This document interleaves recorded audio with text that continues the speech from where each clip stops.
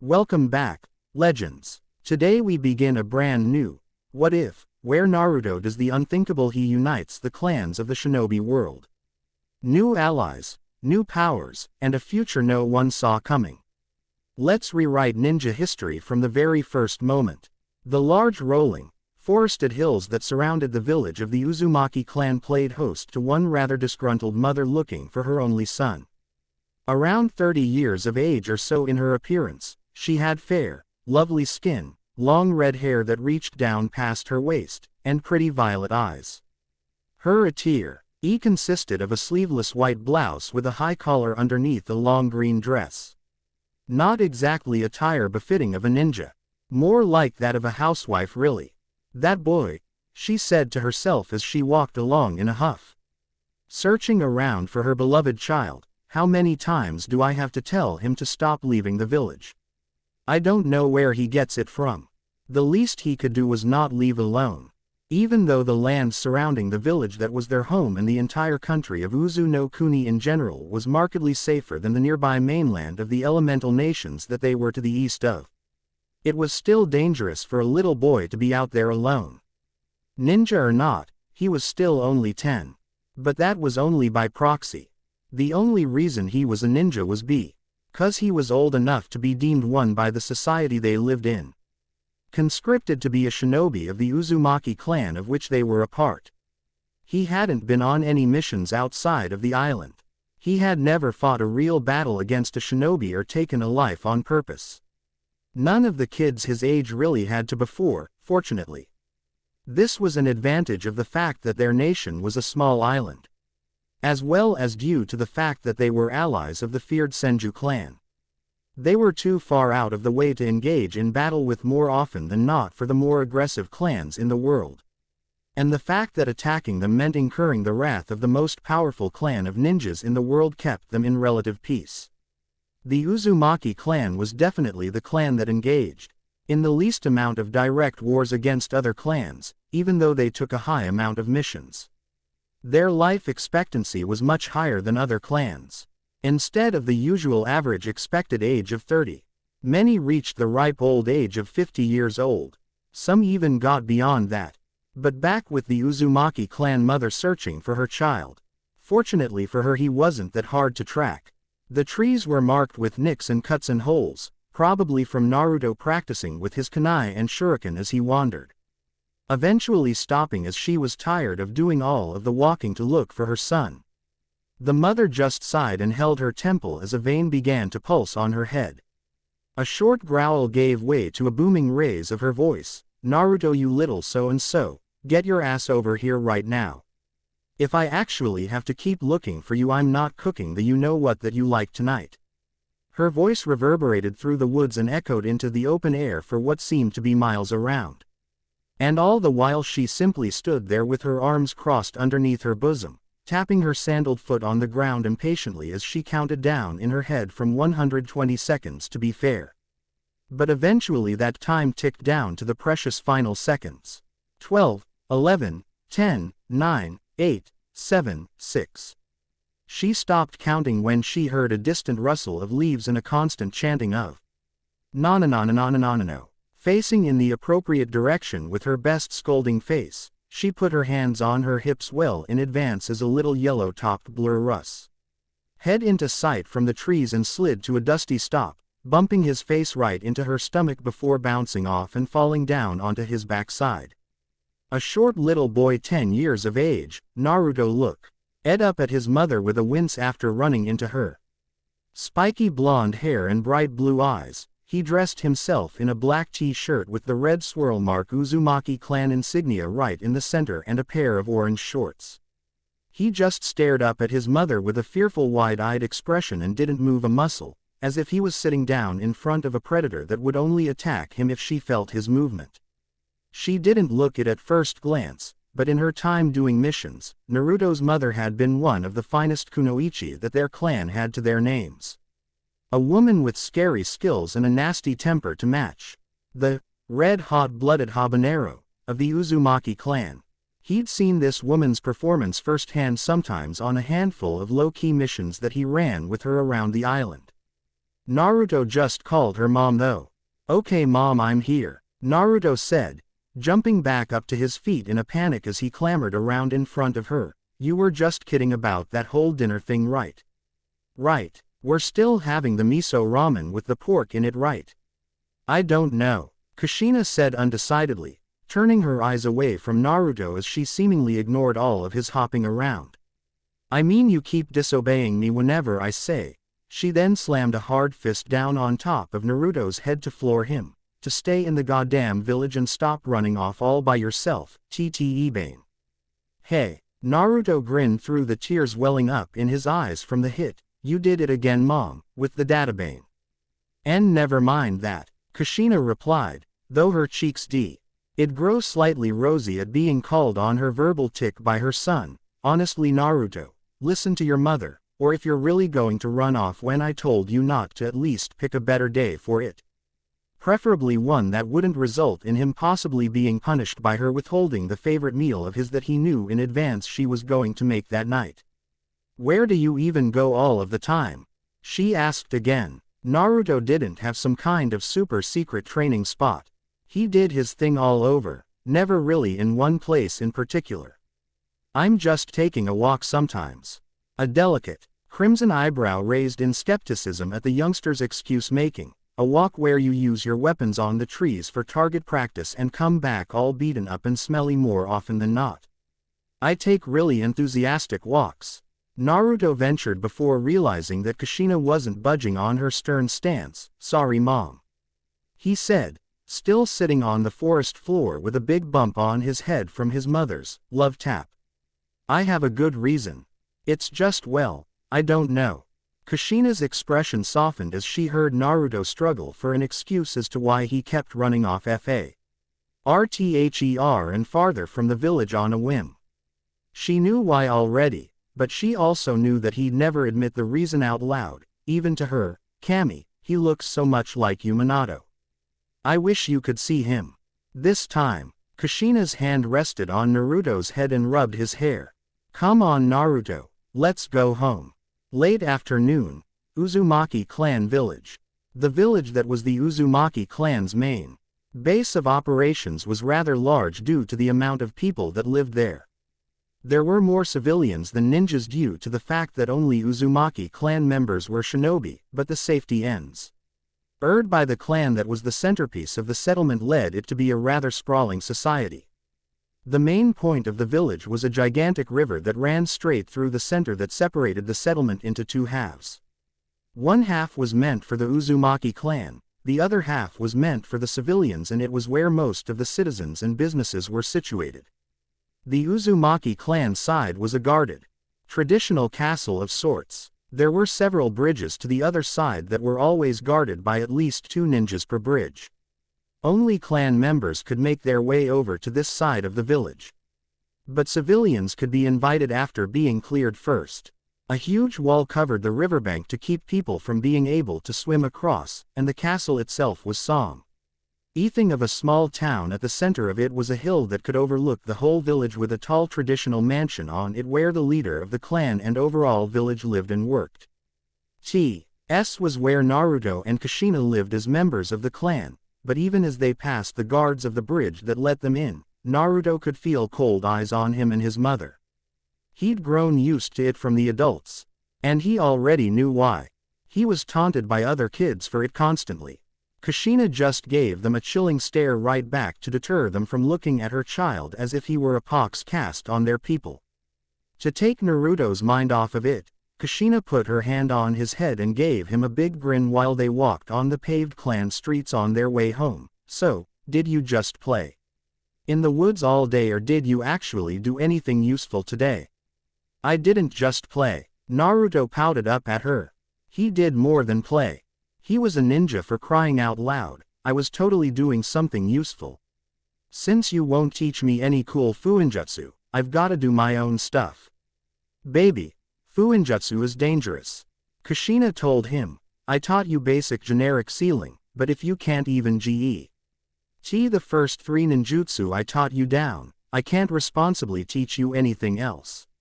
Now can you do the Bunshin no Jutsu? No, Naruto admitted begrudgingly, but I can do the other too. My henge is awesome. And I can definitely kawaii me. I can stick to stuff with my feet and water walk and all of that stuff. That's good. Now get the bunchin down and we'll talk. Ray. Naruto knew his mom had cool stuff in her repertoire. Word on the street was that she'd been very, very good, heralded as one of the most powerful Uzumaki kunoichi not just of her generation, but ever, with special chakra even for their clan. He'd never seen her use it though, or any of her high-level techniques, even when she'd been training him. Then again, when they sparred he never did well enough to justify using much more than what she'd already taught him how to do. It was just the mama lion playing with her cub from her perspective. He hated the bunchin though. What need would he ever have for a jutsu that didn't even make a real copy? So what if all of his looked dead and colorless? A bunchin wouldn't fool anyone that was actually good anyway. Don't be in such a rush to grow up, Kushina told Naruto as they arrived at their quaint little one-story home. Not too long ago, a kid like you would be on the battlefield right now. That sounds so cool, Naruto said with a grin as he imagined acting down hordes of enemies with jutsu that he didn't even know were possible yet. His red-haired mother didn't share in his opinion. No. Not cool, Kushina said, flicking him on the ear to make sure she had his attention. We're lucky. Uzu no Kuni is out of the way. There isn't any other clan in this country for us to fight tooth and nail with. Not like on the mainland. All they really got were bandits from the other populated areas in Uzu no Kuni, and not many of them even knew how to use chakra. You've been. Of course. It's terrible. Those battles are absolutely horrible, Kushina said, her eyes taking on something of a 1,000-yard stare. Adults butchering children even younger than you kids that were put on the battlefield to fight for their clan's name. She then realized she was getting to Naruto mentally a bit and shook her head. I'm just saying, don't think that this is some kind of race. You've got plenty of time to get involved in those things, because once you actually do start, you're probably going to wish you could have gone a bit longer without going to the mainland. On my missions. On your missions. Now go play and I'll start dinner. Kushina kissed Naruto on the forehead and went on inside of the house to start making food while he grumbled about the pretty public display of affection. Inside the house was fine. Not outside where people were watching. He wanted to look cool after all. Either way, Naruto hopped along down the street until he came across an open field where he could see a mess of red-haired kids all playing a pretty fast-paced version of King of the Hill. There wasn't any use in trying to run on over there and get himself involved because they'd just try to keep him from playing, so he just sat down in the grass just outside of range and watched. Man. Why is it always like this? It's not my fault, Naruto said, pulling at a few locks of his own blonde hair with a frown. Stupid old man, how could he leave mom like this? 10 years of age and he'd never seen his father one time. But Kushina was still head over heels in love with the man. Naruto didn't even know what he looked like, and for all he cared he hoped the bastard never came around. It was because of him that Kushina wasn't a ninja that did missions anymore. Either because of his father or because of his presence. His mother always used to tell him what a powerful shinobi his father was. About how he was possibly one of the most powerful people in the world. She made him think that he was a superhero or something, but then Naruto started interacting with other members of the clan and heard many, many things. A female ninja in the clan wedding an outside shinobi was against their customs. Naruto's father wasn't part of the clan, he was a wandering ninja from outside with no known ties to any clan, and with the fact that Kushina had no living family, there was no one to give their union blessing. She was sort of on the outs, and that made Naruto complete black sheep material by inheritance. Namikaze Minato. That name was known in the village because he was supposed to be an extremely dangerous man. This was Naruto's father. If you saw the flash, that was your ass. Naruto had no idea what that meant, but he'd heard adult male clan members say it enough for it to stick with him. Also it rhymed, and anything that rhymed tended to be more memorable by default. But a lot of good his dad's reputation as a fearsome shinobi did when he hadn't shown his face one time in Naruto's entire life. Still, Kushina swore by him, and repeated. Lee reassured Naruto that his father was a good man, and that he loved him dearly. Naruto was beginning to doubt that, but for the sake of keeping Kushina in the highest spirits he never let see him down in the mouth for too long about anything, including that.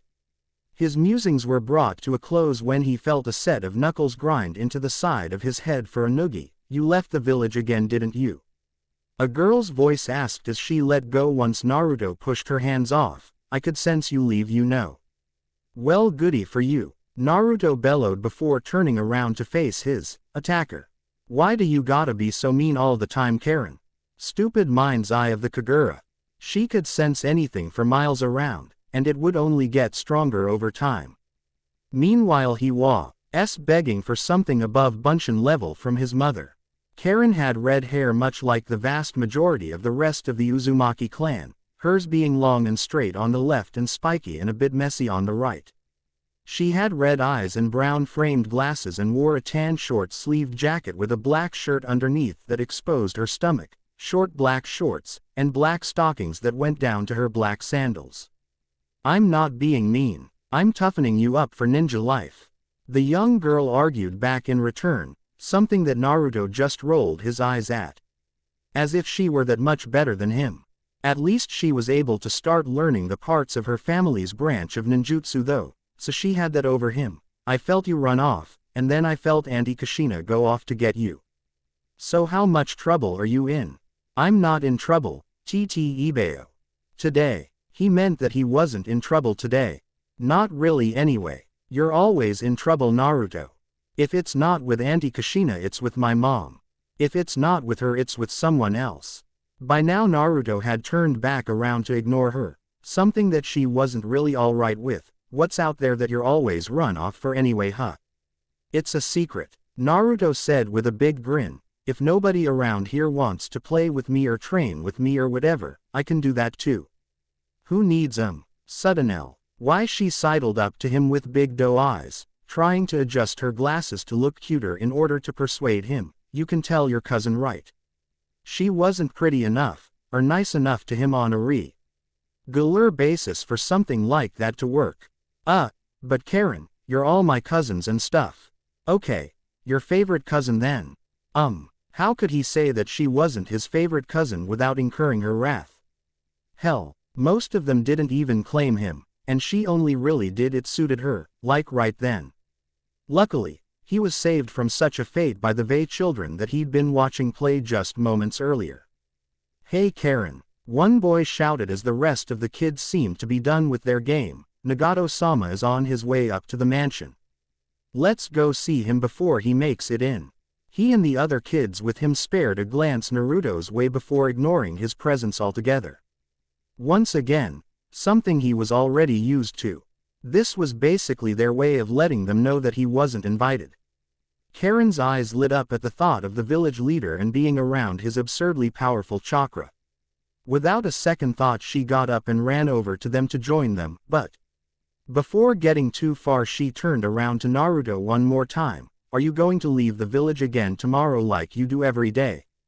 Naruto just deadpanned a stare at her before smirking slightly. Maybe. The next day, Uzu no Kuni countryside. It was harder than normal to get out of the house today without getting caught by Kushina, but he was just too clever for his mom sometimes in his own humble opinion. And made it back outside of the village and far beyond, having been traveling through the trees fairly quickly for 4 hours. By now he'd been doing this for just around years or so, and he had to think he'd been everywhere that there was for him to explore in the wilderness of Uzu no Kuni. He didn't go to other towns that lay around the coast and things, but when it came to the interior of the island nation where his village was situated he'd seen his share. But nothing was more interesting than what he'd come across more or less a year ago, the place that he was off to on this very day. Upon finding a deep ravine that was hidden away by a substantial thicket, Naruto grinned and began tying the large amount of rope he had managed to sneak out of the house. Him around a very sturdy tree before securing the other side snugly around himself so that he could safely lower himself down the hundreds of feet into the dark. Good thing I brought lanterns and stuff, Naruto thought to himself as he pulled a light from the bag on his back. It allowed him to look around the dank place and find when he was getting close to the bottom. He couldn't free himself from his makeshift harness quickly enough for his tastes, doing so hurriedly before running over to the source of a low rumbling noise in the chasm. Jumping up onto a rock where he sat down, Naruto earned his light forward to scan ahead of him. Hello. You there. His light bounced forward and revealed a gigantic red-orange wall that seemed to be moving as if it were alive. Oh come on. I can see you. How could I miss you? You're the size of a mountain. A sigh that sounded like a great wind tearing through the crevice sounded out before a booming voice filled the great hole in the ground. Go away, boy. You're useless to me. Far too weak to be any kind of a threat. Far too small to eat and be worth anything more than a bug caught in my throat. Naruto frowned and jumped up from his seat before walking around the long end of the big furry orange wall, until that wall broke off into a long paw, and then a gigantic head with pointy ears, lined with black that trailed over to a closed eye. The light was shined on the eye until it popped open, angry and red. Naruto involuntarily took a step back at the intimidating sight, but just smiled and walked closer after the initial shock wore off. Hi Kurama. Sorry I haven't been here in a while. I was busy training before my mom could come looking for me. I don't care. You could have been gone for 50 years for all I care, and the amount of attention I would have paid to your absence would have been the exact same as right now. Go away. Why are you such a jerk, Fox? I know you're not that mean. A dark chuckle came from the titanic creature that Naruto was conversing with as if it were a regular person. You keep thinking that. I can guarantee you're the only human being in the world that would think that. Such a foolish runt. The novelty of talking to the biggest effin' fox that anyone else would ever see outweighed the constant insults and overall unpleasant attitude that Kurama had to life in general, at least for Naruto. His coolness factor more than balanced out the miserable bastard portion of his personality. I brought some leftovers from last night for lunch, Naruto said, pulling out a big bowl of ramen from his bag and taking the top off. You want some? It's good. Miso ramen with servings of pork. At that, Kurama's eye turned Naruto's way and stared at him for several seconds while the child didn't budge. That smell was just too much. If you insist. As Naruto climbed up on one of Kurama's big paws, the fox lifted its head up off of the ground enough so that he could open his mouth for Naruto to pour it in. While for Naruto it was a pretty big serving, to Kurama it was the equivalent of using an eyedropper to hydrate a human tongue.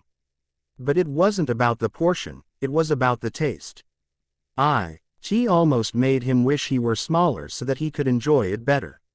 I never saw a fox that liked ramen before, Naruto commented, stashing the bowl back into his bag and pulling out his own bowl for personal consumption. You need some variety away from eating people every now and then. Kurama joked blackly as he settled back into his paws as a pillow to rest on. Eventually the taste just blends together. I like the vitamin D deficient bodies better. Less crunch, easier to chew. Naruto didn't know how serious he was about that statement, so he just grinned uncomfortably and broke apart his chopsticks to begin eating his own lunch. That's great. Nobody knew about the presence of Kurama on Uzu no Kuni with the exception of Naruto. And that was just because Naruto randomly came across him after falling into the ravine by accident one day. Falling to his death after being chased into a hidden pitfall by a massive bear, Naruto was saved by way of his landing on a bed of 9 gigantic tails. Naruto, after getting over his initial shock, innocently asked Kurama if he was stuck. Kurama almost felt the need to show Naruto just how trapped he was, but instead of causing a fatal cave-in that would destroy his temporary den, Kurama just told Naruto that he liked it there and not to tell anyone about him until he left or he'd destroy his village. That was a year ago. And ever since then he had come back to find Kurama still there, just sleeping the days away until he dropped in to wake him up and hang out with him. Was it a shame that Naruto found a monster fox more willing to spend time with him than other human kids his age in his own clan? Probably. So Kurama, I was wondering, do you have a dad? Yes, because there's more than one gigantic fox running around the world. Sarcasm aside, there was no real reason to be so nasty to the kid. It was just a question, and for a human he wasn't afraid of him for what he was. That was strange. Strange enough to be intriguing. Father wouldn't be the correct term. I had a creator, so he wasn't around for you. Naruto could relate if that were indeed the case. All he could relate Minato to being was the guy that banged his mom and left her with the baggage. Not in so crude a way of speaking, but more or less such. The whole big talking fox thing was a bit weird for him, huh? No, the sage was around quite often. Kura recalled, swishing his tails around in a bored manner. He had to be to keep the rest of us in line, I imagine. It was funny to remember the days back when he was a young Biju.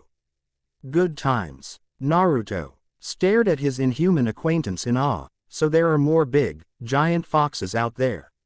No, dumbass, Kurama said, using his tails to count off his brothers and sisters. There's a giant tanuki, a giant cat, a giant turtle thing, a giant monkey, a giant horse, a giant dolphin thing. What the hell was Kokuo supposed to be? He didn't even know. A giant slug, a giant beetle, and a giant octopus thing. Your family is weird, Kurama. I know, especially since our creator is human. The most sickeningly powerful human that ever walked the face of the planet. And one of the very few humans in his long life that he'd ever respected. Why am I carrying on a conversation with a brat of a human? Possibly because he couldn't sense any negative emotions from the boy directed at him whatsoever. It was how Naruto managed to literally drop in on him to begin with when they'd first met. He still had darkness, of course. There was a deep pit of loneliness in the center of Naruto that no amount of loud talking and smiling could hide from Kurama's ability to feel it out.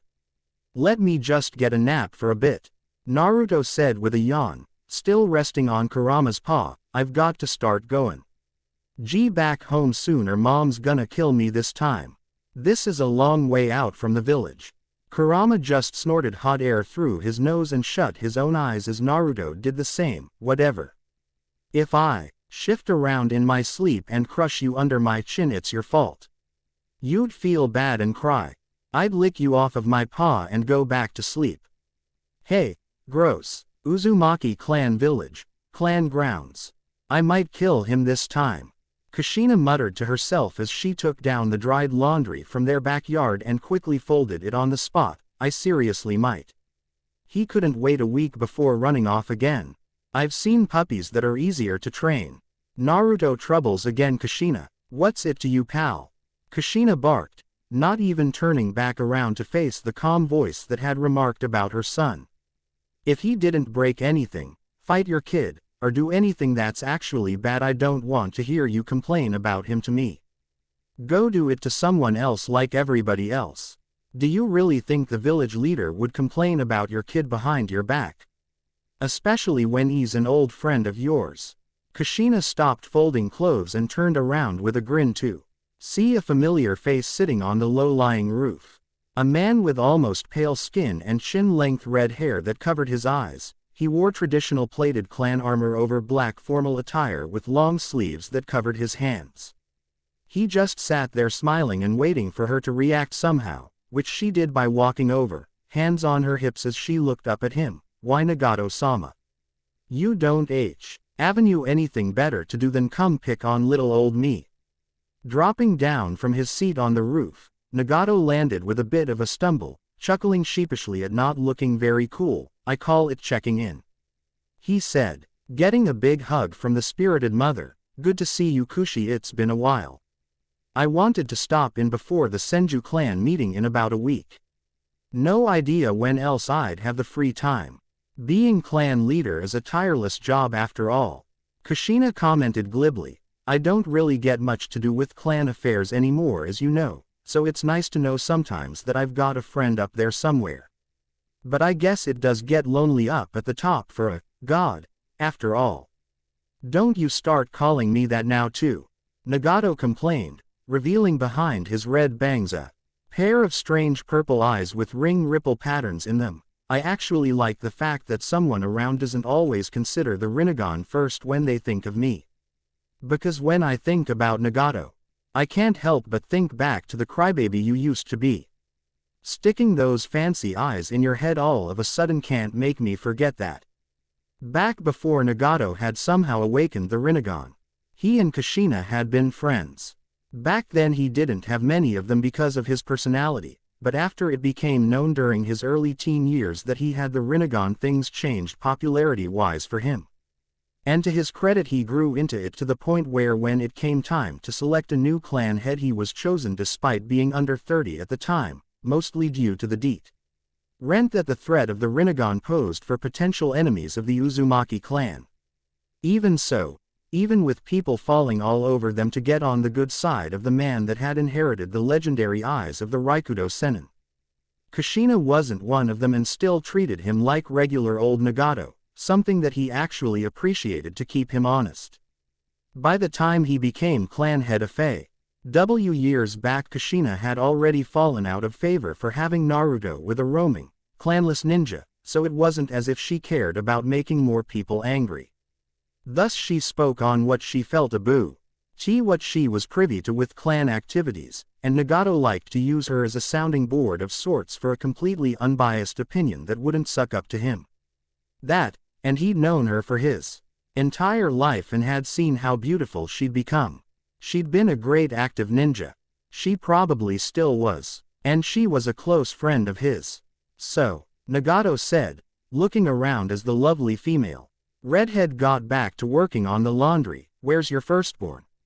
Kushina chuckled darkly at the topic of Naruto being brought back up. Take a guess. Powerful as he was, Nagato felt the need to take a step back for safety just in case Kushina's temper wasn't level, ran off again. Of course, it's his thing apparently. As annoyed by it as she sounded before she sighed and a melancholy look came to her eyes. Not that I can really blame him for not wanting to be around here with the way things are for him. It's the only thing I regret about being with Minato, what it's done to Naruto just for being born. A pretty big regret even if it was the only one she had. Most of the Uzumaki clan didn't claim Naruto as one of them because of the nature of his birth. Even though Kushina and Nato were married at the time of conception and birth, Naruto was perceived as a bastard. The fact that he didn't look like a single one of them didn't help either. It just drove the stake in further. You could remarry back into the clan. That would solve most of the hate. Nagato presented to Kushina as an option. If you married someone with enough pull, they could even shield Naruto from the way others treat him. For some reason it sounded like he was talking about himself. Even if he didn't say it aloud, it'd be better than it is now. I'm not divorcing Minato. He could be dead. You haven't seen him in how many years? You know better. Kushina said with a ghost of a smile on her lovely face and a shake of her head. Shame on you. Sorry. It's just that you know what it's like on the mainland. If it wasn't for... Kushina cut him off and explained everything he was about to say. I know. If it weren't for the Senju, the fact that we're our own island nation, and the fact that you having the Rinnegan scares the hell out of most of the superstitious clans out there, we'd be up to our necks in enemies. Fuinjutsu was that dangerous of an art to specialize in, and the Uzumaki clan was the best at it in the entire world. It was like they could speak their own language with the arrays, the hand seals, and the effects. Even the children were fairly decent at it. That made a lot of people afraid. For many reasons. Most prominent of them being that Fuinjutsu was the only known way to defend in earnest against the 9 forces of nature in their world that went by the collective name of the Biju. None of whom had been seen attacking in quite some time. Years and years. The Uzumaki clan had cornered the market, so to speak, on the best Fuinjutsu available. They were always coming up with more as well. And that was something that everyone wanted to keep an eye on. Every advantage available was more than welcome. It was a wild world out there. The conversa. Chion tapered off as Nagato had figured he'd overstepped his bounds even as village leader. Kushina was a married woman and was incredibly faithful even though not a single person had seen Namikaze Minato in Uzu no Kuni in 10 years. It wasn't like he was welcome amongst their clan anyway. He was a vagrant ninja and everyone knew it. No clan, no pull in the world. The only thing about him was that he was apparently strong. Extremely strong. Hell, the only reason most people in the village didn't think of him as a myth was because Naruto was physical proof of his bloodline. Namikaze Minato, the ninja so strong that his own physical traits managed to overpower the dominant physical traits of the Uzumaki clan in his offspring. It didn't need to be brought up to his wife to piss her off. Enough. Idiots had done that through the earlier years of their relationship, and even after she'd had Naruto and Minato had been more or less subsequently blackballed from returning. People had rather short memories as to how much of a scary badass someone could be when they were a new mother and hadn't been in the field for years just to raise her son and make sure he was properly cared for. And Nagato loved her, but he could not have her. She was married with a son, and the son was a constant reminder of the man that took Kushina off the market before he was confident enough in himself as a ninja. A man to approach her as anything more than a friend. Even when he wasn't anywhere near them, the cloud of Namikaze Minato hung over the village. I just know that if Naruto could meet Minato, it would change his life. The way it changed mine. Ours. Kushina said, looking off at the sunset. One day he will. Every time the topic of Minato was brought up between Nagato and Kushina, hearing the way she spoke of him made his heart hurt. That was the way he wished that she would speak of him. In a better world, he would have been the one that she fell for. Naruto would be his son instead. So many things would be different. With Naruto, Uzu no Kuni countryside, hidden ravine. Naruto couldn't tell the passing of time down in the dark ravine for 2 reasons. 1. There was no way he could see the position of the sun because of the cave walls and the trees that concealed the top of the ravine. The second reason was because he was dead asleep in the paw of a walking natural disaster that was also asleep. If he was awake, he'd be aware of the fact that the sun was going down, and he'd be freaking out because by the time he got home Kushina would be spitting fire at him. She'd be so angry. Fortunately, he didn't have to worry about such things while sleeping, and he didn't seem like he'd be waking up anytime soon. Neither did Kurama, until one gigantic red eye snapped open upon the feeling of a disturbance in the air. Just in time to catch sight of a swirling vortex appearing in the air at the back end of the ravine. From within it, a man appeared attired in a long, hooded cloak. With an orange and black mask covering his face, the Kyuubi no Yoko. The strongest of the 9 Biju.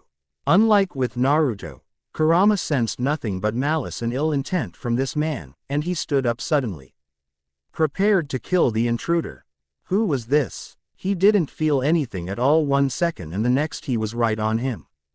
Naruto fell off of Kurama's paw when he stood up and fell down onto the ground in a heap. What? Why'd that happen? Kurama, why'd you? He noticed that there was something wrong when he saw Kurama standing defensively, glaring and growling openly at something at the other end of the cave. Who is that? You've come to the wrong place, human. Kurama said threateningly, his booming voice bouncing off of every wall with menace. I'll give you one chance to leave the way you came. Or else what? The masked man asked, sounding amused at Kurama's aggression. Or else I'll show you a little something I like to call, fuck everything in that general direction. You're aware that a Bijudama down here would cause an earthquake that would devastate this island, aren't you? Oh, I'm sorry, you're under the impression that I give a damn. With that, Kurama lashed out with several of his positively massive tails, impaling into the walls and pulverizing rock formations sticking out of the ground while the strange man seemed fast enough to dodge them all. What? It would take more than speed to avoid all of my tails. It was like he knew the direction they'd be coming from. The masked man blurred through hand seals and produced an offensive jutsu of High's own to do battle with the monster before him. Kaden, Gukaku no Jutsu, Fire Release, Great Fireball Jutsu.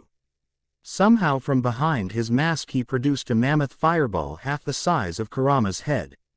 But the deadly target of his choice merely swiped it out of existence with a paw. Die for me now, Kurama demanded as utilized his paw with the same swipe that destroyed the fireball to smash into the masked man. Dragging the clawed appendage through the ground hard and fast enough to cause a miniature earthquake that brought large portions of the ravine down around him. Something was wrong though, as Kurama felt a malevolent presence open up above him. From in the air over his head, the mysterious attacker dropped from the same kind of portal that he'd originally appeared from. He is holding back. This is perfect. Trying for another quick-tailed assault, Kurama sent forth the last two of his tails only for the strange man to maneuver his body through them while falling before Lan. Ding on one and running up the length of it. Reaching Kurama's body itself, he made eye contact with the gargantuan fox through the eye holes of his mask. How about a blast from the past Kyuubi? Kurama couldn't see it from a distance.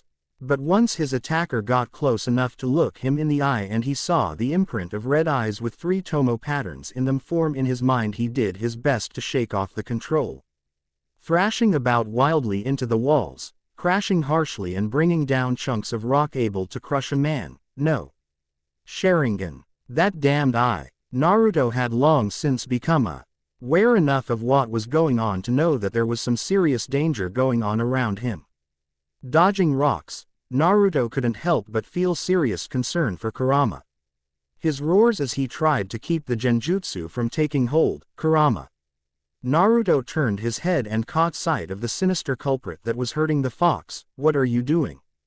Oh, that's adorable, the masked man said in regards to Naruto as he saw the young Uzumaki clan member storming right for him, dodging rocks for dear life as he tried to get close enough to fight. You're worried about a monster that wouldn't hesitate to snuff you out in an instant. But let me tell you a secret, kid. It was brave for Naruto to try and fight him, but had he been paying attention, he'd just subdued a gigantic fox with the power to tear landscapes asunder. Did he really think anything he could do would hurt him? Nevertheless, Naruto ran up the side of a nearby rock spire before leaping right off of it at his new enemy, Unseal. A Fuma shuriken that he unfolded and held by the center ring around his wrist. Leave him alone or all. His threat died in his throat when his opponent didn't budge, and the swing of his Weepo passed right through him as if he were a specter. He never felt the subsequent blow from the masked man that sank itself right into his belly, holding him up off of the ground just by the fist. Naru, choked and sputtered as his shuriken clanged to the ground. The masked man grabbed Naruto by the collar of his shirt and held him up to whisper in his ear. The secret is, it's not the monsters the size of a mountain that you should be scared of. It's the monsters that look like me or you that are the scariest of all. By now Kurama had been subdued by whatever genjutsu had been cast upon him, rendering him docile. And the mysterious attacker then proceeded to do the exact same thing to Naruto. You know, you look like someone I've met before. The kid looked just like Namikaze Minato. How funny would it be for him to use the son of that man to kick off his plans and set everything into motion? He was going to kidnap a child of the Uzumaki clan later, but this saved him risking Kurama attacking the village to obtain a proper vessel.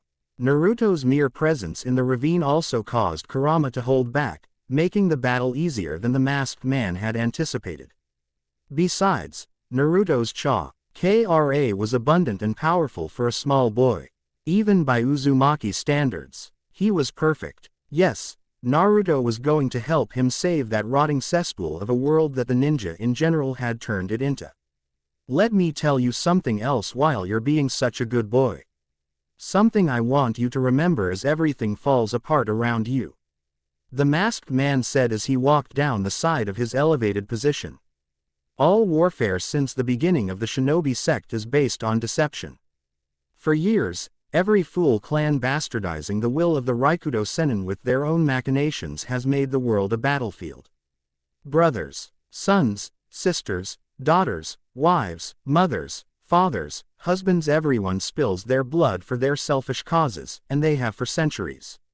After getting down from his rocky perch, the masked ninja walked over to Kurama and dropped Naruto in a heap right at the yoked Biju's feet before rolling up his shirt enough to expose his navel. With a few hand seals, he had summoned a ritualistic altar with Naruto at the center of it. The deceit of conflict cuts both ways.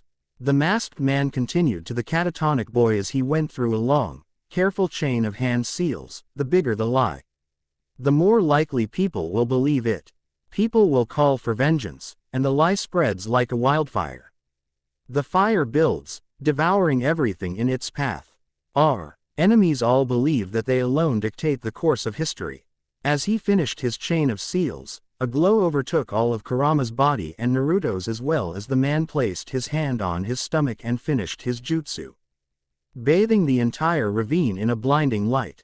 And all it takes is the will of a single man. Naruto, you're in so much trouble. What a way to start a morning. Awakening with a start, Naruto rocketed out of his bed and bounced off of the ceiling before falling onto the floor, Kushina standing over him in a white yukata, much to his confusion. Mom. Yeah, your mother, Kushina said flatly before beginning to put on a display of waterworks with a sniffle. The woman that brought you into this world and nurtured you lovingly, gave to you of herself with all of her heart.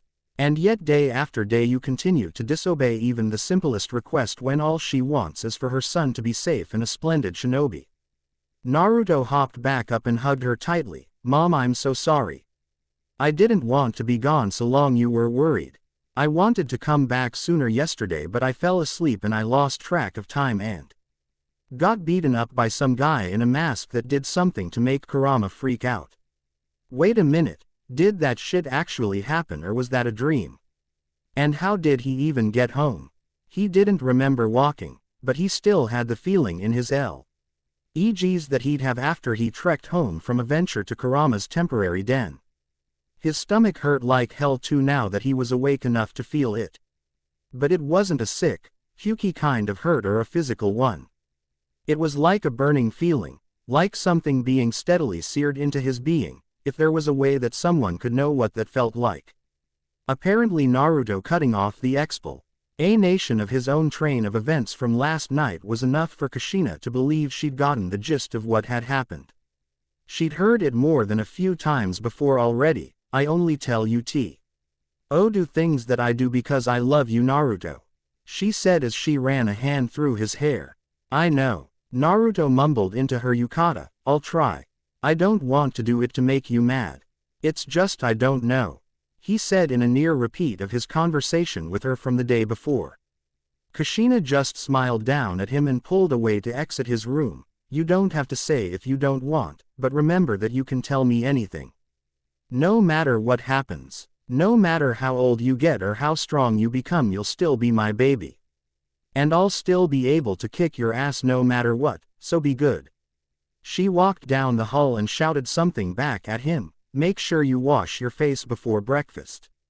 You're filthy. The dirt on your face looks like whiskers. Naruto grinned at her until she vanished from sight in the doorway. Once he was certain that she was gone, he held his stomach with a cringe and sat down on his bed, looking out at the early morning sun. Kushina loved making sure he was up no later than 6:30 every morning. And he had no idea what time he'd gotten back last night. Was it a dream? He got beaten up. Losing a fight like that should have meant death. But he was alive, with an entire body that burned like fire on the inside, but he was okay. At least he figured he was okay. If it was real, then what happened to the guy? What happened to him that he was able to walk out of there and not remember it? What happened to Kurama? Naruto looked at his bag on the floor and then to his own doorway before making a decision. Sorry, Kushina, he'd be home quick this time. I've got to go back. Outside, walking the Uzumaki clan streets trying to get herself to wake up properly for the day, Karen rubbed at her eyes underneath her glasses before sighing at he first specks of light peeking over the horizon. Why can't the day start at noon or something? The sun doesn't even want to be up right now. As she walked, she saw a little black and orange figure dart over the fence to his house and head off in a hurry to wherever he was planning on going so early in the morning. Naruto, Karen said a bit distastefully. Other kids liked to ignore him and even she ostracized him from time to fit in with the rest, but there was a reason she never tried to follow him despite being able to sense him. She just wasn't fast enough to keep up with him. And it came to training, she hated it except for when it came to using the mind's eye of the Kagura. She loved that jutsu. Speaking of which, she might as well get in a bit of practice by locking in on Naruto's chakra signature. She was used to how it felt, so it couldn't have been that hard. And it wasn't. But she wasn't expecting to get the equivalent of feedback overload in her brain due to being prepared for the sheer amount of chakra that was inside of his body. That definitely hadn't been there yesterday. That's such strong chakra. And Kami, it was unstable. So scary. She had to tell someone, because something was wrong. There was something infinitely more powerful than Naruto inside of his body. There was something sealed in there.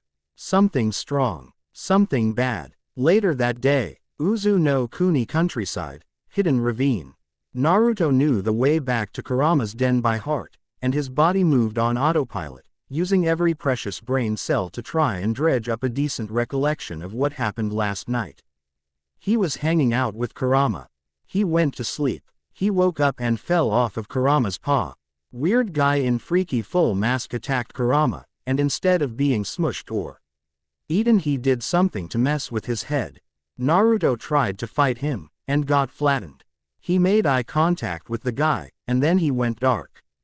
That didn't explain anything. As he came back to the ravine, Naruto got on his hands and knees at the edge and looked down into the dark as if he could see with no light down there.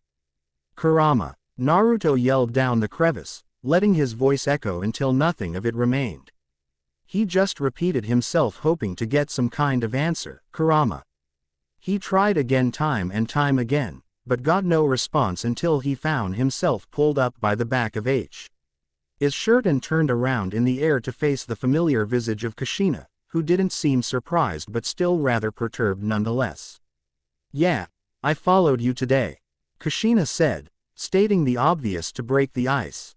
"I didn't think you could hustle like that though. You made pretty good time for coming this far into the backcountry." Thanks. You're welcome." Kushina's smile was downright pleasant. But Naruto fell into what he considered to be an awkward silence as he remained off of the ground in his mother's grasp, at least until she felt her smile grow strained and she began slinging him around in a circle by his shirt. "What the hell is a Kurama? Why the hell is it down a ravine, and is this where you've been going every day?" A motion-sick Naruto didn't know which question to answer first. Wow. Mom, stop. Kushina's temper had officially reached the boiling point with him and his constant sneaking away from the village. "And another thing. Why is your face still dirty? I saw you go into the bathroom before you tried to sneak out." "I washed up and changed clothes after I took a leak. I'm not dirty." "Then what's with the smudges on your cheeks, you sneaky smartass?" "What smudges?" Kushina stopped swinging Naruto and set him down to observe his face up close, clutching his cheeks to look at the tanned flesh and the 3 horizontal lines on each cheek. Maternal instinct kicked in and Kushina licked at her own thumb before trying to stubbornly rub the marks off, ignoring Naruto's complaints to how it was gross. She did so to no avail. They stayed on as if they were parts of his actual skin. After trying and failing time and time again, Kushina just stared at Naruto's face. "They're real," she said softly, confusing Naruto as it showed on his face. "Naruto, where did you get those marks?" Naruto hadn't seen any marks, even when he'd washed up that morning.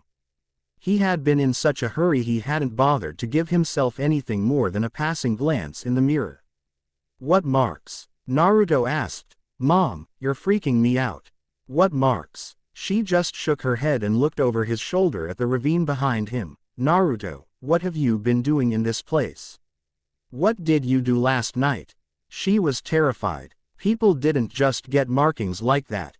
There were clan markings, but the Uzumaki didn't have any. Markings like that also meant other things. Terrible things. She needed to hear something from Naruto. Something positive. Something to set her mind at ease, because looking at the marks that had popped up on his skin overnight had her fearing the worst in the pit of her stomach. I don't know." And this time when he said this, it wasn't because he was just trying to hide how he really felt from his mother.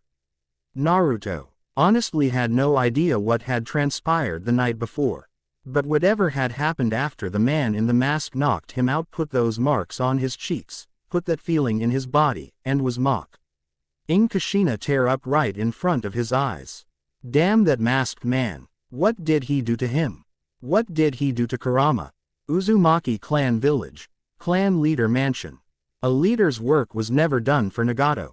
After stepping into the office that morning he had to deal with all sorts of requests.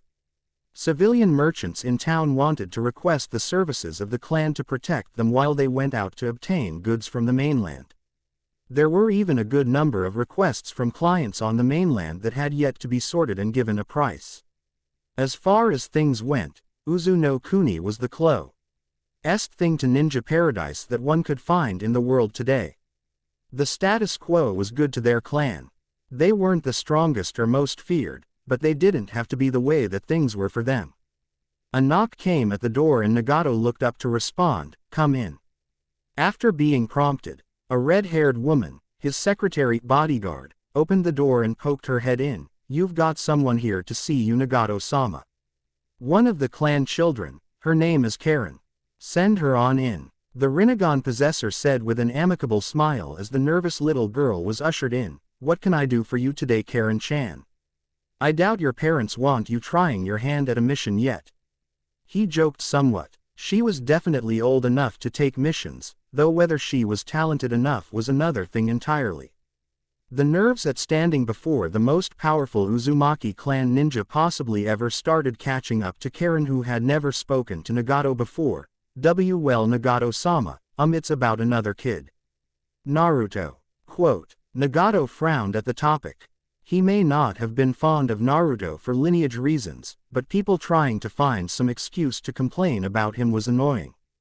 The last thing anyone needed was for the children to fall into that habit too. It would make it extremely difficult for Naruto to work with them when the time came. If you're having a problem with Naruto, I'm sure it's something that two clan ninjas such as yourselves can work out. No, it's not that. There's something wrong with Naruto's chakra, Karen said, wringing her jacket with her hands. "It feels weird. I don't know how to explain it. It's like there's something else sealed inside of him. Whatever it is, it doesn't feel human." The mood then turned gravely serious. This was not the sort of thing that was to be joked about. "How? Not human? Did it feel? It's the scariest chakra I've ever sensed in my life," Karen admitted, walking closer to the desk of the village leader. I messed up and turned off my jutsu for a second before I tried it again and it was the exact same." Nagato got up and walked around the desk before setting his hands on Karen's shoulders and giving her a reassuring smile. "Thank you for telling me this. It's a very important thing that you did."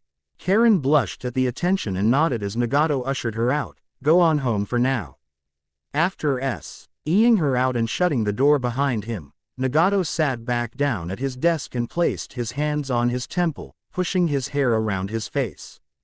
This was not good. This was not good at all. If Karen was right, if Naruto had two sources of chakra and one of them wasn't human, there was a chance that somehow the ultimate taboo of the shinobi world had been inexplicably committed. A Jinchuriki had been created. Kushina was panicking in her mind. She'd had Naruto stripped to his boxers in the forest and had him generate chakra so that she could look for the anomaly that she'd expected to find on his body. And lo and behold, she found it situated perfectly around his navel. A seal that glowed from black to red every few seconds as if it were throbbing. It was so sloppy, clearly intended to be used for the short term in how it was set up. A Shishofuin, 4 symbols seal. The pulsing color let her know that whatever the seal was holding back wouldn't be held back for long. What a sloppy job. Whatever was sealed inside of Naruto now was far too strong for a 4 symbols seal. Luckily for Naruto, his mother was there to come to the rescue. Diligently working on the spot, Kushina managed to improve and fortify the seal, at least doubling it in strength by merely doubling up on it. It was a simple fix, but that was the secret to what made Kushina's sealing style so effective compared to others. She was able to innovate using simple methods instead of trying to get needlessly complicated. After a bit of field work that caused her to roll back her sleeves to get the job done, Kush. Ina had managed to innovate a new seal on the spot. A mother's love was a powerful thing indeed. Your mom is the most awesome seal artist in Uzu no Kuni. Kushina said, temporarily pleased with her work as she wiped some sweat from her brow and stood back to observe her work.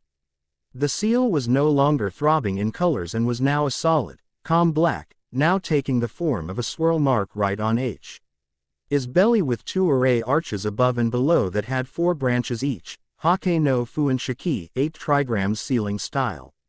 This is a really special seal, Naruto. You know how it works?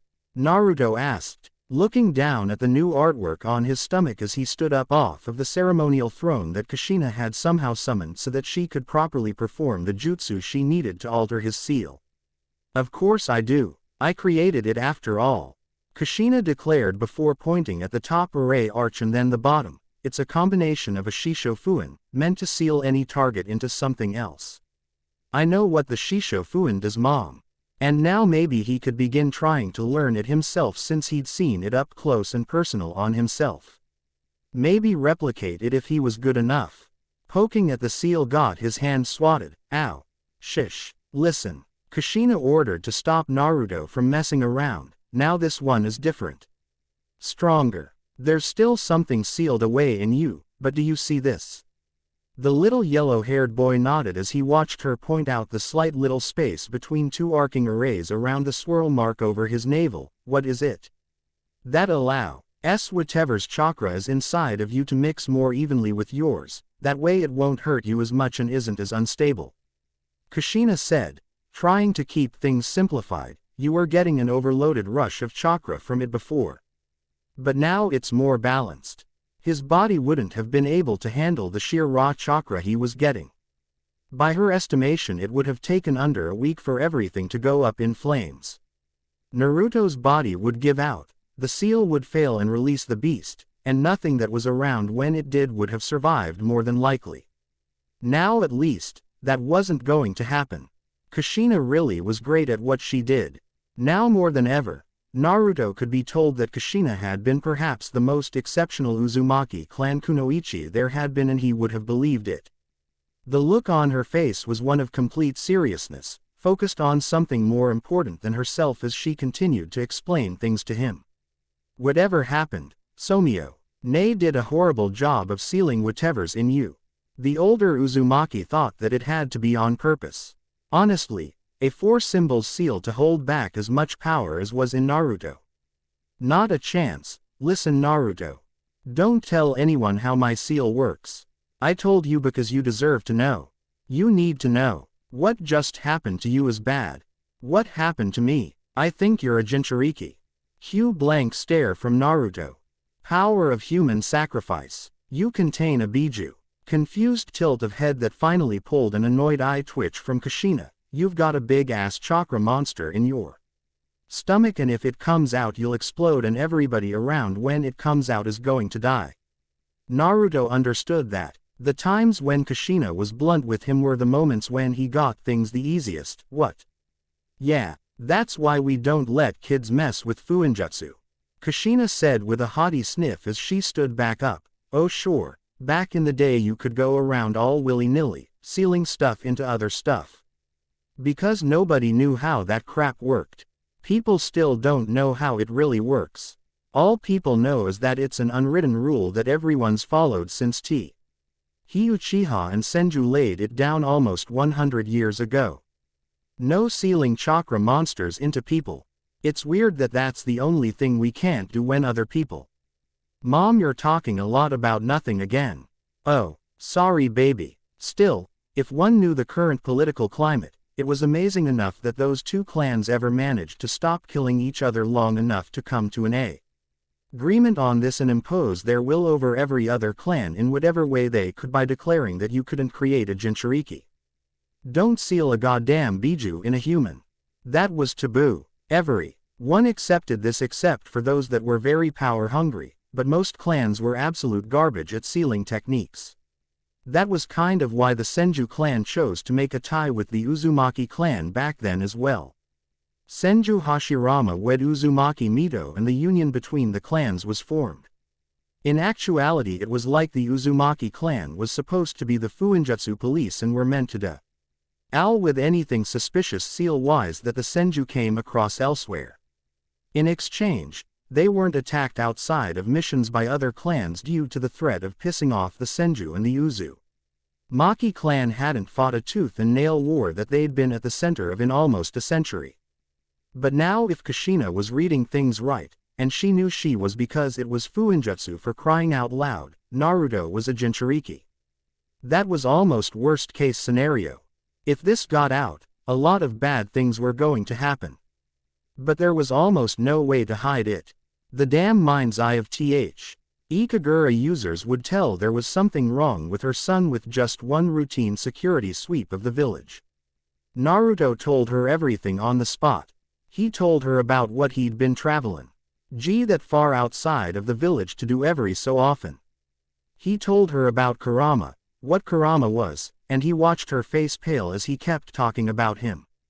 He told her about the masked man that he'd come across, and he saw his mother bare her teeth in hatred. In the end, all Kushina could do was grab Naruto and pull him against her in the tightest hug Naruto figured she'd ever given him in his life. He didn't know what to do other than to return it, but before he could realize what happened she had picked him up and taken off running through the trees to get back to the village. There's nothing I can do for him here, Kushina thought to herself, eyes straight ahead in determination as she rushed through the forest, red hair trailing through the air behind her. This is bad. This is really bad. There's no way this is going to end with Naruto staying alive.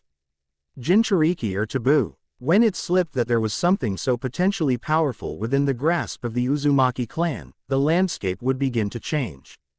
There would be too many angry and hostile clans, fearful and quick to act. Status quo was king, and the creation of a Jinchuriki was the blade being held to that king's throat. This was all happening so fast. Kushina had been running for almost 20 minutes before Naruto's brain caught up with the actions of his mother. Hey, put me down. I can run by myself.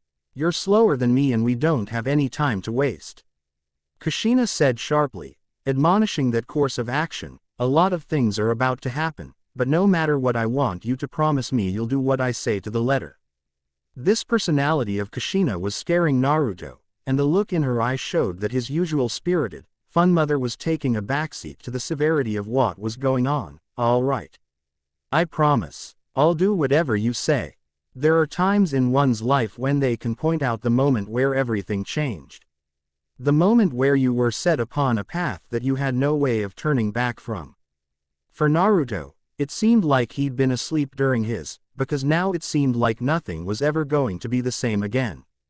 Uzumaki clan village. Naruto to wonder if Kushina had been preparing for some kind of contingency plan in the instance of something like this happening. The moment they got back within the village limits she took them to the riverside that led out into the ocean, taking them over to a merchant that was about to ship out on a trip to the mainland for business. It was a brown-haired man who kept it up in a spiky ponytail and had a scar across the bridge of his nose. The man was just lazing in a chair on the docks until he noticed them coming. She didn't say anything to Naruto about what was going on, she just handed the man a scroll. Gave him some short instruction, thanked him for accepting her request, and took him on. Naruto, Kushina said, getting his attention as they started walking back into the Uzumaki clan side of the village. You know what I said about the Bunshin, and how I wasn't going to teach you anything until you showed me you could do it. I was doing that for a reason, but that reason doesn't matter anymore. Kushina told him as she walked with him at a brisk pace. Bunshin is a low chakra jutsu and it's hard for our clan to master because most of us have strong chakra. I'm gonna show you a replacement for that. And I know you can do it, but I wanted your chakra control to be better. I just don't have the luxury of waiting anymore. This jutsu might save your life and I want to give you something just in case. Just in case what? Were things really about to get that bad? The rest of the trip was of Kushina telling Naruto about ifs and ors and what to do if this or that occurred. He'd never seen her so flustered before. Both of them were freaked out by the time that they got home. But straight to the backyard they went, with Kushina wasting no time in teaching him a ninjutsu. And one with only one hand seal to memorize, much to Naruto's delight. He would have been more excited, but the time had to be dedicated solely to making sure he'd learned it to her satisfaction. Eventually, Naruto found himself sweating on his hands and his knees, Kushina standing nearby keeping a watchful eye on him. Haha, I think I've got it. Kushina was pleasantly surprised at how Naruto had handled himself. She didn't let him know just how difficult the jutsu she taught him was supposed to be to learn, she just taught him how and let him practice. An hour into it he threw a tantrum and she thought that he would stop, but Naruto must have realized that something was wrong with his chakra control, because the very next thing he did was work on the tree climbing exercise to find his sweet spot again. Then he returned to practicing the jutsu, with much better results as he was making leaps and bounds in progressing with it. They'd started training before noon and didn't stop until near late afternoon. It was probably because he felt much better when he was putting his mind and body to use doing something else other than worrying about what was going to happen now that he was a Jinchuriki. That was the highest level jutsu I could teach you in the short amount of time we have left. Kushina thought to herself as she watched Naruto down on the grass trying to rest. It was tailor-made for you. Especially now that you're a Jinchuriki. She smiled down at Naruto warmly. Good job. I knew you could get it. Rest out here for a bit and I'll start dinner. Naruto was too tired to give anything other than a thumbs up to her, still down in the grass as he tried to recuperate enough to get up under his own power and walk back inside. His mother had never been had much of a taskmaster when teaching him a jutsu, and he could see why. He learned it in one day, but damn. He didn't know, but she knew that he could take the fatigue. Getting tired was probably going to be a problem for him for a long, long time. Maybe he could just take a nap outside for a minute or two though. Just for a little while. After walking inside of their house, it wasn't very surprising for Kushina to find someone there waiting. She'd expected as much. There wasn't any way they'd go for very long without attention somehow being drawn to Naruto's condition. I didn't expect that you'd send yourself for this, Kushina said, moving to the kitchen to begin preparing a meal for herself and her son. Were you thinking that you being a friend would soften the blow or something? As she did so she moved past Nagato, who had been leaning against a nearby wall the whole time. He's tough. Naruto, I mean, he gets it from you. Kushina didn't say anything as he followed her and watched her begin her cooking process. I watched for a while. Did you really teach him? Yes. Kushina cut him off, placing some vegetables on a cutting board that she began to chop. Each time the knife hit the board, the sound cut through the silence and caused Nagato to visibly wince. Not that Kushina could see him. I did. You know what we have to do, Nagato said. If he's got a biju in him, we've got to see what's sealing it and find a way to get it out. He didn't want to sound so severe about it, but there wasn't any way around it. If we don't, it's going to get around outside of the country what's in him and then all hell will break loose. That's why I taught him the jutsu that I did today, Kushina replied cryptically. Believing that Kushina understood the brevity of the situation, Nagato figured that she'd taught Naruto such a chakra-intrinsic jutsu that would have been fatal for anyone else to practice to the degree that they did in one day to tucker him out. Just in case he resisted. What Kushina actually meant was that she already knew that all hell was going to break loose the moment that it became clear that a biju was missing and that a Jinchuriki had been created. That was why she taught Naruto a jutsu that could protect him in the near future. But right now, how long will it take to extract it from him?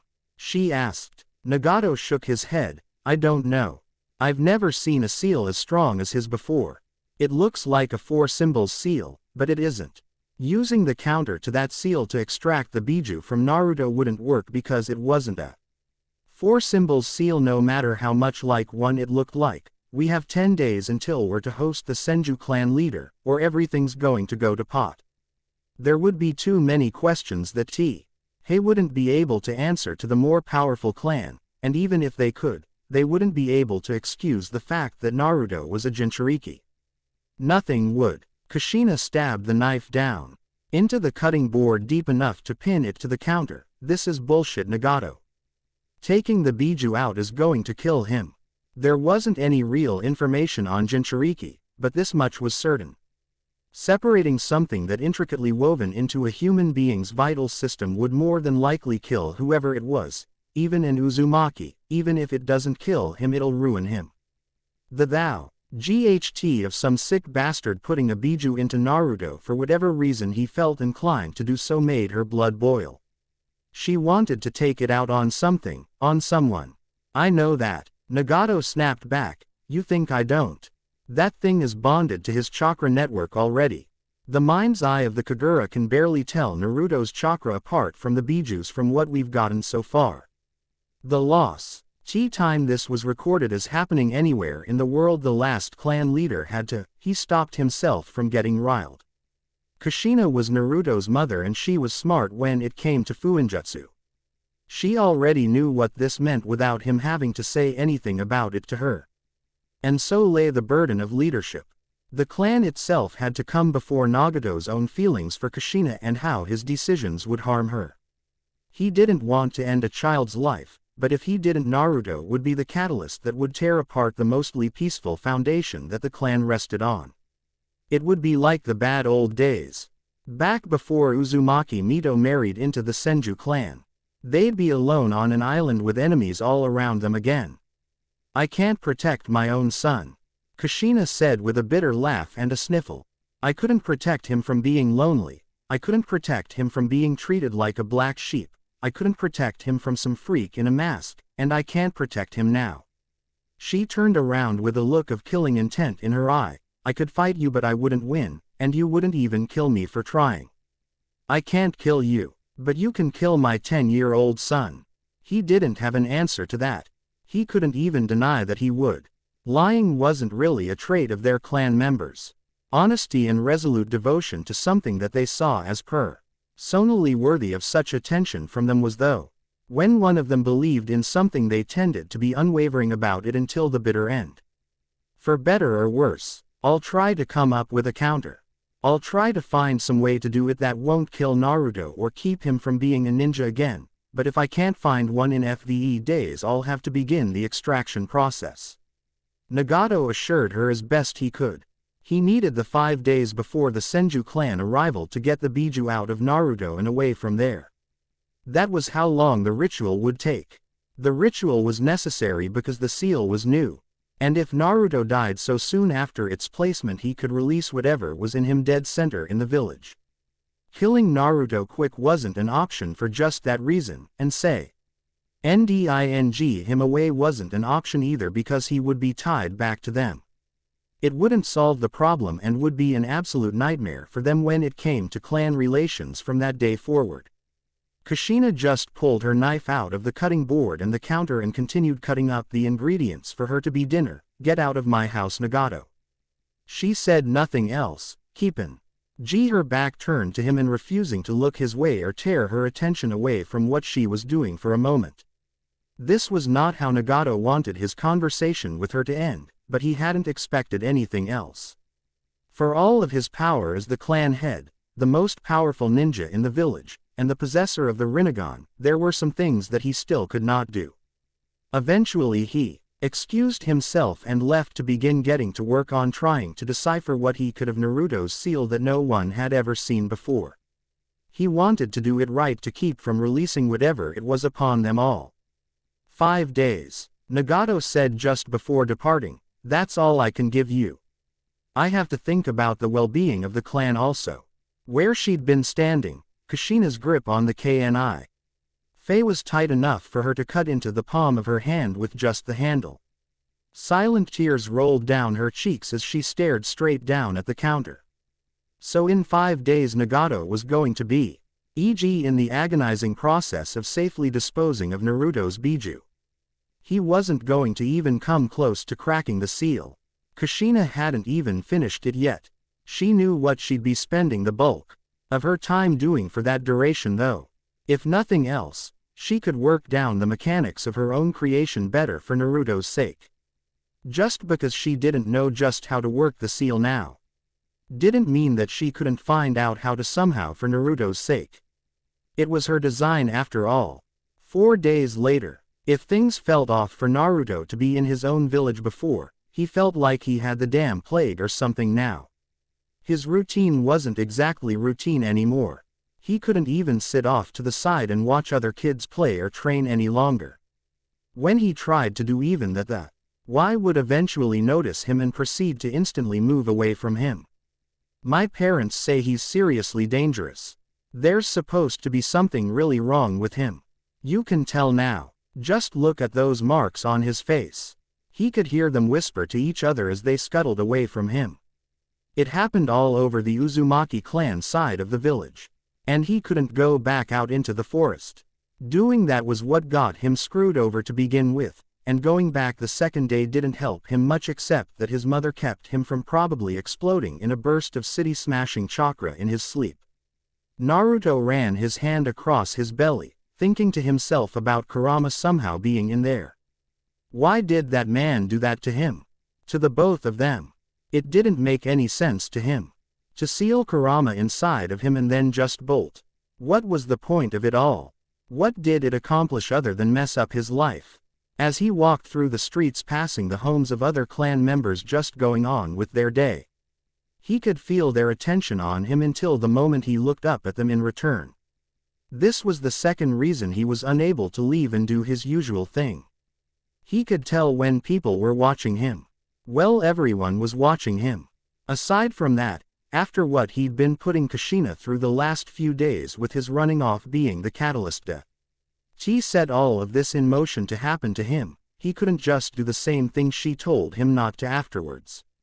Naruto clenched his eyes shut as he practiced taijutsu, punching at a tree in his yard. Why did this happen?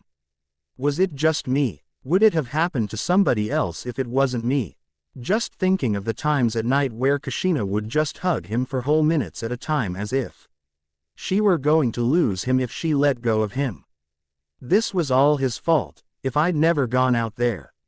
One of his punches happened to be errant in its performance, veering his fist off enough to scrape the skin clean off his hand down to the white meat. Naruto hissed to himself in pain and shook the hand out frantically before running inside to run some water over it to make it feel better. 5 minutes later he pulled his hand out of the flow to check over his stinging knuckles only to find that it had already stopped bleeding and had even started to scab over in some places. He stared at his healing injury in awe, even as he pulled out something to wrap it with. So weird. Even after he'd finished and hid the ugly wound behind the medical wrapping, he stared at his right hand until his other's voice roused him from his contemplation of his strange healing. Naruto, she said to him, waiting at his room with a smile on her face and his backpack in hand. I need you to run an errand for me. People are watching me, Mom. Naruto said with a frown on his newly whisker-marked face.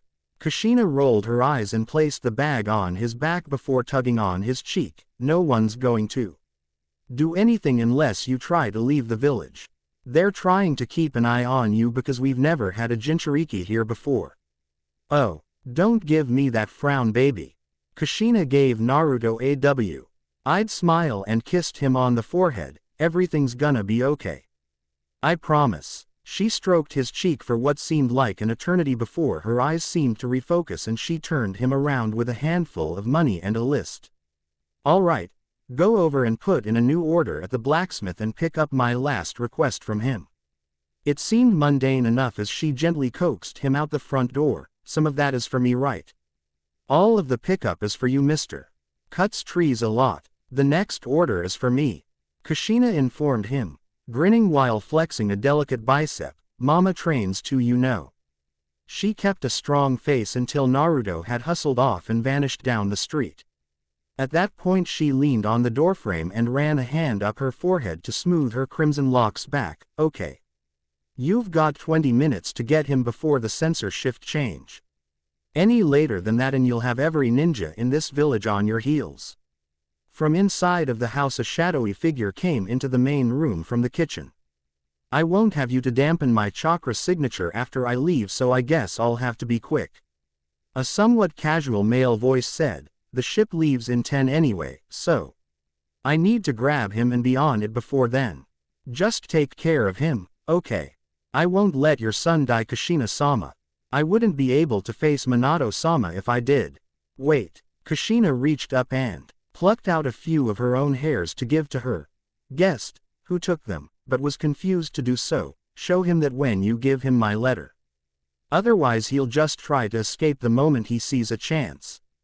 Walking into a better light for the shaded living room, a tall lanky man came into sight. The young ninja-looking person had gravity-defying white hair, a headband with a plain metal Play-Doh veer that was slanted enough to cover his left eye, and a face mask covering his face from his nose down to where it was attached to his black long-sleeved top that had gray stripes running up the length of the arms and pants.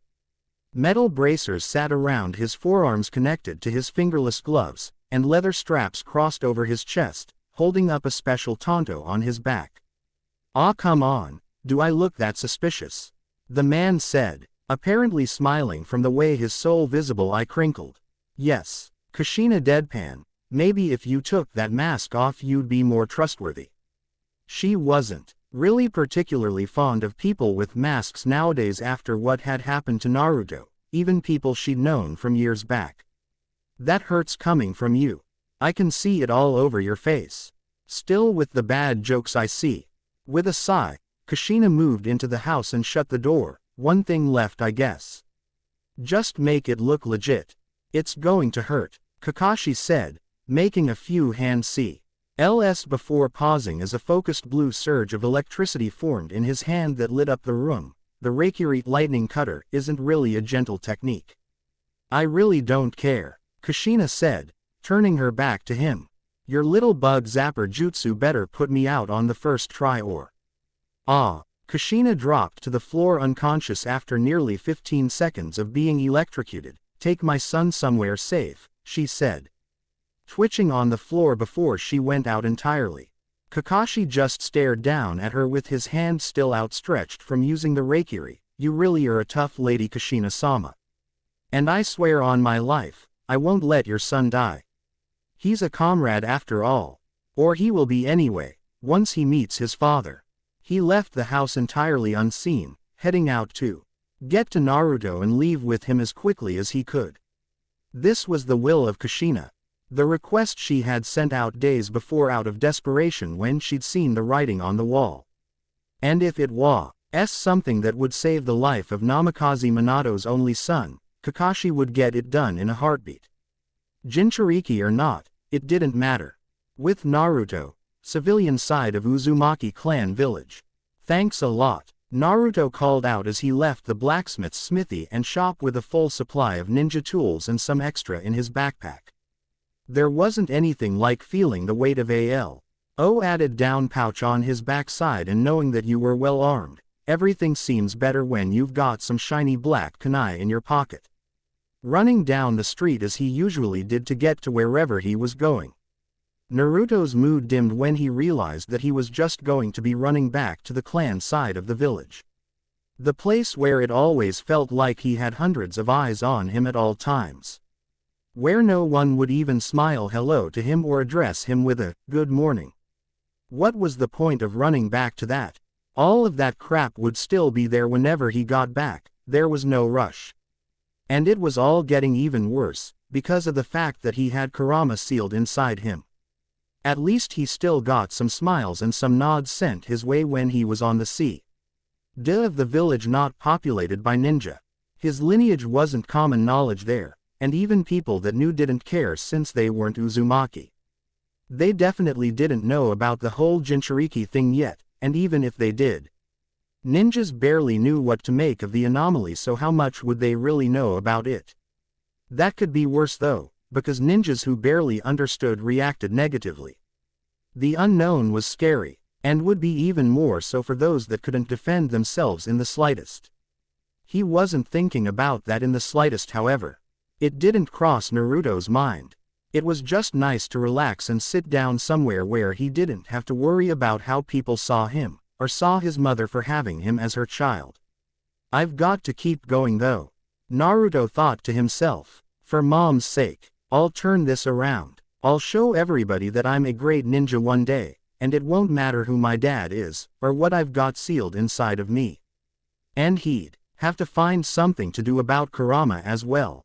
That big old grumpy fox didn't do anything to him to warrant being stuck inside of him, but he didn't know enough about his predicament. Nor did he now anyone that would actually know how to help him, especially not in the village, if anyone even would help him here to begin with. If any of the adults knew what to do for him, they would have done it already. That was how he felt. So by that train of thought, there wasn't anyone in his clan that could do anything, except Kushina. The seal was hers, so if anyone could find out what to do, it would be his mother.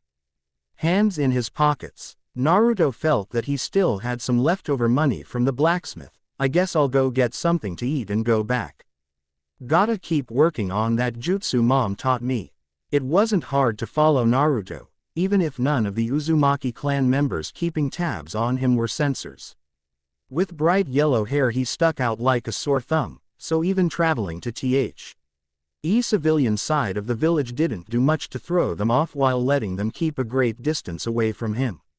Their place on the rooftops of the bustling little town allowed them to keep a great view of him while allowing them to hide themselves. The little 10-year-old was technically a ninja, but he wasn't used to eyeing his surroundings enough to know when he was being watched by people that had experience doing so for years and years. Still though, it was kind of scary to imagine the power of a Biju in such a little body. If he lost it, everyone was going to pay the price, and Shina's son never seemed to be the most level-headed. Everyone had seen him throw a fit, and all of the clansmen knew what his voice sounded like due to its usual exuberant volume. It didn't exactly instill confidence that he wasn't a bomb with a fuse of unknown length. Hell, sealing something that powerful wasn't supposed to be done for a reason. There was a purpose behind it being one of the top taboos. And it was probably because it couldn't be safely done and the risks of it failing were too monumentally high and abundant in number to attempt. Hey, don't you guys have something better to do than watch a kid? They didn't even feel the added presence amongst them until it had spoken. Turning around to face the man that had snuck up on them, they all got a quick eyeful of a red eye with rapidly spinning features and fell dead asleep on the spot. A good look at his face wasn't even an option due to how quickly the genjutsu had set in on them. Kakashi looked over his handiwork and nodded to himself. Killing them was the absolute worst thing he could do right now, so that was a last resort in this case. Either way, that should buy me a good window until they wake up, but if I don't have Naruto on that ship in a few minutes, this isn't going to end well. If everything was blown, he could probably take on his fair share of the ninjas that would come for him, but the numbers would wear on him. As would the fact that no ship would be leaving Uzu no Kuni until he was captured. And then if he managed to attract the attention of Nagato himself to venture forth to stop him, well, I didn't really want to think about a morbid outcome such as that. With that nasty little thought in mind, he took off to go meet the new Jinchuriki before such a fate would befall him. Naruto wasn't that hard to find. If nothing else, Kakashi had to admit that the people posted to watch Naruto had to have been patting themselves on the back for getting such an easy detail.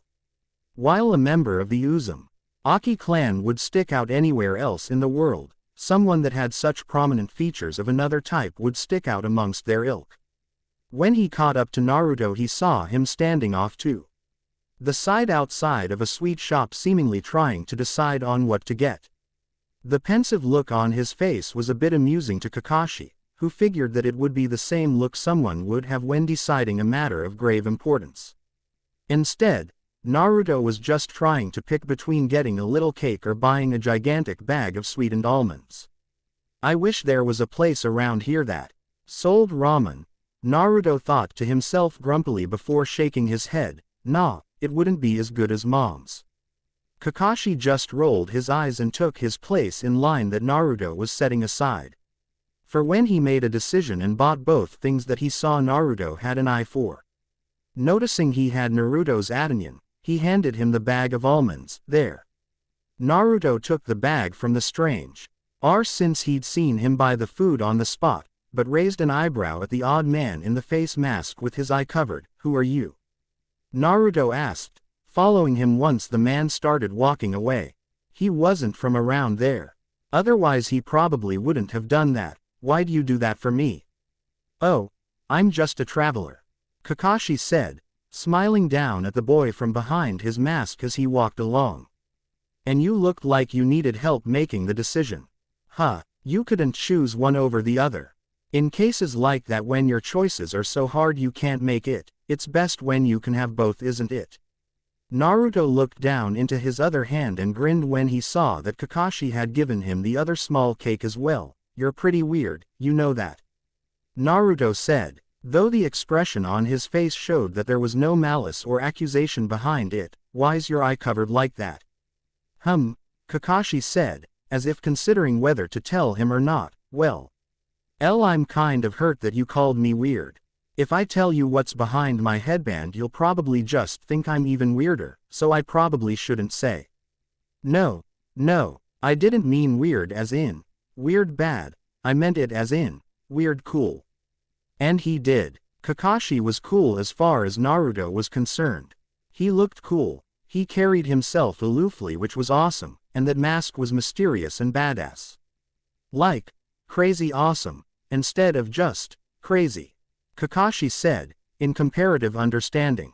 Yeah, that, Kakashi just chuckled before stopping. Okay, you really want to see? He asked, getting a frantic nod from Naruto. You'll have to keep it secret for me. Can I trust you with that? Another nod, and now Naruto was bouncing on the balls of his sandaled feet in anticipation. All right, Kakashi said as he reached for the headband. Was it wrong that he felt bad about how well that worked? 5 minutes later, docks of Uzumaki clan village, civilian side. Yumino Iruka wasn't really much for the ninja life. He'd been a member of his own small clan that had been whittled down over the years to his father and his mother, the latter of whom had married into the family. Being complete small fry when it came to pecking order, his family did ninja work for subsistence pay and never really stepped on the toes of the infinitely bigger clans even back when they had more size to them population-wise. His clan was so small that even when dropping his family name of Yumino around Uzu no Kuni parts, no one had any idea that it was a clan name. This was due to the fact that they only operated around a single village that hired them in Hai no Kuni. It wasn't that glamorous or honorable an existence, and Iruka found this out after his parents had died and he tried to go it alone for a little while.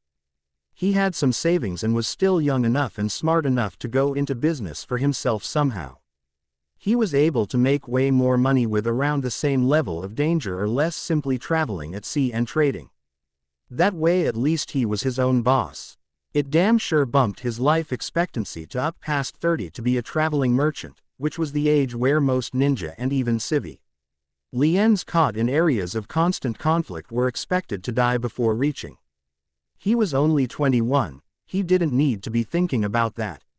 He couldn't even freely let his surname fly lest some ancient enemy of his clan run across him. That was the way that things were. He still practiced the ninja arts, but he had never been much of a talent to be on the lookout for back before he'd gone into maritime trading. So it never really stood out. His clan never really had anything that set them apart, other than one thing he could do which helped him at sea quite a bit. For one thing, he never really had to hire any ninja from clans to protect his cargo. He could typically do that himself. But that was neither here nor there. What mattered right now was that he'd been given a request letter from Kushina a few days ago to sail to the mainland and bring someone back to get Naruto out before things went wrong, someone he would recognize on sight from her description. He did, and he returned with him. Let it be known that Kushina had great instincts.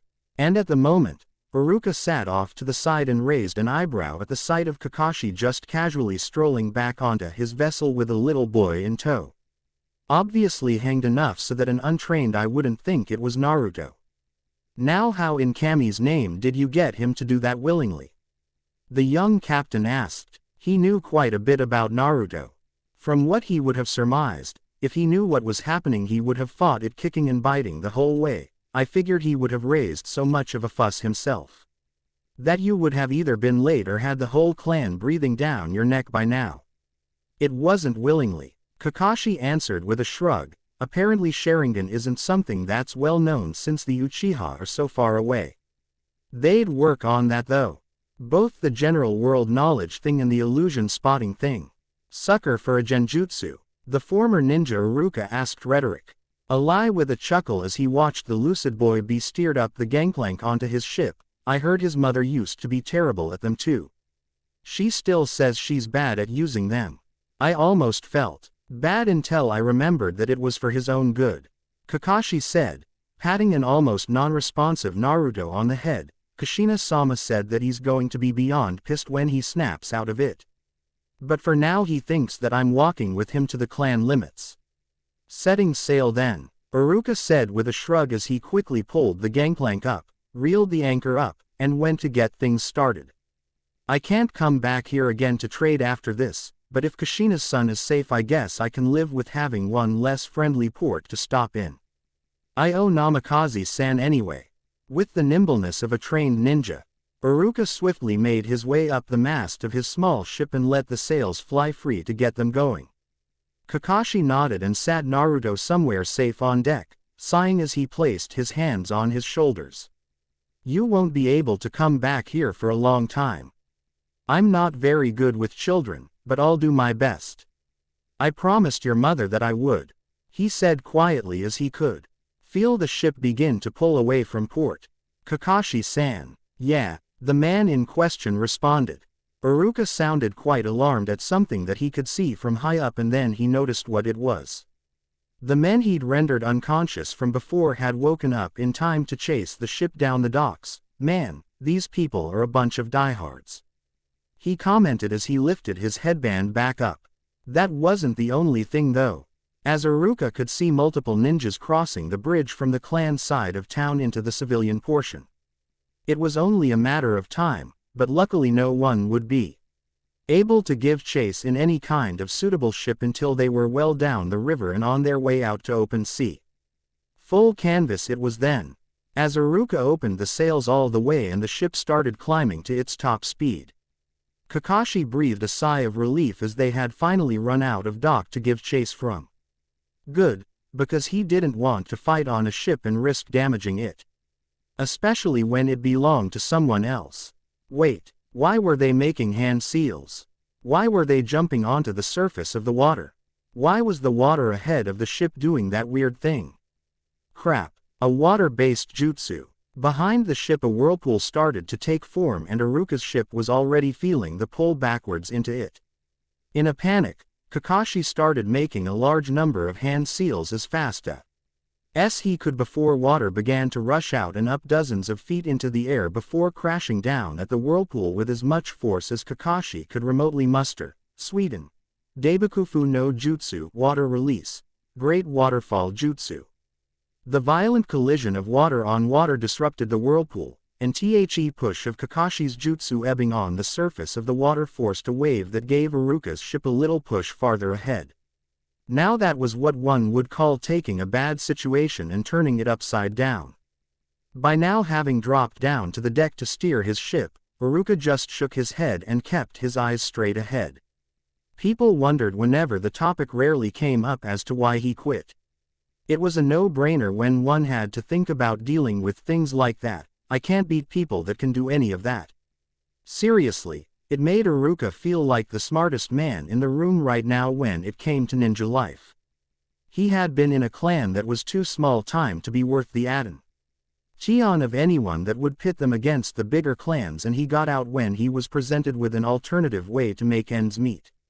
And that leaves us with Kakashi trailed off as he could hear a loud warning bell ringing from the village that they were leaving behind them. No time to spare. Good work everybody. I'm the only other person here, Kakashi-san. Iruka said. I know. Good work steering, I guess. I don't really know too much about ships to know if you were doing a good job or not. And this man was going to be responsible for a brand new Jinchuriki that was also a Mani. See, 10-year-old boy with little respect for authority. And let it not be forgotten that he had more or less been abducted to begin with.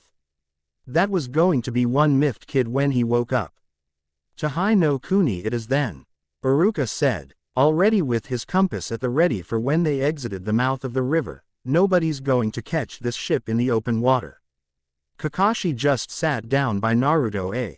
ND lowered his headband back over his Sharingan. Still a drain on my chakra, even for just that long. Kakashi reached over and used his hand to close Naruto's eyes before breaking the genjutsu he'd placed on him earlier. Being around you is going to suck when you wake up. Uzumaki clan village. Kushina's house. Kushina was being looked over by a pair of medic nin that had come to her place. After it became known that the Watchers had lost track of Naruto. She just sat silently in a chair, back exposed with a miserable look on her face while they worked to heal her. The door was open, and outside she could see Nagato issuing orders to several teams of ninja who took off to search as far and as wide as the word that Naruto was missing was spreading all over the village. Now that that had been attended to, Nagato turned around and walked back inside where Kushina still looked to be in extremely rough shape from whatever had happened to her. Oh Kushina. You ever have one of those weeks? Kushina said, voice sounding dry from the attack that had dealt her damage. One of those weeks where everything that seems like it can go wrong does, and you're not even around for most of it to happen. Nagato-sama, one of the dutiful medics said as the other ran her hands over Kushina's body with a green glow to them. Kushina was attacked from behind and suffered rather serious injuries from the ambush. Nagato nodded and checked outside to see several more shinobi being relayed his orders through another before heading off to find the lost Jinchuriki. Speaking of which, whoever attacked you took Naruto. Now do you see? Kushina asked a bit bitterly, but I would be lying if I didn't say that I'm kind of glad this happened. Of all the terrible things that could happen, at least I don't get to watch my child die. You haven't figured out the seal yet, have you? He hadn't. He didn't understand how something as rudimentary as doubling up on a 4-symbol seal could be so effective. It was so crude and seemingly basic, but there was something to it he just couldn't get.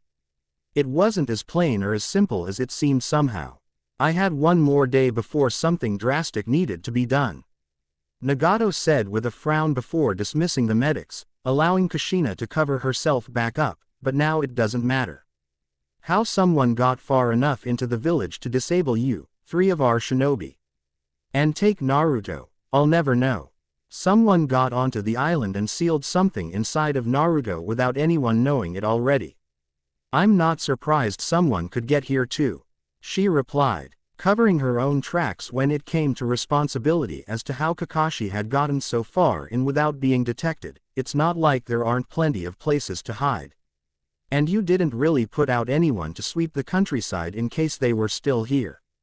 It tied in with Kushina talking about how Naruto had been assailed by a man in a mask, but for some reason, the 3 ninjas that had been defeated by him couldn't identify him by sight. All they knew was that he had on a mask. That was too vague. Sharingan hypnotism was just too much of a boon for some users. Especially some that could get as creative as Kakashi. Still, Nagato couldn't help but hold some suspicion towards Kushina. She was being surprisingly quiet. This was the way she had been for the last few days.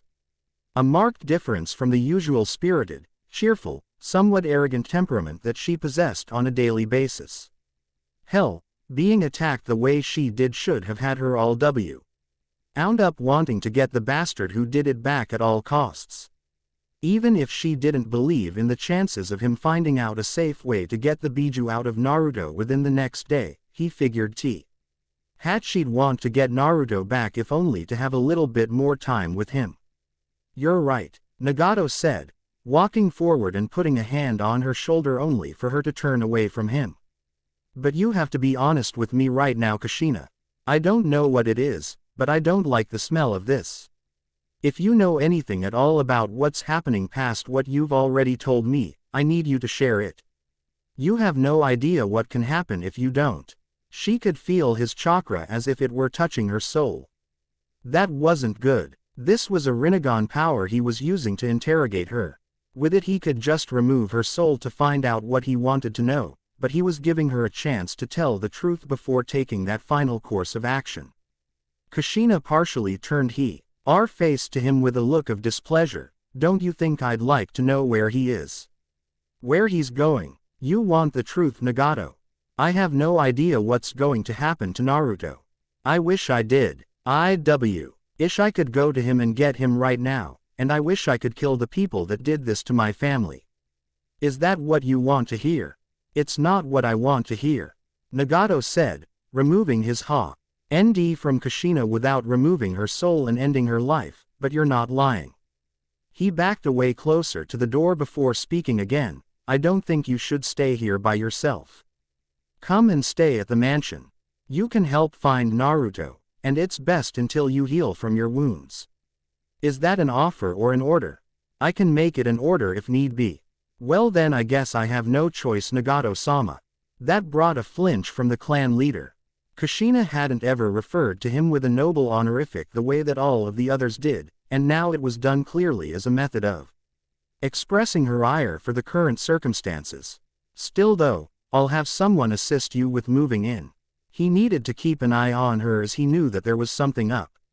And maybe he could get her to see him in a more personal light. You're still my friend Kushina. And he wished she could be more than that, but you know the survival of the clan has to come first. Kushina just nodded. Ed and Nagato took that as his moment to leave, which he did in a shunshin. Wrapping her arms around herself, she looked over on the wall at a picture of Naruto and herself. Kakashi, you'd better get Naruto to Minato. Wherever Minato was in the world. Naruto's mindscape. Okay, where the hell am I now? Naruto asked, walking through a flooded corridor that seemed to be like some kind of utility tunnel. There were pipes on the walls and it was wet and dank all over. He had no clue where he was and he was so confused out of his mind that all he could consciously do was follow the indescribable pull he felt, navigating him through the labyrinth of pathways. Damn those eyes. It happened to me again. He heard echoing off of the walls. Was that Kurama, stuck inside of the weak, defenseless body of an adolescent human brat? Well, that wasn't a nice thing to say. Did he even know Naruto was listening? I'm not weak, you big, stupid fox. And I can hear you, by the way. Running with his footsteps splashing up water, Naruto charged his way to a gigantic gate, behind which Kurama was lying down. Are you pissed? No. I love having my freedom barred with me stuck inside of this goddamn cage. Kurama lunged forward and slammed his body futilely off of the bars, scaring Naruto back. Of course I'm pissed. Your bitch mother made the seal stronger. Well, don't yell at me. It's not my fault. And the rest of Kurama's statement then caught up with Naruto. Don't call my mom a bitch, you big red douche. If she didn't fix the seal. If she hadn't fixed, I would have broken out by tomorrow. Kurama bellowed, tails waving wildly in anger. Your body, and the strength of the seal that bound me, both were too weak to keep me here. I would have busted out by sunrise tomorrow. 5 days, and I would have been on my way. But, remembering what Kushina told him, Naruto paled. But that would have killed me. That would have killed everybody around me when you broke out. That wouldn't have been my problem, but this is my problem. The gigantic fox began to calm down after finally getting a chance to vent to someone that would listen. You wouldn't be a sport and tear that tag off of the bars for your old friend Kurama, would you? Well, doing it would kill him. That tag with the word seal on it was obviously the mental representation of the seal as well as Naruto's will to maintain it. And pulling it off meant that Naruto would be straight up breaking it. Breaking it in such a crude manner would outright kill him. You couldn't undo seals with force and expect nothing terrible to happen in return. Uzumaki clan members and seals. Naruto was at least that knowledgeable about them. Naruto just stared up at the face of the fox and tilted his head to the side. I'm not taking that stupid tag off without a really good reason. The intelligent creature of mass destruction took a second to think about it before his red eyes looked down at Naruto's. I'll be your best friend. The thought was tempting, and Naruto had to admit that the idea of being real friends with something so awesome was seriously tempting. That was something that he wanted for a year after he stopped being afraid. There was one big problem with that though. I'll be dead. I'll remember your sacrifice for about 2 weeks. Kurama said solemnly. Also, I won't eat whatever's left of your corpse after I get out. Common courtesy, you know," he concluded with a toothy smile, only for Naruto to turn a direct about-face and march his way back from whence he came. "Hey. I'm all powerful, you little shit. You're all stuck behind that gate right now from what I can see, motherfucker," Naruto quipped, hands up behind the back of his head as he walked away. "There's a lot of stuff I've got to figure out and do before going suicidal to free you comes up. It's definitely on the table though, right? Come on, what do you really have to look forward to? You're probably going to die before you're 30 like everyone else anyway. Stop trying to make me kill myself already," Naruto bellowed one last time before turning the corner to leave. "I'll figure it out, just chill out or something. I'm a peacock, Kurama. You've gotta let me fly on this one. Right, you'll figure it out, I'm sure," Kurama snarked sarcastically. "I'm not sitting here waiting for you to kick the bucket so I can die with you and respawn 5 years later." Kurama's claws crashed through the bars but didn't get very far due to the seal as Naruto walked out of sight and literally out of mind. "And peacocks don't fly like regular birds, you little dumbass." Somewhere in High no Kuni, Naruto's eyes slowly opened and he started moving around on the ground underneath a tree in a forest somewhere. It wasn't his neck of the woods though. He only needed to be there for a few moments to know that he felt absolutely nothing familiar about his surroundings. Where am I now?" he asked aloud, sitting up on the ground while rubbing his head. The smell of food cooking filled his nostrils and Naruto looked around the trunk of the tree he was under to find the white-haired guy from before tending a small fire with his back turned to him. Naruto pressed himself to the trunk of the tree and felt around on his person to find that he was still fully armed. By now his brain had fully caught up to what was happening and realized that he wasn't home. And this guy had something to do with it. So should he try to attack him before the guy realized he was awake, or make a break for it? Decisions. If he could eat the guy and do so without killing him, he could try to interrogate him and figure out just what was going on and why. If he ran without trying to fight, he had a better chance of getting away. If he was outmatched, not that he would ever admit to being outmatched. Also, running away was such an ugly way of putting it. Uzumaki clan ninja didn't run away. They deliberately withdrew and assessed their situations before finding better ways to continue a fight on their terms. Naruto flipped open the kunai pouch at his thigh to arm himself, but before he could even reach for a weapon, a voice cut through the tranquility of the forest and stopped him cold. "Oh, you're finally awake. You slept for quite a while, you know. So the choice was now either run when the guy would definitely know you'd tried to take off, or fight him when he definitely knew you were coming." Meanwhile, Kakashi remained with his back to Naruto while he tended the fire and watched how the fish he'd caught from a nearby river were cooking. There wasn't any need to face him right now. There were only 3 things he'd do. He'd either sit down and talk like a reasonable adult would do, he'd try to escape, or he'd try to fight. One of those things were off the table because Naruto wasn't a reasonable adult. He was a 10-year-old ninja far away from home with plenty of reason to be paranoid and scared out of his mind. Even if Kakashi hadn't basically abducted him from his village. So he'd either fight or run, and Kakashi was prepared for both, so why not make sure that he didn't overcook the fish? "Do you want something to eat?" Kakashi asked amicably. "The fish are almost ready." Sneak attack. Jumping from the branch of an overhanging tree down onto Kakashi with a kunai in hand, Naruto felt like he was going to get him. Until he wound up hitting absolutely nothing but a random log. I didn't even see him move. That kawarimi was so smooth. You know, it's not really a sneak attack if you call out that you're doing it beforehand.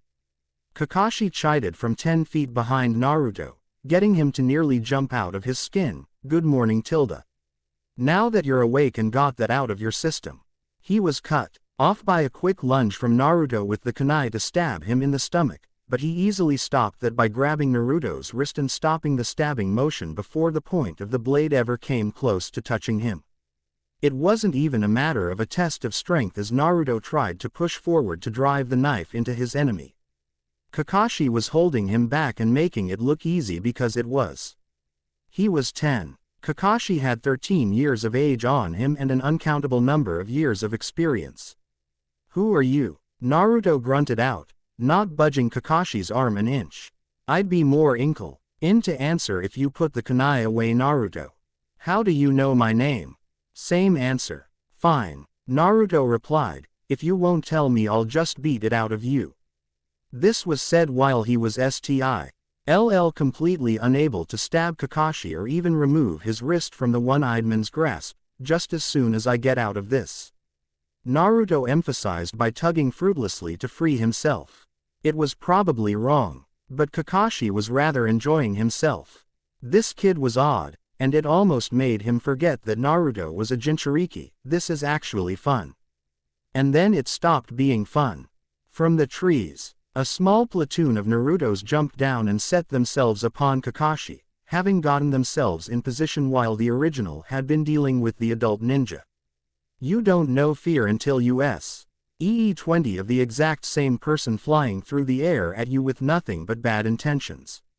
He can make that many with just the regular Kage Bunshin no Jutsu. Kakashi thought with one wide eye. Kushina told him that she'd taught Naruto a special clone jutsu to help him out back when she was warning Kakashi that he'd probably try to fight him after he realized what was happening. She had neglected to mention, however, that she'd made sure he knew the super steroid enhanced version of a basic jutsu that a kid his age should have been using. The Uzumaki clan definitely didn't know how to do things half-assed. Thank God she didn't teach him the forbidden version, because he knew for a fact that she knew it. Shifting his grip on Naruto's wrist, Kakashi spun around and pulled Naruto off of the ground to throw him into the air and take out several clones on contact, forcing them to disperse in puffs of smoke. From there he had a side that he wasn't surrounded on that he could quickly eat when the rest landed and came after him.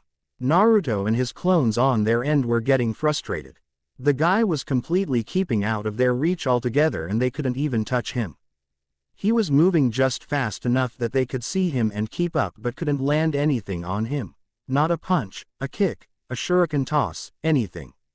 I'm sorry. I know you're really trying here and I don't want to be that guy.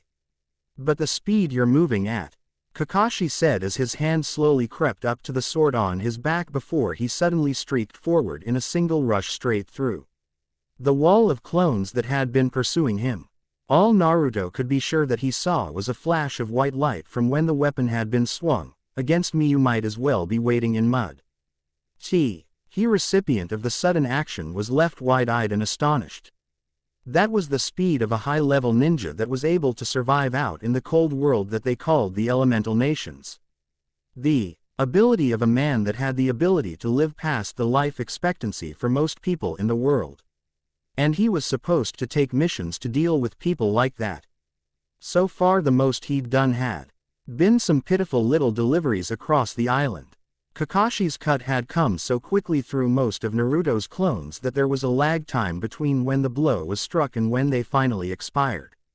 Kakashi had made a concerted effort to get as close to Naruto as he could without harming a hair on his head, and letting Naruto know that if he wanted to kill him or strike a disabling blow he could have done so easily. Letting out a sigh, the white-haired man resheathed his amazingly cool tanto and walked back over to Naruto, flat out ignoring the other three clones that he knew were clones due to how defensive they seemed to be over the one that he had kept track of as being the creator. I don't want to hurt you. That's not why I took you away from your village. Now if you want to keep fighting we can do that if it will make you feel better, but at some point you have to move forward with this. Having said his bit, Kakashi walked past Naruto and the rest of his 6 remaining clones to return to the fire. That didn't take so terribly long. Come on, the fish aren't burned that bad yet. Naruto just looked between his clones who all just shrugged at him. They were at a loss too. What else could he do? He didn't know where they were in proximity to Uzu no Kuni to begin with, and if this guy wanted something from him he really could have just taken it already. Hell, he put him in a situation where he could fight back. Dispelling the rest of his clones, the displaced 10-year-old slowly walked over to Kakashi and the fire only to see 3 fish bones on the ground already. Great. So he wouldn't even get to see what the guy looked like behind his mask while he was eating either. Now I know you probably have a lot of questions, Kakashi said, trying to break the ice with an amicable tone. I'll answer whatever I can honestly. Just remember that I'm on your side first and foremost, Naruto. Suspiciously, Naruto sat down across from the fire at Kakashi, at least, separating the two of them by that small obstacle if need be, and just stared at his face until he felt the need to say something. Silence never really sat well with him. Time not running his mouth wasn't time well spent. So he decided to start off with something simple. Who are you anyway? What are you all about? Introductions. Of course. How could I ask you to trust me if you don't know the first thing about me? Kakashi said, apparently giving Naruto a smile from how his eye closed in a seemingly pleasant expression. I'm Hatake Kakashi of the Hatake clan. I have no real desire to tell you my likes and dislikes. My dreams for the future. Never really thought about it before. And as for my hobbies, well, I have lots of hobbies. With each answer that Kakashi gave, Naruto passed his name. The whisker-marked youth's face fell more and more. Those are terrible answers. That was the worst introduction in history. In the end, all Kakashi did was tell him his name and clan affiliation. Can I hit you? No. Kakashi denied him bluntly before smiling behind his mask again. Now it's your turn. Naruto squinted his eyes at Kakashi and scratched his own cheek before talking about himself. All right. The name's Uzumaki Naruto of the Uzumaki clan. I like my mom, the ramen my mom makes, and doing stuff. Stuff. Yeah, stuff. It's better than what you said. Naruto pouted, getting defensive over his answers. Carry on then. The masked ninja was going to allow it lest he be accused of hypocrisy. I don't dislike much, except vegetables, I guess. Naruto continued, trying to come up with some on-the-spot answers for things he never really thought about or had to explain to others. No one else ever really cared to know except Kushina. I even hate when they're in ramen, but at least they're a bit better then. And my dream, to kick some masked guy's ass straight to the moon. I hope he's not talking about me. Kakashi thought to himself before bringing something up. I noticed that you didn't say that you hated your father. He knew for a fact from Kushina that Naruto didn't have any love for him. At the topic of Minato, Naruto just gave Kakashi a wide grin that was a bit alarming when coupled with what he said next. Well, I can't hate somebody that I've never even met, can I? It was kind of disturbing just how little of that smile reached his face. I don't really know how I feel about the guy. My mom loves him to death, talks about him all the time, but I don't get it. Kakashi could only imagine. He didn't have the best relationship with his father when he was Naruto's age. But at least he had one. There were a lot of good times in there, and there were moments when his father happened to be his hero. If Naruto was earnestly bitter or not, Kakashi couldn't tell yet, but time would tell. I can tell you that your father is a good man, Kakashi said, hearing Naruto snort as he grabbed his own fish on a stick to eat. It's because of him and your mother that I took you away from your village to protect you. If I hadn't, by tomorrow you'd have been forced to undergo the extraction process that your clan developed for removing a Biju from a Jinchuriki. That doesn't sound so bad, Naruto admitted. So that meant that someone had come up with a way to do it safely, right? Kakashi just shook his head sadly. It would either kill you or cripple your system of chakra. Even if you survived, you would probably never be a ninja again. Whoa, that was different. What? Why? I'm not gonna do anything. I didn't put Kurama in me, it wasn't my choice. Why do they have to kill me? It was a bone-chilling thought that he had been less than 24 hours away from having his very essence sucked out of his body. All he wanted to do for them was be a ninja and show them that he wasn't the sum of what they thought he was because of his father. He wanted to prove he was a real Uzumaki clan ninja. But that was never going to happen as long as he was a Jinchuriki. And the only way out of it would kill him. Just the fact that you exist as you are could flip the entire world on its head. You have no idea just how much of a shift that you can cause as a Jinchuriki, do you? The distraught look on Naruto's face clearly showed that he didn't. Thus Kakashi continued, Kushina-sama asked me for help. It won't take long for your clan to find out that she had a role in your escape. And she's willing to endure the consequences as long as I keep you safe. What? No, Naruto shouted, spitting out a mouthful of fish, we've gotta go back. We've gotta get my mom. Nagato isn't a dumb guy, you know. He'll figure it out quick. And no one could defeat him. Back before Naruto was born, when Nagato unlocked the Rinnegan as a little kid his age, he was labeled as one of the most dangerous shinobi in the world. Back then he and Kushina were on a three-man team that were sent to reinforce the Senju clan during one of their many large-scale operations. According to lore, on a team comprised of Senju ninjas at least 10 years his senior, not only were he and Kushina the only ones to survive, but they completed the mission and almost the entire key count for the mission rested at his feet. The details on it were sketchy, but no one ever doubted the amount of power Nagato had. When he left the village to go train, everyone knew it because they could oftentimes feel the results of his more destructive techniques being practiced. The guy didn't seem exceptionally dangerous. He actually seemed kind of apprehensive until there was a time for him to cowboy up. And then there was no mistake about exactly how perilous it was to tangle with him whatsoever. Your clan won't kill your mother no matter what, Kakashi assured Naruto, walking over to set a hand on his shoulder. If they killed her, word would get out somehow. And if that happened, they can assume for a fact that they would definitely never see you again. So they need her in good condition. It would be in their best interest to find you, and that's why you're with me. Kushina-sama didn't come with us and allowed herself to be a hostage for a good reason. We can't go back. Besides, what would they look like?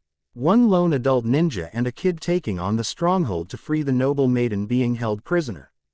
Not a chance. They wouldn't even be able to get any of the ships that routinely traveled to Uzu no Kuni to grant them passage, lest they include themselves as enemies to the Uzumaki clan as well. The only reason Kakashi got as far into their village as he did the RST time was because Kushina had planned every single move of his operation out in advance for him and worked her own village system beautifully. She was definitely good in a pinch. It had been the perfect storm. And it would never work again. As proof to what he was saying, Kakashi showed Naruto strands of Kushina's long red hair and proceeded to hand him a scroll that Naruto unfurled and began to read. She told me to show you her hair when I gave you this in case you didn't believe me. I didn't open it. Naruto nodded and gulped heavily as his eyes scanned across the characters on the parchment.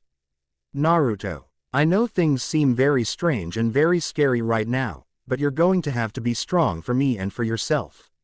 I would do anything in the world for you, and that's why I couldn't let you stay in the village. You didn't get a fair shake to begin with, and because of what you have sealed inside you wouldn't have lived to see the end of the week. I'm sorry to be the one to tell you this, baby. But in matters of the single person against the group will always win out.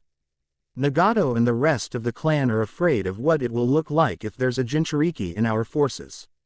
There's no way we can prove that we didn't seal away the Biju inside of you.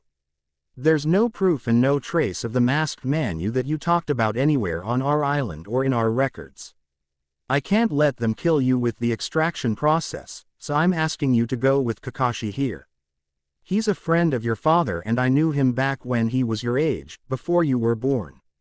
You see, and trust him with your life and he'll never let you down. Don't worry about me and what might happen to me staying back here either. Nothing bad's going to happen to me, and even if it does, your mother is tough. Even tougher than you for sure. You get it from me, and I'll be fine on my own in the village as long as I know you've got a fighting chance at having your own life. Keep this scroll with you always, Naruto. I already gave Kakashi a scroll with everything that you'll need. Sorry about deceiving you with the errand, but you'd probably have just acted like a little dumbass if I flat out told you about all of this in advance. Remember that you're not just a Jinchuriki, some human with a Biju inside of them.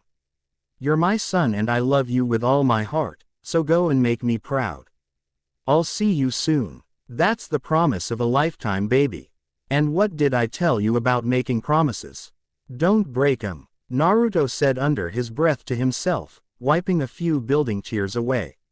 He was going to cry like a baby in front of the weird guy in the face mask. That wasn't cool at all. I'm gonna save you, Mom. Just you wait. No matter what I have to do, I swear.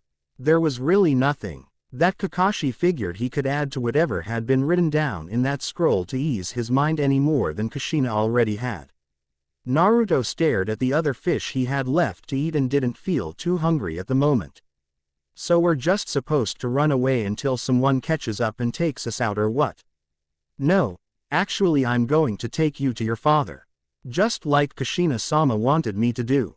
Blue eyes opened wide and the stick fell from Naruto's hand in shock. Kakashi not only knew his father, he was going to take him right to him. Nerves quickly set in and Naruto's hands started to shake. What would Minato think of him? Did Minato really want to see him to begin with? Why didn't he ever show up, or send any word? What had he been doing for 10 years to stay away from his wife and son? We just have to find him first. What do you mean? I mean we have to track Minato-sama down. I have no earthly idea where he is right now. The only sound that could be heard was that of the crackling fire. The animal noises from farther out in the woods, including one incredibly loud crow cawing, and the heavy silence between Naruto and his apparent-to-be caretaker.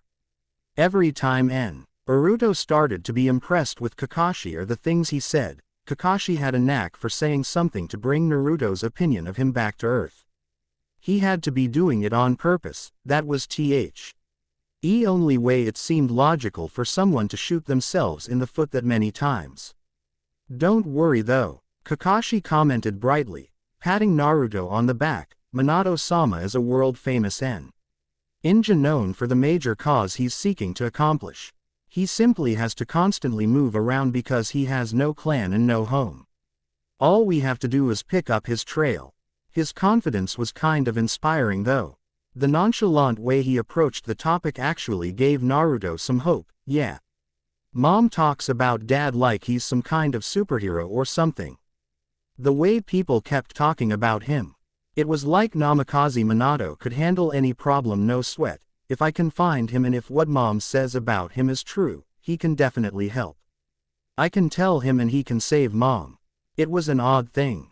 Moments before, Kakashi saw nothing but trepidation, confusion, and fear of the future in the eyes of the boy next to him, but in a matter of moments something changed. Confidence, determination, and the formation of a purpose and a goal that was going to be achieved by his own two hands at all costs. It could be chalked up simply as a child making up his mind stubbornly on something, but it was more than that. Kakashi already knew that no matter what he said, Naruto was always going to endeavor to save Kushina. To get back to her somehow, someway. That was something he'd made his mind up about. But he looked like he had a plan of action. A basic plan of action, but still a plan nonetheless. And it seemed like it wouldn't be something that would make the task Kushina requested of him very difficult. Naruto quickly polished off the rest of his food and followed Kakashi once he stood up. So you'll come with me to find Minato-sama? He asked Naruto, glancing down at him with his single visible eye to see Naruto nod spiritedly. That's good to hear. It'll be good to have some constant company again for once. Just don't slow me down too much, would you?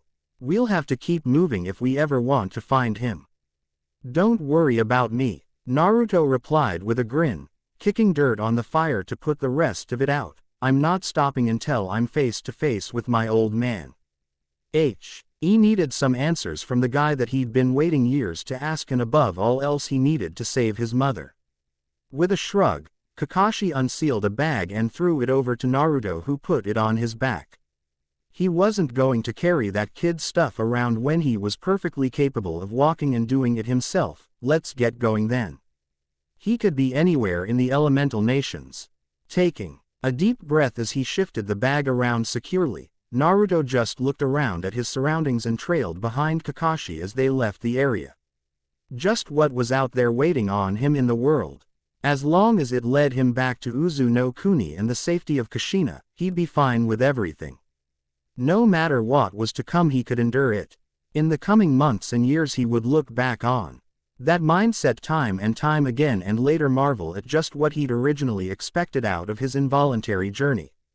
How short he expected it to be, even at its longest. In his wildest dreams wouldn't have imagined just what he and the people around him would have to deal with or how long it would truly take to resolve it all. The problems of one boy and one clan that were a regional issue. At best winding up as a catalyst that led the world to change. Who could have anticipated that? It had been a tense few days for the Uzumaki clan following the apparent abduction of new Jinchuriki Uzumaki Naruto. The ships sent out to try and give chase didn't catch up in the short voyage that it would have taken to reach Hai no Kuni from Uzu no Kuni, and there had been no information on a little blonde kid and a white-haired older ninja coming through any of the nearby port towns that they would have had to use on that coast. That probably meant that they'd hopped off in a cove somewhere or MPED ship without the captain stopping at all, letting them water walk or take a rowboat close enough to shore where they could just leave without docking anywhere. So there was no sign of Naruto anywhere. He could literally be anywhere in all of the elemental nations. For all they knew, they were off track entirely, and the ship that had absconded with him could have given them the slip by heading out west to Mizu no Kuni instead. The sun rose and set, and the days rolled past until it was time for the set meeting with the Senju clan to maintain their fostered clan friendship with the Uzumaki. Nagato had been dreading it, and from the window of his mansion that could see all of the village. Since sunrise that morning, after seeing to the preparations meant to greet his guests, Nagato had been standing at the window of his office staring down at the port reserved for the Uzumaki clan side of the river until a ship made it there to dock. With a sigh he left his office and began the long trip down to greet the Senju before his secretary and guard could even inform him that they had arrived. I just want to keep the Uzumaki clan as peaceful as possible, he thought to himself as he walked the halls. If you're going to follow me like this, you might as well walk with me by my side down to meet with the clan head. Thank you for the invitation, Nagato-sama, a smooth female voice said. From the shadows of the mansion before, right next to Nagato, a woman appeared in a whirlwind of paper. It's an honor to walk by your side. Nagato just rolled his eyes and smiled as he began to walk again with this new woman falling in step alongside him. You know, I'm the only one around here that can tell when you're being sarcastic, Conan. The Conan woman had neck-length blue hair with a large, light blue paper flower in it on the right side, a small piercing under her lip, and a stony expression. Her clothing consisted of black leggings, white high-heeled sandals, and a navy blue robe tight around her body and neck that exposed her arms, the sides of her ample breasts, and started its downward slit at her stomach to show her pierced navel. A small smile broke through her serious facade. Upon being called out by the Uzumaki clan leader, "And what makes you think I'm being sarcastic, Nagato? That hurts. You know I have nothing but respect for you. I know. You're a good person and a fine friend to have for all these years. Well, I feel that one of your childhood friends has to show some sort of loyalty." It was clear to Nagato which particular friend Conan was referring to, as he really didn't have that many left that were still alive, and there was really only one in particular that she'd always had a particular distaste for. Kushina is being kept under watch in the mansion for suspicious activity already. I've already seen her, Conan said dryly, in the garden just out back. I was watching her and she somehow knew I was there and waved at me. Not exactly the way a distraught mother was expected to act. But then again, Kushina was a cheeky woman and Conan knew that she wasn't exactly a fan of her either. I don't trust her, Nagato. Well, what would you have me do? The red-haired man asked as the sun greeted them upon their exit from the mansion down the gigantic staircase that would take them into the clan side of the village. She didn't lie to me. I went straight to her and put her on the spot with her life on the line. She spoke no lies. The pierced beauty just let silence fall between the two of them. She knew that Nagato would never just kill Kushina. Conan was actually surprised that he was willing to use the threat of soul removal on her to try and interrogate her. Personally, she would have preferred that he turned the heat up via interrogation with the King of Hell. But he wouldn't torture her. Not Kushina. She was just happy as she was though, even with Kushina putting up her big fake smiles while walking around the mansion that she was technically prisoner in. She was happy that even though she wasn't a member of any clan, let alone the Uzumaki clan, they treated her almost as if she was one due to her long-standing friendship with Nagato and her abilities as a kunoichi. It was a cold world out there, especially when one was a shinobi with no clan at their back. Life as a close confidant of the Uzumaki clan's most powerful ninja and leader was infinitely better than her life as a child, teenager, and young woman had been. And she and Nagato were moving to greet one of the main contributors to the tumultuous nature of the world today in the Senju clan. Accompanied by a select group of Uzumaki clan ninjas, they came to a stop as Nagato moved within range to greet them. Most of these clan members wore traditional armor as similar to what many Uzumaki clan members wore, only theirs seemed to be less elaborately plated than the host clan's choice of bodily protection. Their leader didn't wear any armor at all though. Senju Tsunade, widely considered to be the most powerful noichi in history and one of the most supremely powerful individuals living today. She had long blonde hair tied in two tails down her back and wore red lipstick while sporting a small green diamond mark on her forehead. Despite being at least 12 years Nagato's senior, she looked to be in her 20s or so.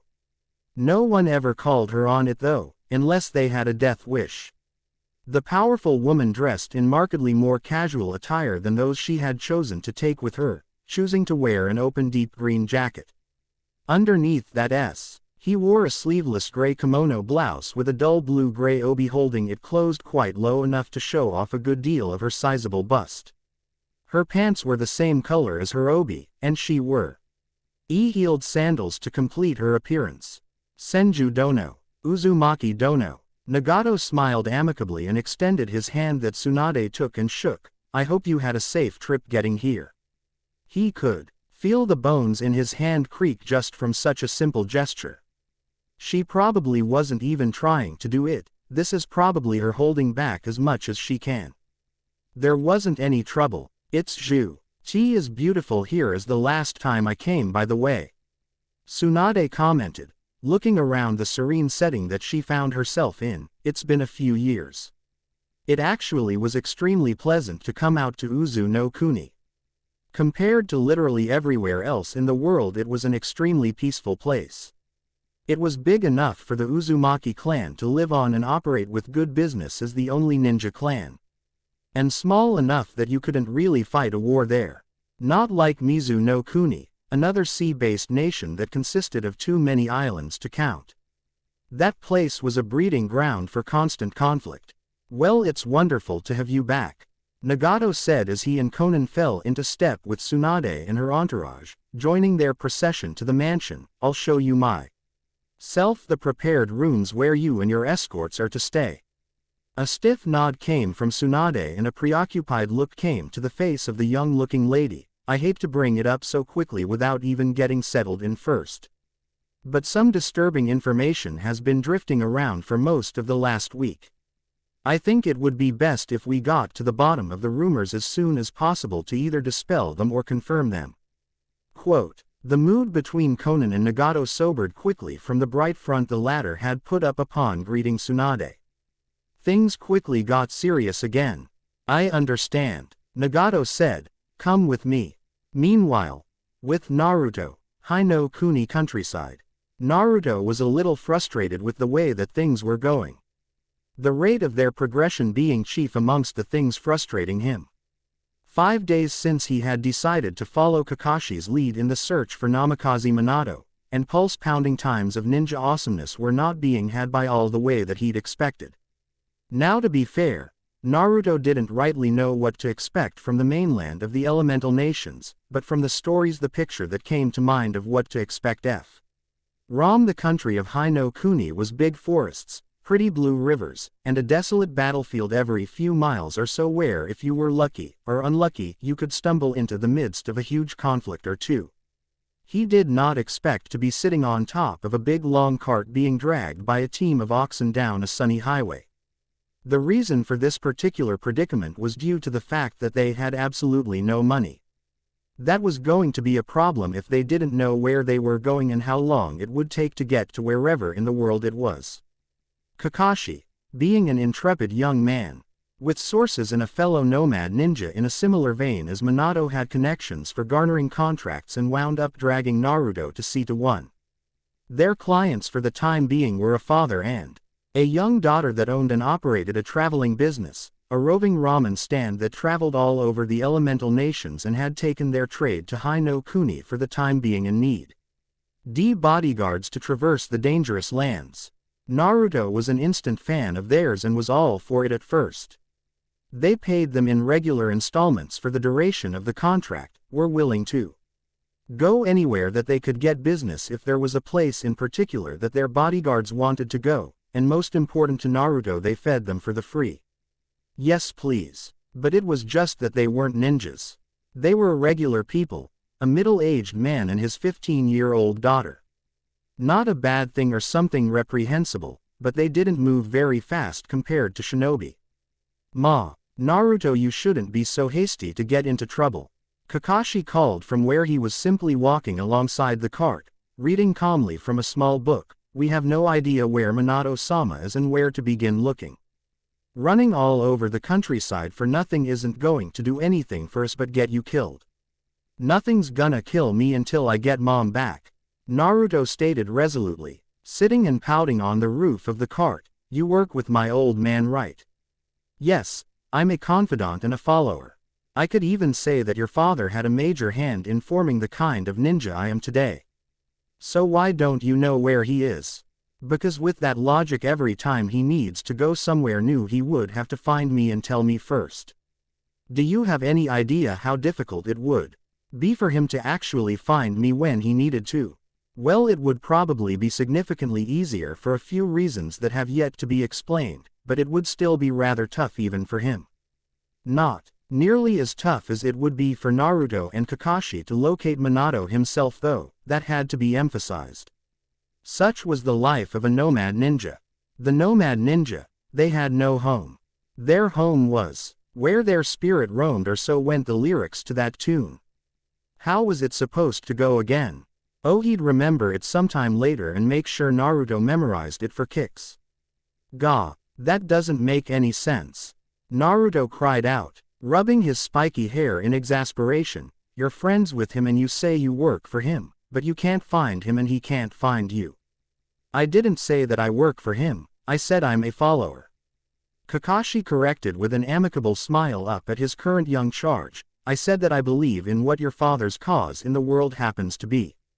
He's someone I think has the ability to change the elemental nations for the better, and I'm not the only one who thinks so. Naruto just squinted down at Kakashi, his face twisted in an expression of confusion. He didn't get it, right? Whatever you say. He tried to keep his skepticism from bleeding through into his voice, and he failed miserably. Seriously, his father couldn't have been that big of a deal, could he? Maybe it was because Naruto had never seen the man in person, so he couldn't imagine what kind of guy he was.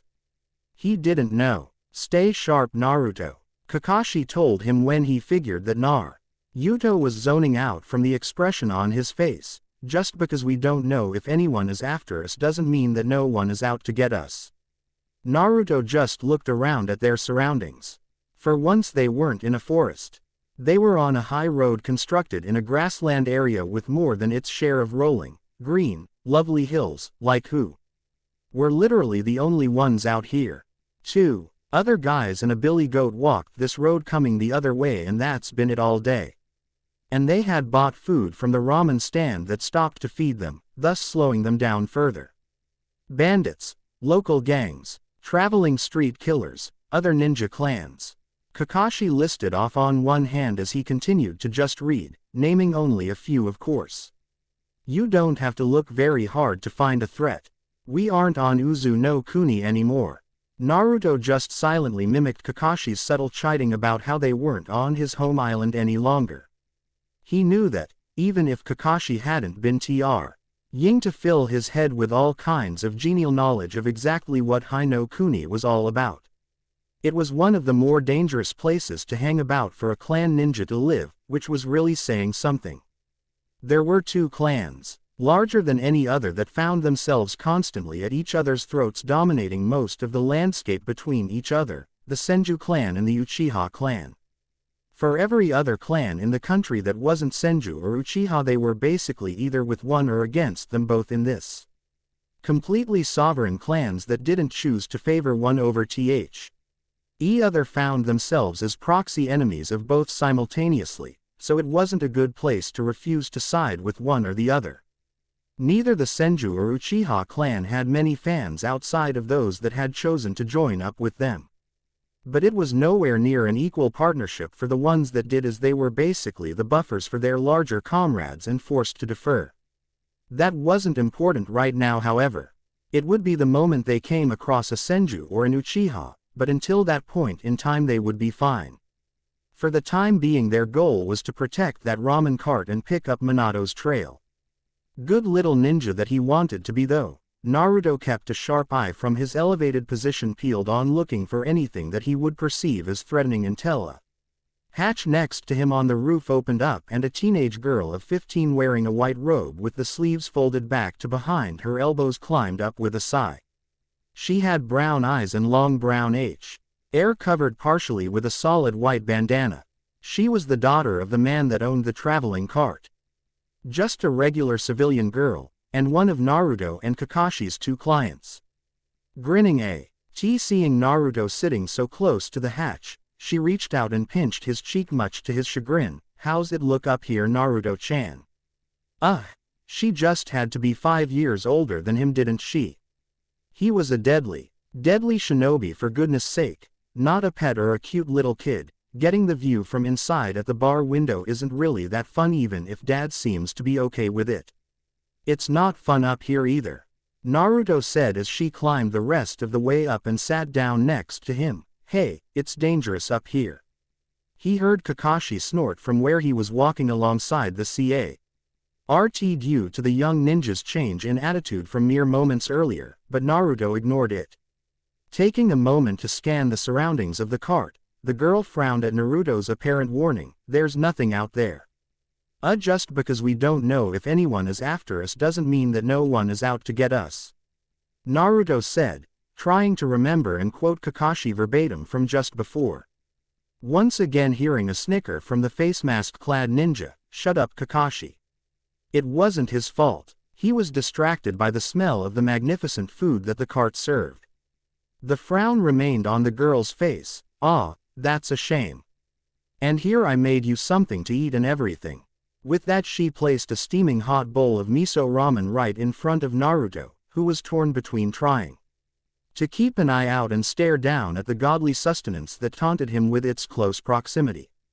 "See, can't eat," Naruto said, stopping his own hand from involuntarily moving toward the bowl once he girl presented a pair of chopsticks and put them into the bowl ready for use. "Gotta keep lookout." His stomach protested loudly at his apparent commitment to excellence. "It's okay, Naruto. Kakashi," I consented from the ground with a helpful smile. "There's nothing on this road anyway." "Hate you," the hungry young ninja shouted down to Kakashi. "Hate you so much right now." Perhaps Naruto needed to amend his list of dislikes to include guys with masks, because he wasn't the biggest fan of them right now.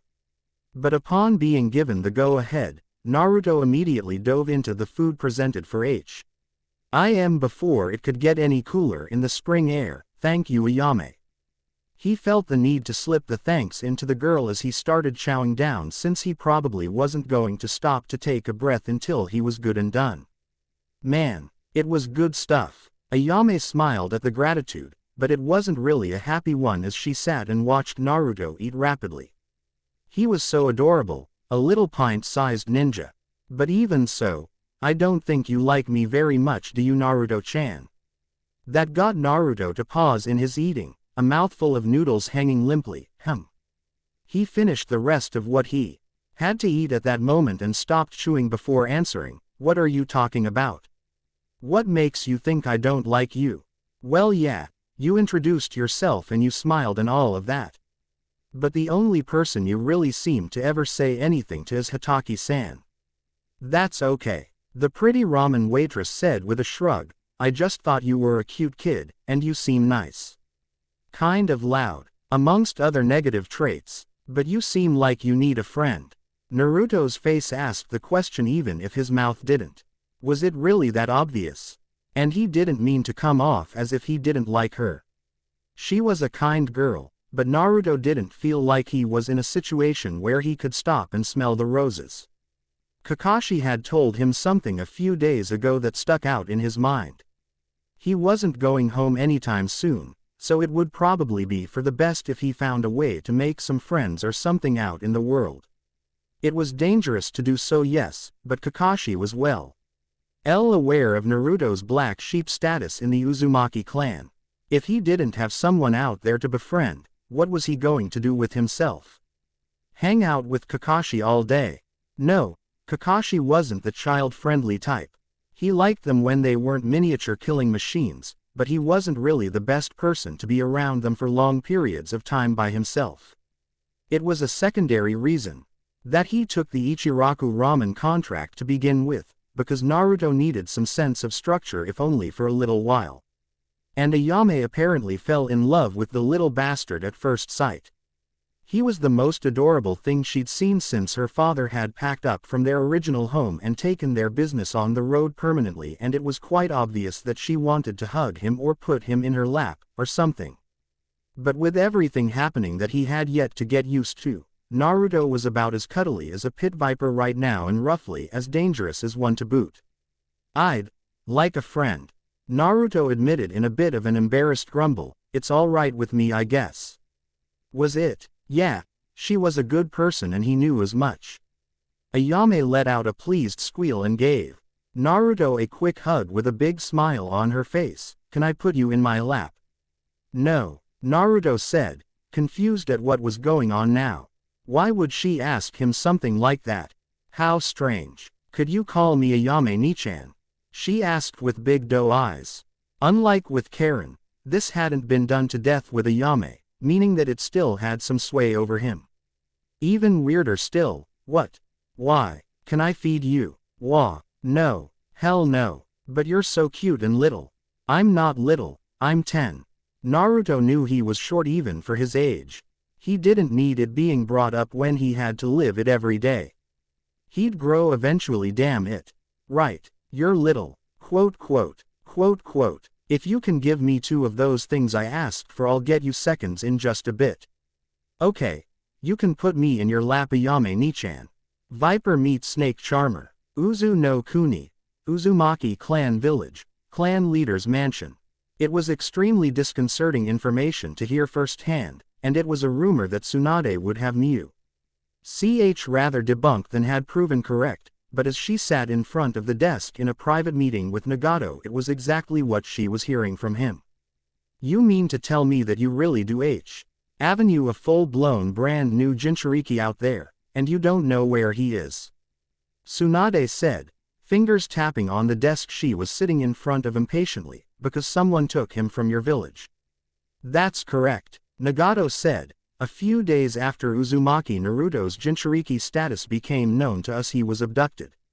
His fingers netted together in front of his face as his Rinnegan eyes stared directly at the unnaturally young face of the Senju leader. We believe he was created and abducted by the same person or organization, as there was no way that word left this island of him being the container of a Biju.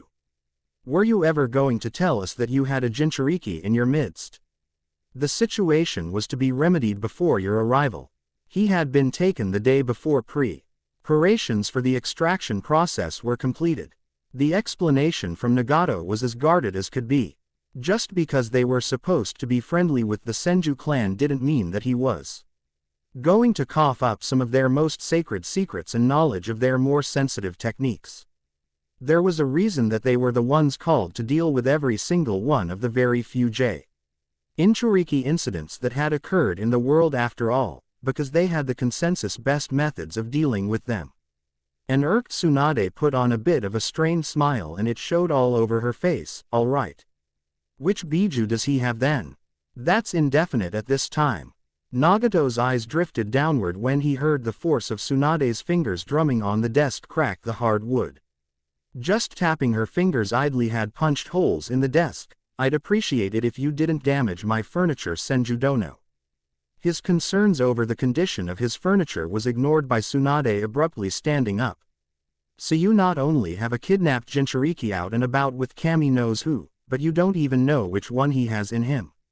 Sure, it wasn't definite, but with the info available and a knowledge of tailed beast patterns of appearance, one could break it down.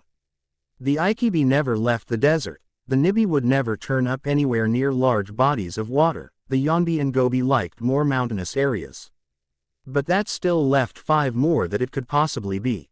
Once again, while he couldn't lie very well at all, Nagato was not going to let on to their most intimate secrets. While he hadn't been able to find a way to deal with how fine the seal work on Naruto was, he had discovered other things from his research. The whisker marks would have only been the possible markings of 2 creatures, one of whom had been eliminated by the region that they lived in. Naruto had the Kyuubi in him. Of all creatures, it had to be the one with the most tails, didn't it? He hadn't told anyone outside of the need-to-know spectrum which tailed beast Naruto had within him, because it really didn't matter if you didn't know, but it was something kind of scary to think about. If he told Tsunade that the Kyuubi was the one inside of Naruto, she and the Senju clan would collectively overreact. Well, overreact wasn't quite the best word because it was certainly a big deal, but it would be damn close to appropriate. That clan didn't have the best long-standing history with that particular Biju. No one had a good history with any of them that they'd come across in recorded history. But for the Kyuubi in particular with the Senju clan, being used as a weapon in battle against the strongest ninja in their clan's history by their most hated enemy would do that. "We can handle this ourselves," Nagato insisted with a bit of a diplomatic edge. Yes, she was older and more experienced, but if Tsunade believed that he would back down on this, she had another thing coming. If is had happened to any other clan and word had gotten out about it to you or to us, we'd be the ones going out to handle it regardless, so what makes this time any different? Because this time you're the one it's happening to, Tsunade pointed out with a narrowing of her eyes. That kind of puts some scrutiny on you, doesn't it? Who better than to try and take control of the Biju than the only claw N in the world that everyone knows for a fact can handle them? Are you kidding me? Not at all. Take him away in a staged kidnapping, keeping him out of the eyes of the rest of the world and training him for your own devices. Tsunade presented as a possible scenario, not a bad plan to begin making a play for the top. It did sound like something that could be done with their resources, but it still didn't stop Nagato from bristling at the accusation because it was entirely untrue. "I don't think I like what you're insinuating. And how, pray tell, did you even come across the information that led to this conversation anyway?" The child that the Biju was sealed inside of was attacked by one man wearing equipment to conceal their identity and any discernible features. Well, apparently they wanted the word to spread. But you don't know who it is or where the rumor originated from. Tsunade slowly sat back down and inspected her colorful nails as she spoke. "It's been passed around so many clans in High no Kuni so quickly, it's alarming. There's no idea where it started from. But it turned out to be true, much to my chagrin, and I'm certain that you know what this means, Uzumaki Dono." Of course he did. He wasn't a political novice, but even so, after the conversation he'd been having, Nagato was feeling a tad vindictive today. "No. Go ahead and enlighten me, cheeky upstart," Tsunade said with a narrowing of her eyes. "Fine." And so she laid it out. Everything. With the fact that the origin of the rumor wasn't from the Uzumaki clan, it would seem like they were breaking the precarious balance that the world already sat on. That would make them no friends on that front. And as they were so closely linked with the Senju clan, it would seem like they were using their positio N as an actual close partner to the most powerful clan in the world to do as they pleased to consolidate the power of both. Having even one Jinchuriki between them would make them horrendously imposing to do battle with. But the threat would hang in the air that the Uzumaki clan could always make more if they could locate the extremely elusive Biju necessary to do so. They needed to find Naruto's Omhao before the hackles of the other clans in the rest of the world were raised. If one clan got a wild hair up its ass and decided to raise the stakes by trying to make their own Jinchuriki, starting an arms race of sorts. And that wasn't even mentioning the fact that being set on an island and having the Senju clan as a close ally would do nothing any longer once the Uzumaki clan found themselves in the crosshairs of the others. Hearing it all started fully putting the weight of what was going on firmly on Nagato's shoulders. We'll handle it. We'll handle it before everything starts coming to a head. You may be able to subdue the power of a Biju. Nagato pointed at the green crystal necklace worn by Tsunade, so you should head up the search through Hino Kuni. We'll handle the search at sea until one of us pinpoints him. Quote, and you're sure about that? Tsunade asked with a raised eyebrow. How exactly do you plan on locating him at sea? He could be anywhere. You said it yourself. Nagato just shook his head. We've got powerful sensors, you should know this. We'll be fine on our end. There are only so many places one can travel to from sea even if it's a vast place. What about extraction? Isn't it unsafe to kill a new Jinchuriki? No, at least not any longer. And definitely not by the time that one of us will find Naruto.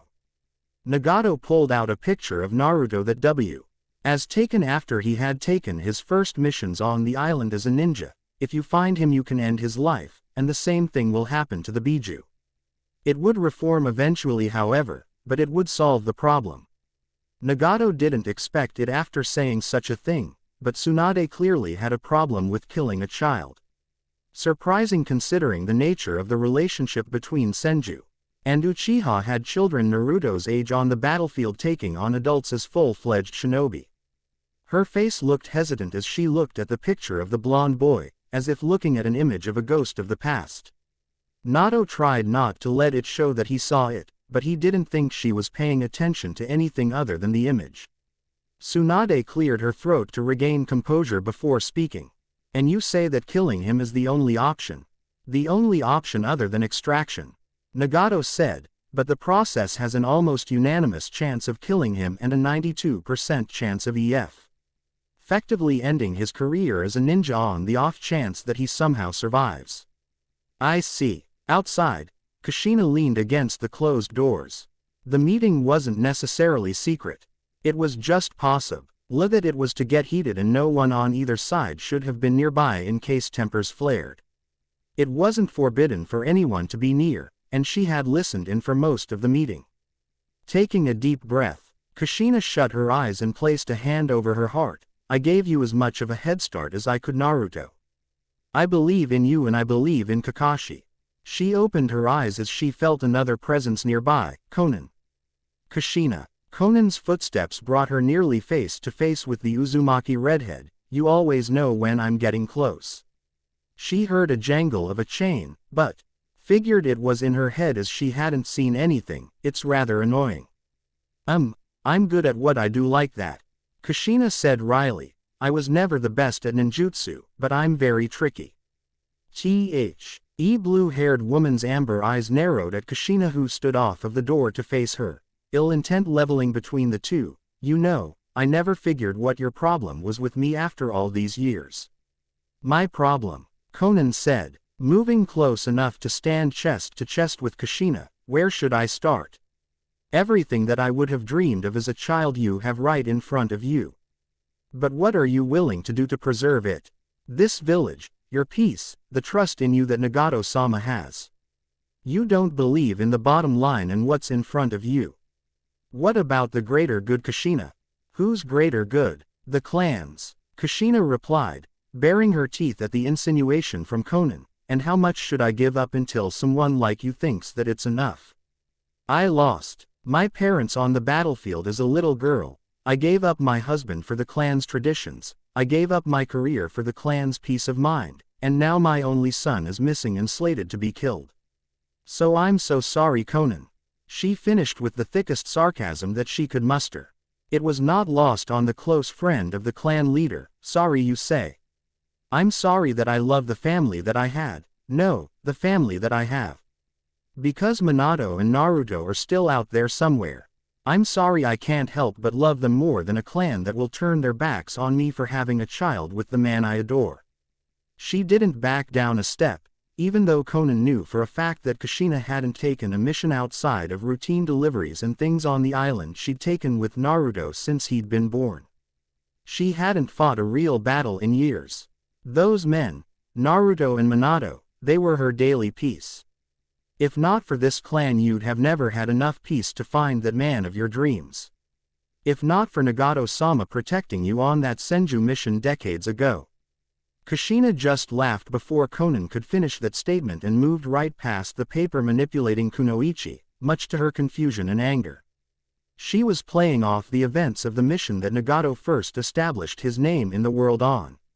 She was laughing like she knew something that no one else did. What are you laughing at? It's a family secret, Kushina replied cryptically as she brushed past Conan and walked down the hallway of the mansion. But if you really have that much of a problem with me, you can either sit on it the way you are now, or we can go out to this isolated little ravine that my baby discovered to play in and we can settle up like women. Nobody has to know. Before Conan's hand could reach the doorknob, it stopped in midair, shaking in excitement momentarily at the thought before she quelled the desire to go and do so. You're never supposed to leave the mansion, and if I took it too far and killed you, Nagato-sama would never forgive me. Well, whenever you feel like you want to, I'm right here. Kushina threw her hands up behind her neck as she left, somewhat innocent of how her son would stand or walk when he was playing something off. I'm not going anywhere for a while. It was a good way to end a conversation to piss people off she'd come to learn. How she could feel Conan trying to burn a hole through her back with her eyes. It had clearly worked. I'm going to go find Naruto myself for Nagato. This time it was Kushina who visibly reacted, opping mid-stride for a few seconds before continuing on along her way without turning around. She didn't have to. Conan knew that she'd gotten to her. Sometime later, with Naruto, Hino Kuni countryside. A yawn found its way out of Naruto's mouth as he diligently sat on the roof of the ramen cart and kept an eye on all of the scenic surroundings that they'd stopped at in order to sell food for a short time. In the mid-afternoon they'd managed to reach a very busy crossroad area with several paths leading in all sorts of directions, with people visible traveling at the time they'd reached it. The owner of the ramen cart saw that then was just as good a time as any to set up and make some money. Naruto wondered why they didn't just go the rest of the way into a village that was only a few miles away down one of the roads. But Kakashi just rubbed his head and said that they'd probably wind up doing that in a little while. The traveling crowd was the target demographic of Ichiraku Ramen, so seeing to folks outside of the village was a priority of sorts at the moment. Kakashi had gone ahead into town to scout things out a bit just in case there was something worth being wary about. Leaving Naruto for the time being to watch over the cart and the people lining up for a meal, this place really does good business. He thought to himself with a big smile. That was good that so many people in the world knew how spectacular ramen was. It was also a gorgeous spot.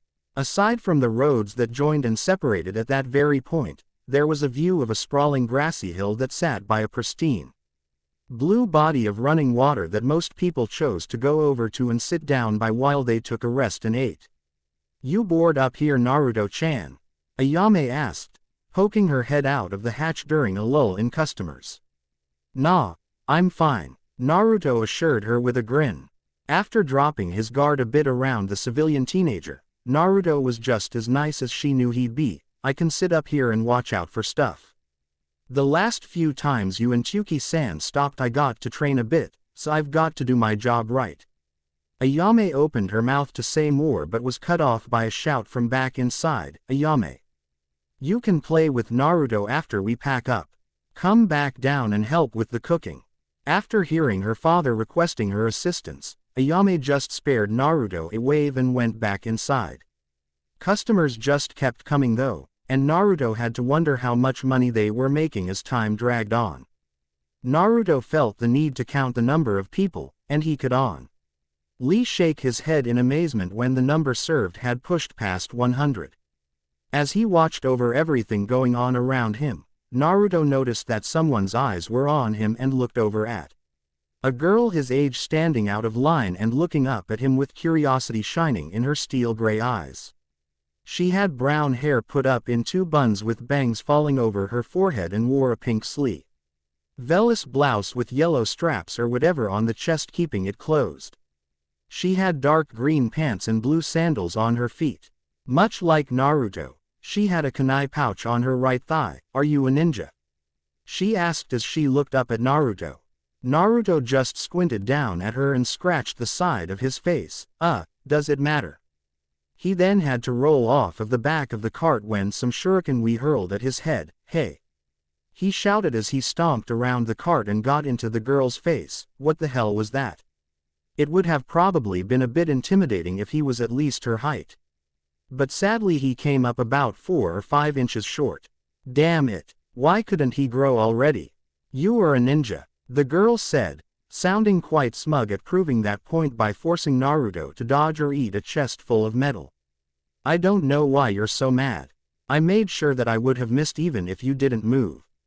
The sight of how pleased she seemed to be at proving her point left Naruto at an immediate loss for words. "Who are you supposed to be?" "Tenten," the tomboyish girl said, grabbing Naruto's hand and shaking it as a greeting. "So what clan are you from? What makes you think I'm in a clan? The big spiral thing on your shirt. That's a clan insignia, isn't it?" She noted the blank look on Naruto's face and laughed slightly at his expression. "You're kind of a dummy, aren't you?" It definitely wasn't a Senju or Uchiha marking, which every living person in High no Kuni would know on sight, but the girl knew a clan insignia when she saw one. Still, as proud as Naruto was of being an Uzumaki clan ninja, he was told repeatedly by Kakashi to do his best to make sure that he didn't go around spouting his clan of origin when he was alone. "So," Naruto said, trying to change the subject without getting into his surname, "are you a ninja? What clan are you from?" "I don't have a clan," Tenten said with a sad bit of a smile that got Naruto to frown. "I just live around here. And one day 2 years ago or something, a man stopped around here for a while. He was a ninja too, and he didn't have a clan either, so he taught me some basic stuff." She reached out and brushed at Naruto's hair. "He looked a lot like you actually. That's why I came over here." "What was his name?" Naruto asked, a bit in awe of the fact that she might have seen who he thought she'd seen. "Was it Minato something?" "Namikaze Minato-sama," Tenten said brightly. "You do know him." She knew his dad. Holy shit. That was literally the best news he'd heard in over 2 weeks. He'd have given her a huge hug if that wouldn't have been totally weird. Also, she referred to him in the exact same way that Kakashi did. And she was his age. Oh, if it turned out that Tenten was his daughter or something, he now had a new reason to keep searching for Minato, to cut his goddamn pecker off for leaving his mom all alone in Uzu no Kuni without word for 10 years and spreading his seed across the world. It was totally insensitive, but Naruto needed to ask for peace of mind. Placing his hands on Tenten's shoulders, he tried not to mince words. "Do you know who your parents are?" Tenten raised an eyebrow in confusion as to why that mattered, but she nodded. "Yeah. They died a few years before that. A casualty of one of the bigger Senju Uchiha battles. I'm not a ninja from my parents or anything." "Oh, thank Kami. But that was really sad though." And just before it could begin to show on Naruto's face and he could comment on it, Tenten just shook her head and calmly removed Naruto's hands from keeping a hold on her. She was far from the only sob story of a similar ilk that one could find wandering around in this world. It was the kind of world where living past 30 was a major accomplishment. Naruto had been told by Kushina and later by Kakashi just how messed up the elemental nations were, but this was the first time he was actually seeing it. Looking around, Naruto could actually make out that it was true once he started paying attention. He couldn't see a single customer out there that he'd guess as being any older than 25 at the oldest. The oldest person he'd seen so far was the man inside of the ramen cart wearing the white robe similar to a yame's with the white hat serving food, Chuki. That was the oldest person he'd seen thus far, and he was only 41. It was true so far. That living to 30 thing. That was horrible. In the Uzumaki clan village he didn't think there were many old people then, but there were way more than he was seeing now. Was it going to be like this everywhere? I can show you the battlefield if you want to. Tenten said a bit sadly, it's not far. A few miles away. The land still hasn't really recovered yet. It's no Valley of the End or anything. But it's still a pretty ugly scar on the earth. That's okay, Naruto said, giving her the biggest grin he could muster given the somewhat morbid circumstances. I've gotta stay with the cart. I'm the bodyguard, you know. I can't really leave it. And that put things back into perspective for Tenten. The original reason that she'd run out to the cart to begin with. That day, upon hearing from the nearby village that there was a traveling ramen cart that had set up shop and was selling to travelers passing through, there are bandits around here. She'd originally come to warn the owners of the cart, and if need be finally put some of the training she'd been doing to use to fight the bandits that had been killing and stealing from people on this highway for the last year or so. It was terrifying to think of, to go and fight people that had already killed a bunch of others, but the world was already a terrible enough place for most of the people living in it without the weak needing to be subjected to that kind of life around here. There wasn't any need for people making existence any more miserable for the populace than it already was. I can beat up bandits, Naruto said with a shrug. He'd had some missions in Uzu no Kuni where he and his mother had run across some bad guys, and even though she did the lion's share of the fighting by far, as in only 94% of the ruffians that were come across were handled by Kushina. In the 8 situations where they'd been in real battles, Naruto had fought as well.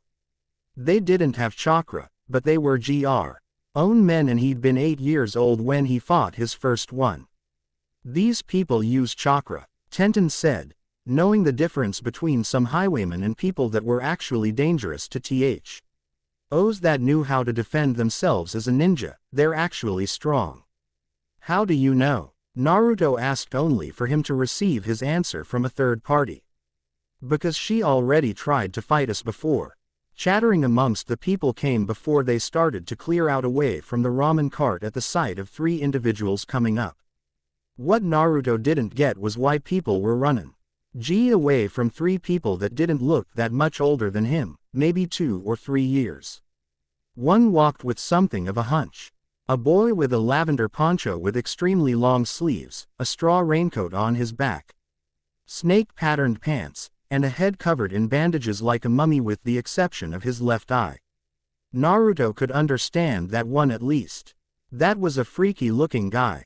The second boy of the group looked a lot like a run-of-the-mill thug with sunken black eyes, spiky black hair, a beige shirt with a red kanji for death on the front of it, tight black wristbands, snake-patterned pants, and a snake-patterned scarf.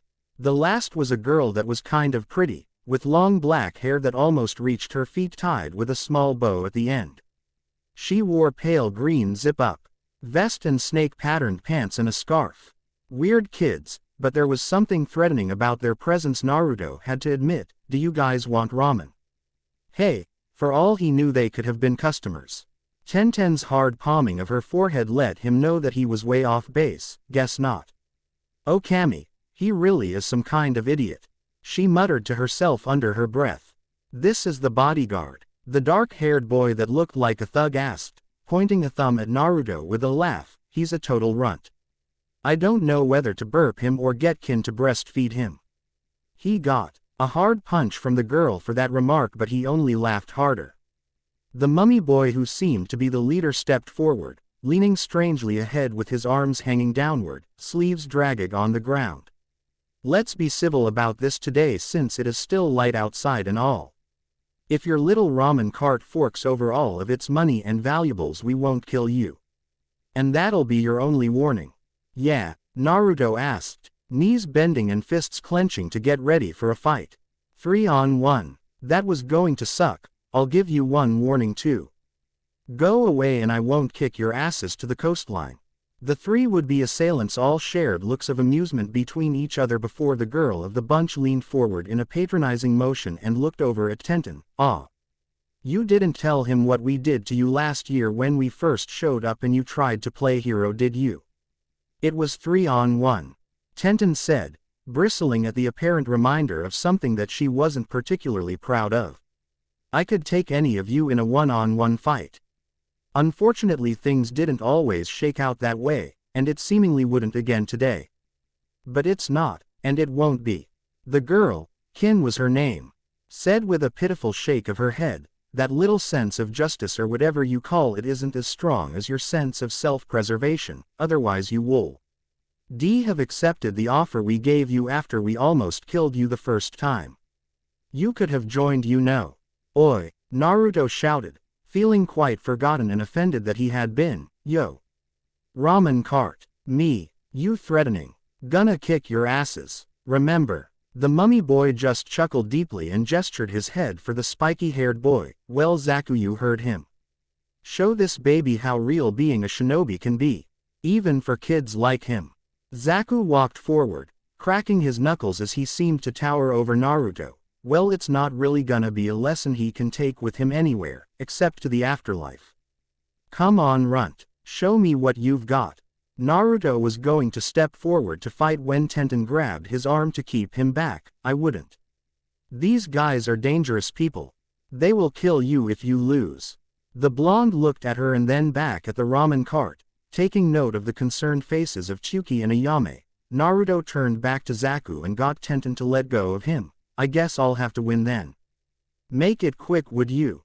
Kin called out to Zaku from the sidelines as her partner squared off with the diminutive Uzumaki clan member. I don't want to be out here all night. And that next bit of underestimation was the last straw as far as Naruto's temper went, as he outright attacked Zaku with a straight-ahead dash and a punch that Zaku crossed his arms over his body to defend. He blocked but slid back a few feet on the dirt road. Ooh, the runt isn't that slow. As he blocked, Naruto squinted at the sight of something embedded in the palms of Zaku's hands. Are those tubes, or pipes? Or what are those? While he was thinking, he was almost caught off guard when Zaku retaliated and came at him in return, delivering a knee to Naruto's belly that lifted high off of the ground due to the height of the attacker and the recipient. Goo. He isn't that fast either, or that tough apparently. Kin pointed out with a laugh at Naruto's expense as she saw him go limp over Zaku's knee. Would you stop playing with him already? All right. Zaku grabbed Naruto by his collar and lifted him off of the ground before placing his other hand in front of his face. I guess blowing his head off would be enough to get the message across. Let me play you a lullaby, Junior. All of his posturing to a seemingly unconscious Naruto came back to bite him. Literally, as Naruto did. The little ninja seemingly came back to life and bit down on 3 of Zaku's fingers, eliciting a scream of pain and agony from him as he swore he felt his fingers break instantly from how hard he'd been bitten. Kin and her mummy-like partner couldn't believe what they were seeing as Zaku ran around the road screaming about getting Naruto off of him. It didn't seem like Naruto was going to let go until he snapped one of those digits off to take home with him. Eventually Naruto did let go, and crouched to the ground before jumping at him enemy and uncorking a haymaker of a punch that knocked the older ninja down over in front of his teammates. Grr, he growled and sneered as he got back up to his feet, wiping away the blood at his lip. You're dead. Tenten gasped as she saw Zaku make hand seals to gain access to some sort of technique. Be careful. Those are the signs for his jutsu. Too late, little girl. Zaku bellowed, storming in Naruto's direction as the latter pulled out a handful of shuriken to hurl his way in order to deter his direct attack, Zenkuaha, decapitating airwaves. From the tubes in his hands, he fired out a powerful blast of air faster than Naruto could dodge from his position. His shuriken were blown away, and so was he. Covering up did little for Naruto as he was knocked away far and hard enough to fall off of the road down the side of a hill. Oh no! Tenten tried to run over to look down and determine Naruto's fate, only to be stopped by a trio of Senbon being thrown at her before she could reach the hillside. Enough already. No, the bandaged boy said as the 3 of them walked together to bear down on Tenten as one. We warned him, and we warned you too. Tenten quickly drew as many weapons as she could hold and threw them at our enemies, only for them to be blown out of the way by Zaku's ninjutsu. This was how they had handled her so easily during their first encounter. None of her projectiles could reach her targets since Zaku could just blow them all away. Fine, she'd worked on what she'd do in that situation after being defeated the last time. Tenten pulled out a scroll and suddenly unsealed a short staff with a metal weight attached to the end. It won't be that easy this time. Qin smirked and threw more Senbon Tenten's way only for her to deflect them with a skillful spin of her staff prior to her directly rush. Qin, who hadn't been expecting a follow-up after such a smooth defense. She really wasn't going to let them dictate the fight this time. The bandaged one stepped in the way and blocked Tenten's staff strike with his right arm. Revealing that he kept a metal gauntlet with multiple large pores on it. "Well, you got better," he said as his arm stung from the power behind her swing, "but you forgot about something. Or maybe you never knew about it to begin with." "That's so cruel, Dosu," Qin remarked from behind the human mummy. "You know you didn't have to use that on her for us to win this." Nten didn't know what he was talking about until she realized that the ringing clang of her hitting the gauntlet was lasting longer than it should have, and it was making her feel dizzy and ill. "What is this supposed to? I don't." Sound waves amplified and sent straight into your ears, honey. The dark kunoichi continued as she moved to the back of the team formation. "It's dangerous, right? Lit. TLE more subtle than what all those other clans throw around out there, isn't it?" Humizen, resonating echo drill. Dosu explained. "Yes, I didn't have to use this the first time for us to beat you down. But I think your tenacity deserved a gift. To show you what you could have had if you'd have accepted our offer to join the Snake Clan after we showed you our strength already. You could have been given the same level of power. I don't need to rely on other people. I can be strong without handouts," Tenten said, dropping to the ground, breathing heavily to try and settle her stomach decay. Eep from vomiting as she was seeing double, "And if attacking people that can't fight back is what you call power, you can have it." Zaku flexed out his hands and laughed at her mindset. "TCH. Well, I guess you're happy being a weakling. And we all know what happens to weaklings." He extended his hands forward as Dosu backed away to leave her to her fate. "They get blown away." A sharp whistle directed his attention away from the downed girl, and all of the bandit ninjas turned to see Naruto standing up again, looking rather pissed off. "Well, look who woke up," Zaku said, cracking his neck as he held one hand down, still aiming at Tenten. "Come on again, runt. I only need one hand to take you on. I'll do you a favor and kill both of you at the same time so you don't feel too lonely in the afterlife." "Better idea," Naruto said before spinning around in a circle. In a puff of smoke, he hurled a massive pair of shuriken at Zaku, who merely grinned and leaned out of the way, allowing both of them to miss. They even veered past Dosu without making contact with him or Qin as well. "Crap." His laughter was loud and mocking in return. "Oh man, you suck. Oh this is. Aw man. You are the worst ninja I've ever seen." His taunting was cut short when both he and Dosu heard a dull thump on the ground and turned around to see Qin face down and unconscious with only 2 puffs of smoke dissipating around her body to mark that anything had happened to her. "What the hell?" Zaku's eyes almost bulged out of his skull. Nothing had happened. Those shuriken hadn't made contact with anything. They weren't anywhere around. And they hadn't hit the ground either. "What did you?" Looking down at where he had Tenten, he no longer saw her there. "What the hell?" What? Naruto droned, somehow with Tenten back next to him again, holding her head that was still smarting from Dosu's attack. "You were standing still. I know how to aim a shuriken. How do you take out Qin without either of us seeing?" Dosu asked, narrowing his eye at Naruto, who just stuck his middle finger up at him as an answer. "I don't like you." "I don't care. You guys are creepy anyway," Naruto replied. He wasn't going to give away a bread and butter combination like a pair of cage buncheon combined with a hell of a henge if his opponents didn't figure it out already. He put some real effort behind his emphatic R-Ude gesture before looking over at Tenten, who was slowly recovering. "Are you all right?" Tenten shook her head as things finally started clearing up for her. She definitely didn't recall getting hit with Dosu's jutsu the last time around. But Naruto had managed to take out Qin before she could use her jutsu. That was entirely unexpected. Wait. The bun-haired girl said, reaching out and touching Naruto to make sure that it was the real deal. Zaku hit you with his air wave thing. How did you get up? He sent you flying. She then noticed that he was absolutely soaked. You landed in the river, didn't you? I blocked the hit and the water broke my fall.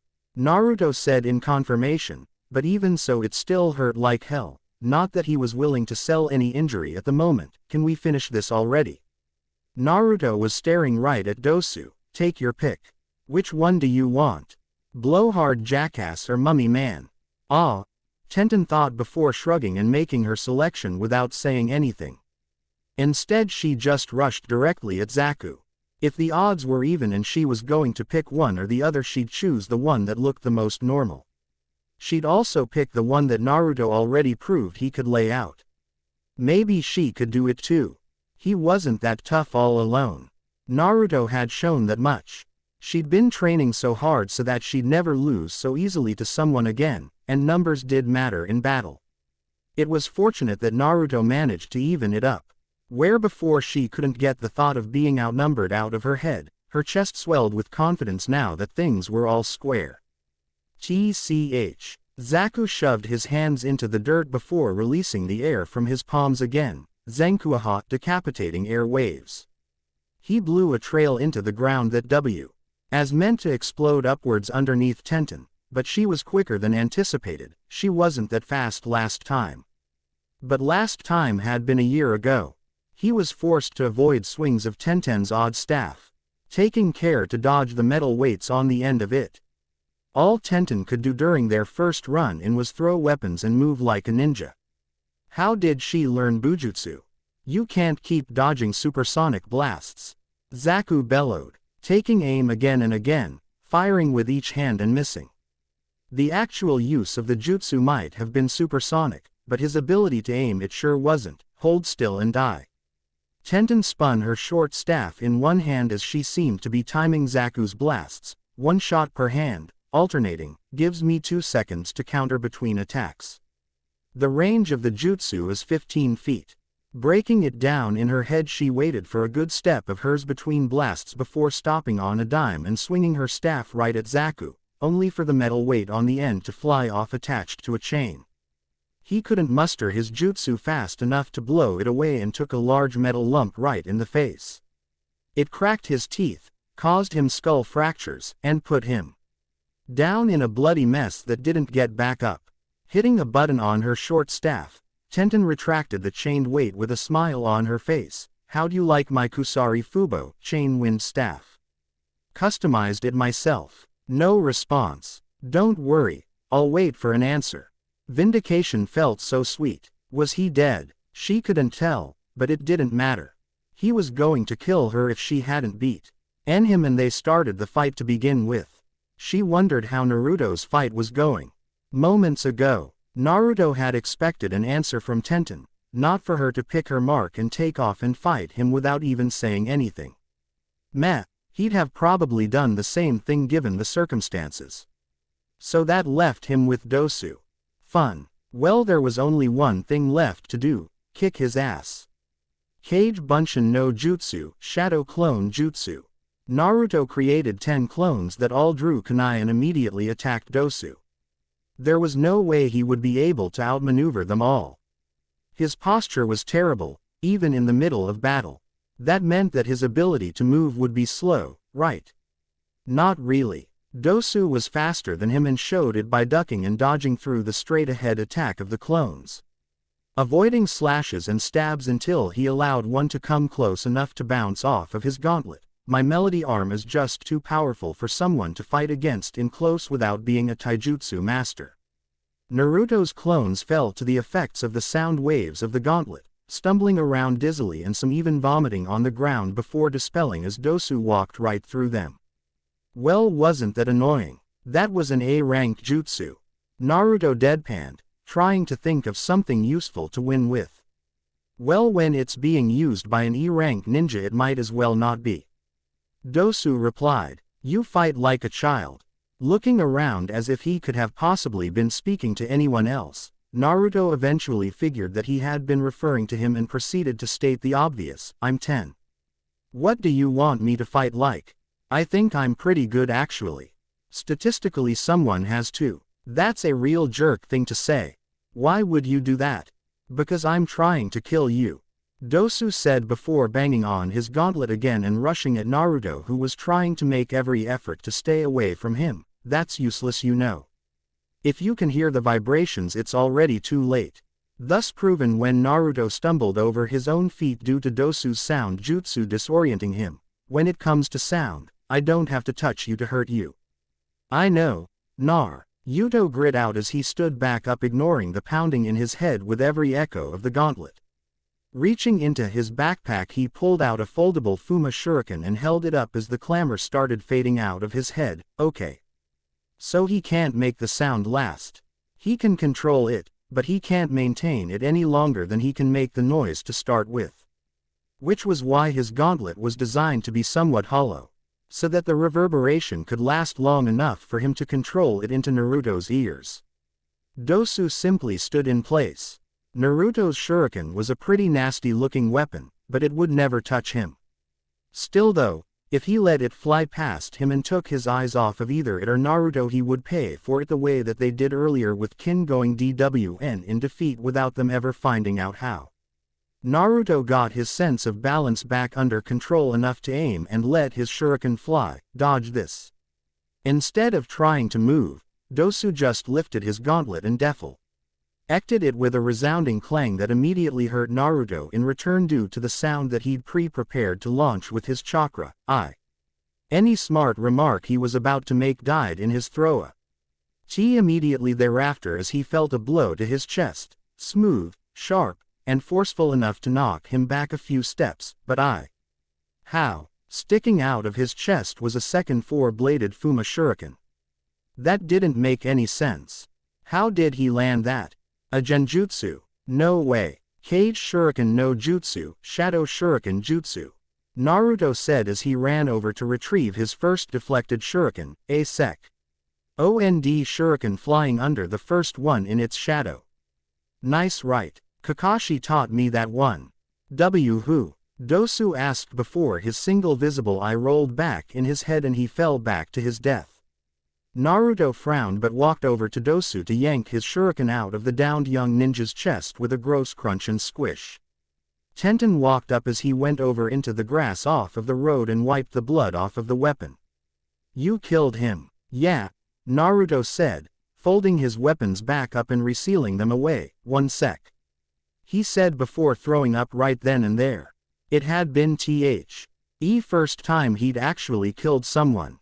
While some of the impact was taken out of it because Dosu's face had mostly been covered, the blood spilling out on the ground, the feeling of the rib bone he broke pulling the shuriken out, and the weight of his body hitting the ground for the final time couldn't be prepared for. Killing a human in battle wasn't like killing an animal while hunting. Tenten was grossed out, but rubbed Naruto's back regardless to give him some sort of relief. The ramen stand was still easily in sight, as were the people inside of it who had seen the whole battle. It wasn't the most impressive ninja fight of all time, but the fact that kids had engaged in that sort of violence would have to have left an impact on them. Where the hell is Kakashi? Naruto asked, letting his stomach settle from the bout of sudden nausea. Nearby, hidden in the trees, a young man with long silver hair, a frayed blue vest, and dark-colored pants gnashed his teeth angrily at the sight of his 3 charges being defeated by some puny blonde kid and the girl with the weapons that he'd sicked them on when they first came to the area around a year ago. That girl didn't have that much inherent talent when they beat her then. And where the hell did that boy come from? He wasn't that good though, so he himself could go out there and pick him off. He could pick the both of them off and salvage something of their loss. Recruiting weak pawns like that, the man said to himself in disgust at the loss of the younger ninja trio. How can I ever get Orochimaru to grant me with the power I want if I can't even bring him kids with true skill? The first time they faced the slightest bit of adversity in battle and they folded. Absolutely horrible, and he'd wasted a year training those 3 that he'd recruited. What was it all for? To let them get beaten by two snot-nosed preteens. Reaching for a large shuriken that he kept on his back, he endeavored to take a shot at the 2-0.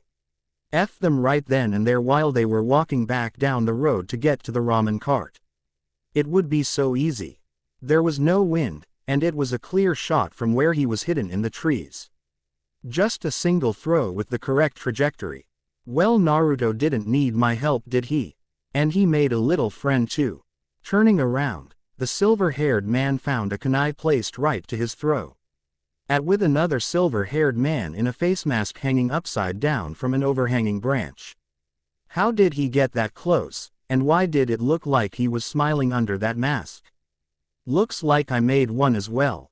What's your name? Mizuki. He was caught dead to rights. This man for all intents and purposes had his life in his hands. I know you. You're copy ninja, Kakashi. There's no mistaking your appearance. I really don't like being famous, but I guess it can't be helped. Kakashi mumbled to himself before addressing Mizuki. Now, guess what's about to happen? Why, you're going to kill me. Oh no. Thank goodness. The soft-hearted fool was going to let him go. Oh, he'd take this straight to Orochimaru and the rest of the Snake Clan, and they would blacklist Kakashi and put him on their hit list forever. He'd never survive. I'm going to interrogate you and then I might kill you depending on what I find. What? No. Oh, it's happening. Now if you're good it won't hurt a bit. Kakashi lifted the plated headband over his left eye and Mizuki let out a shriek of terror at being caught in Kakashi's Sharingan Genjutsu. Back with the Ichiraku ramen cart, Naruto, Tenten, Tsuki, and Ayame all paused in what they were doing when they heard a cry of mortality echo out in the open air from no discernible location. Still though, it sent chills down the spines of the civilians. Tsuki said, sweating slightly after all of the action they'd come across that evening. Anyone gonna check on that? Instead of trotting off to do so, Naruto just chuckled nervously and shook his head. My job's to protect the cart, you know. I can't really leave you guys by yourselves until Kakashi comes back. Just in case. It's okay to be scared, Naruto-chan, as long as you keep your big sister safe. Ayame said, snatching Naruto up off of the ground in a big hug while he kicked and flailed to get free without hurting her. I'm not scared of anything. Tenten just stared oddly at the byplay before making an observation. She's your sister. She doesn't look anything like you. I'm his sister in spirit.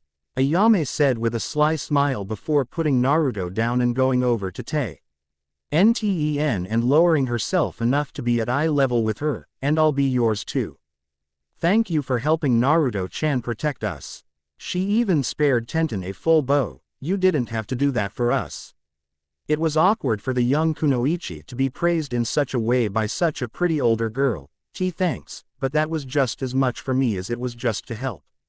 I was thinking for a long time I couldn't be a decent ninja because I don't come from a clan, and Minato-sama only taught me basic stuff firsthand. So that staff thing that you used? Naruto asked, remembering her chain-wind staff. Dad didn't teach you that or give that to you? Tenten shook her head and blushed even more that Naruto seemed to be amazed by her ninja tool. I made it myself. I like weapons, she said tly as if it were something embarrassing. But Naruto, you're saying that Minato-sama is your dad? That's so cool, you're so lucky. Yep, Naruto said with a big, wide grin, and I never met him either. That's so awesome. Well, that was certainly a mood killer. I'm glad you like him, but I've never seen the guy one time in my whole life. That was no good. The entire reason Minato trained Tenten to begin with when she kept bugging him about it was because he said she reminded him of the fact that he had a son. She always imagined the son of a man like that to be an incredible shinobi. But Naruto didn't seem that much more advanced than she did. Sure, he knew a pretty elite jutsu to make solid clones of himself and had some other cool tricks, but it was clear that he was still just a kid. He didn't seem a bit like his father aside from the way that he looked. Even so, he managed to save her when the chips were down, and she was grateful for that. Tenten set a hand on Naruto's shoulder and smiled. Well, I remember him telling me that he was going to work his way west, towards the desert. Why would he want to go to the desert? She asked, rolling her eyes when she merely got a shrug from Naruto. Is there anything you do know? Naruto had to think about it for a second before coming up with his answer, kicking ass. Okay, seriously, you didn't fight that good, said the weapon-loving little girl with her hands sternly on her hips. You let Zaku and Dosu get some good shots in on you, and if the whole team hadn't been totally underestimating us the whole time, that would have been way harder. At that moment, Kakashi appeared on the site in a shunshin that scared everyone, including Naruto, who even tried to stab him before he came out of the whirlwind. It was blocked by Kakashi grabbing his wrist, of course. But he still tried. Don't do that. But it's good to see that you made a friend with such a good head on her shoulders. It's a refreshing change of pace to see a child with some humility. You weren't even there, Naruto said, throwing his arms up victoriously. I was so awesome when I tricked those guys the first time. I think I got a case of awesome poisoning. Was that before or after you had to bite that one boy to get free? I couldn't tell. Gurk. So he had been watching. That begged the question of why the hell didn't he help? Exactly, Kakashi said with an eye smile. And to answer the question that you didn't ask, I wanted to see if you could handle yourself in a fight. You need a lot of work, but seeing as how I didn't have to step in, I'd say that you're passable for now anyway. Like he said before, Naruto would be a work in progress. There was nothing wrong with that. He was still extremely young. Besides, any 10-year-old with the ability to learn an A-rank ninjutsu over the course of a day was something that just couldn't be left alone, even if he was hard up for improvement in many other places. And he'd already learned a Ple Shuriken jutsu that Kakashi had taught him as a method of sleight of hand to keep him busy with training.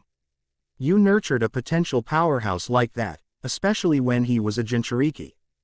Kakashi. I didn't know the first thing about handling a Jinchuriki and didn't know anyone that did, but he figured he'd have time to learn. It couldn't be that hard to teach a kid how to not get himself murdered in the real world, could it? Out of the corner of his eye he saw Tenten walking away and cleared his throat to get her to stop and come back around. And where are you going, young lady? Tenten went. She wide-eyed and pointed lamely in the direction of the village nearby. Oh, I was about to ask you if you wanted to come along with us, but if that was what you really wanted to do. Wait, you want me to come with you? Tenten asked out of disbelief. Why? You helped my idiot charge out of a real pinch, and you don't look like you really want to go back to that place. Kakashi explained. So how about it? Do you want to come with me and Naruto here to find Minato-sama? Well, he half explained his reason for wanting to take her with him. He wasn't going to bring up the fact that there was no way he was going to leave that girl by herself when this was apparently a developmental territory for the forces of one of the most terrifying ninja forces in the modern world, and that they'd Saint beaten up 3 top prospects and their handler. At least that was what he'd gleaned from interrogating Mizuki. Orochimaru, one of the biggest legends of the current era, hired him to scout for Una. Ched children with the potential for great strength. He would have tried to get more, but there was apparently a mental defense inside of him that turned his head to liquid jelly before he could delve for deeper secrets. Poor bastard. Thankfully he was in the woods. The kids didn't need to see that. Aside from that, mercifully needing to whisk her the hell out of there in case things went from dangerous to downright unsurvivable wasn't the only reason to take her. Tenten had given them a lead in a possibly right direction to locate Minato. West, into the desert nation of Kase no Kuni. That was to be their destination to begin searching for Minato after they made it the rest of the way through High no Kuni. Even if they didn't find him there, it was better than what they had before, and it sounded like the kind of place that Minato would go to campaign for his cause amongst the sand nomads. And then there was the fact that she'd make a pretty nifty sparring partner for Naruto. Someone around his level to work with and train with, and another person around to help him make sure that Naruto didn't get himself killed. That girl's use of that staff weapon use like that wasn't very common. Very few ninjas learned how to use much more than kunai or shuriken. He had to test her out some, but he was quite certain that the odd short staff she'd utilized was just the tip of her bukijutsu potential. Ayame and Chuki were both all for it. Ayame because that meant she got another new adorable ninja kid to dote over, and Chuki because having another ninja around even a little one mean that less scary stuff would occur within dangerous proximity of his daughter and his livelihood in the ramen cart. At least in theory. Further down the line in hindsight it wouldn't turn out to work that way in reality. But for now the man could dream about being insulated with the protection of 3 ninjas instead of just 2 as he spread ramen-based goodness across the badlands of the elemental nations. Of course it's just an offer, Kakashi said, allowing Tenten an out if she really didn't want to go with them. You don't have to. I'm so in. There was no need because Tenten accepted enthusiastically. Let's go right now. She wanted to leave that place behind and be a true ninja for real. I'm gonna prove that being a woman and not being a clan ninja doesn't mean that I'm not just as good as a male ninja or a clan shinobi. It would have to wait until tomorrow morning though, because there wasn't really any traveling light left available to them. Still, it was as good a start as any. Sunrise was usually the time that Kushina would wake up at. She'd always gotten up at that time when she was younger, because it had always been a good time to train, to get it all out of the way for the day so that she could have the rest of the daylight to do useful things or things that were more fun. After she had Naruto she didn't get much sleep through his early months to begin with. But after that she would sometimes wake earlier than him to just get a glimpse of him while he slept. Such a litter terror you would never know it from watching him sleep, but damn it you would when he was awake. She'd get a few good minutes of that and then she'd kick his ass out of bed to wake him up and play Mama Kushina for the day. It was a bit of a habit that she hadn't been able to break. Until it was forced to be broken by her son's necessary exile. So that left her with the habit of waking up super early in the morning without anything that she needed to tend to for the first time in her adult life. No missions, no son to feed or terrorize out of bed and into action. Nothing. All she had to do was train. Nagato was restricting her to the mansion without saying so, but since it was a house arrest that was going unsaid there was also nothing that was restricting her from training. There was plenty of space for it outside, especially early in the morning. She needed to work all of the energy she had off somehow. There wasn't any use to waste all of that energy that she still had, even if there wasn't anything really productive she could do. Well, you're a diligent one. Kushina paused in the practice of molding the chakra for the jutsu she'd been working on and paid attention to the arrival of the Senju clan leader watching her training as she entered the area, Tsunade-sama. She said quietly, sparing her a blank smile, "Good morning. What are you doing up at this hour? I could ask you the same thing." Tsunade said as she looked around and tried to figure out the nature of what Kushina's training had been since she hadn't caught her in the process of actually using a jutsu. Everyone else is just starting to stir, and you look like you've been at this for at least a half hour. Good guess. I'm going to have to ask you not to smile at me like that. It's so phony it might as well be hanged onto your face. Good, because Kushina didn't like smiling like a Stepford when she really wanted to glower. She just didn't want to offend a clan head. Well, sorry, but there's not really much for me to be excited about, Senju visit or not. Tsunade nodded and sat down on a bench off against a castle wall, beckoning Kushina to come and sit with her. The red-haired mother looked around, wondering why Tsunade was awake and her guards weren't, but she got up and walked over. Once again, she wasn't going to offend a clan head. Not while she was already on thin ice anyway. A woman 20 years Kushina's senior, Tsunade was the person that every kunoichi in the world tried to measure themselves against. Kushina could include herself in that group, as even now she was instinctively sizing up just how well she'd do if forced to battle the legendary lady. "So it's your son, isn't it?" Tsunade asked, getting Kushina to stiffen. "I already know." Nagato Dono was very forthcoming with what we needed to begin putting word out to locate him. "I've already sent Ok back to the rest of my clan to have them on the lookout." Why would you want to come out here and talk to me about this? The violet-eyed redhead glared at the leader of the world's most vaunted clan.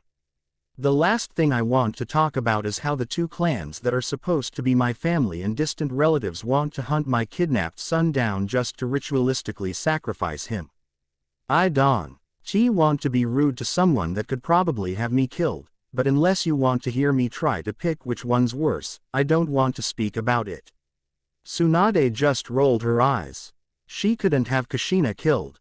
Even if seeing a mother that was apparently conflicted between clan and family ties act the way she expected upset her. If there was one thing she knew that would bring out the lion in Nagato, it would be messing with that woman. She'd picked up on that much when the conversation on New Jinchuriki Naruto drifted in the direction of his origin. Yes, she'd learned something about his origin that was of interest. And was also more than likely a good explanation of why things were the way that they were with her family. You've had a hard time of it since you married Namikaze Minato, haven't you? The busty blonde said, getting a scoff of sorts out of Kushina. There's a reason your clan has the rules that it does. I don't agree with them, but they have a reason. Your clan has a lot of powerful fuinjutsu. I know you're aware of the fact that you're not exactly a popular clan in the world. People were actually afraid of the Uzumaki clan and what they could potentially be capable of. Kushina already knew the reason why her marrying Minato was supposed to have been a bad thing. Yeah.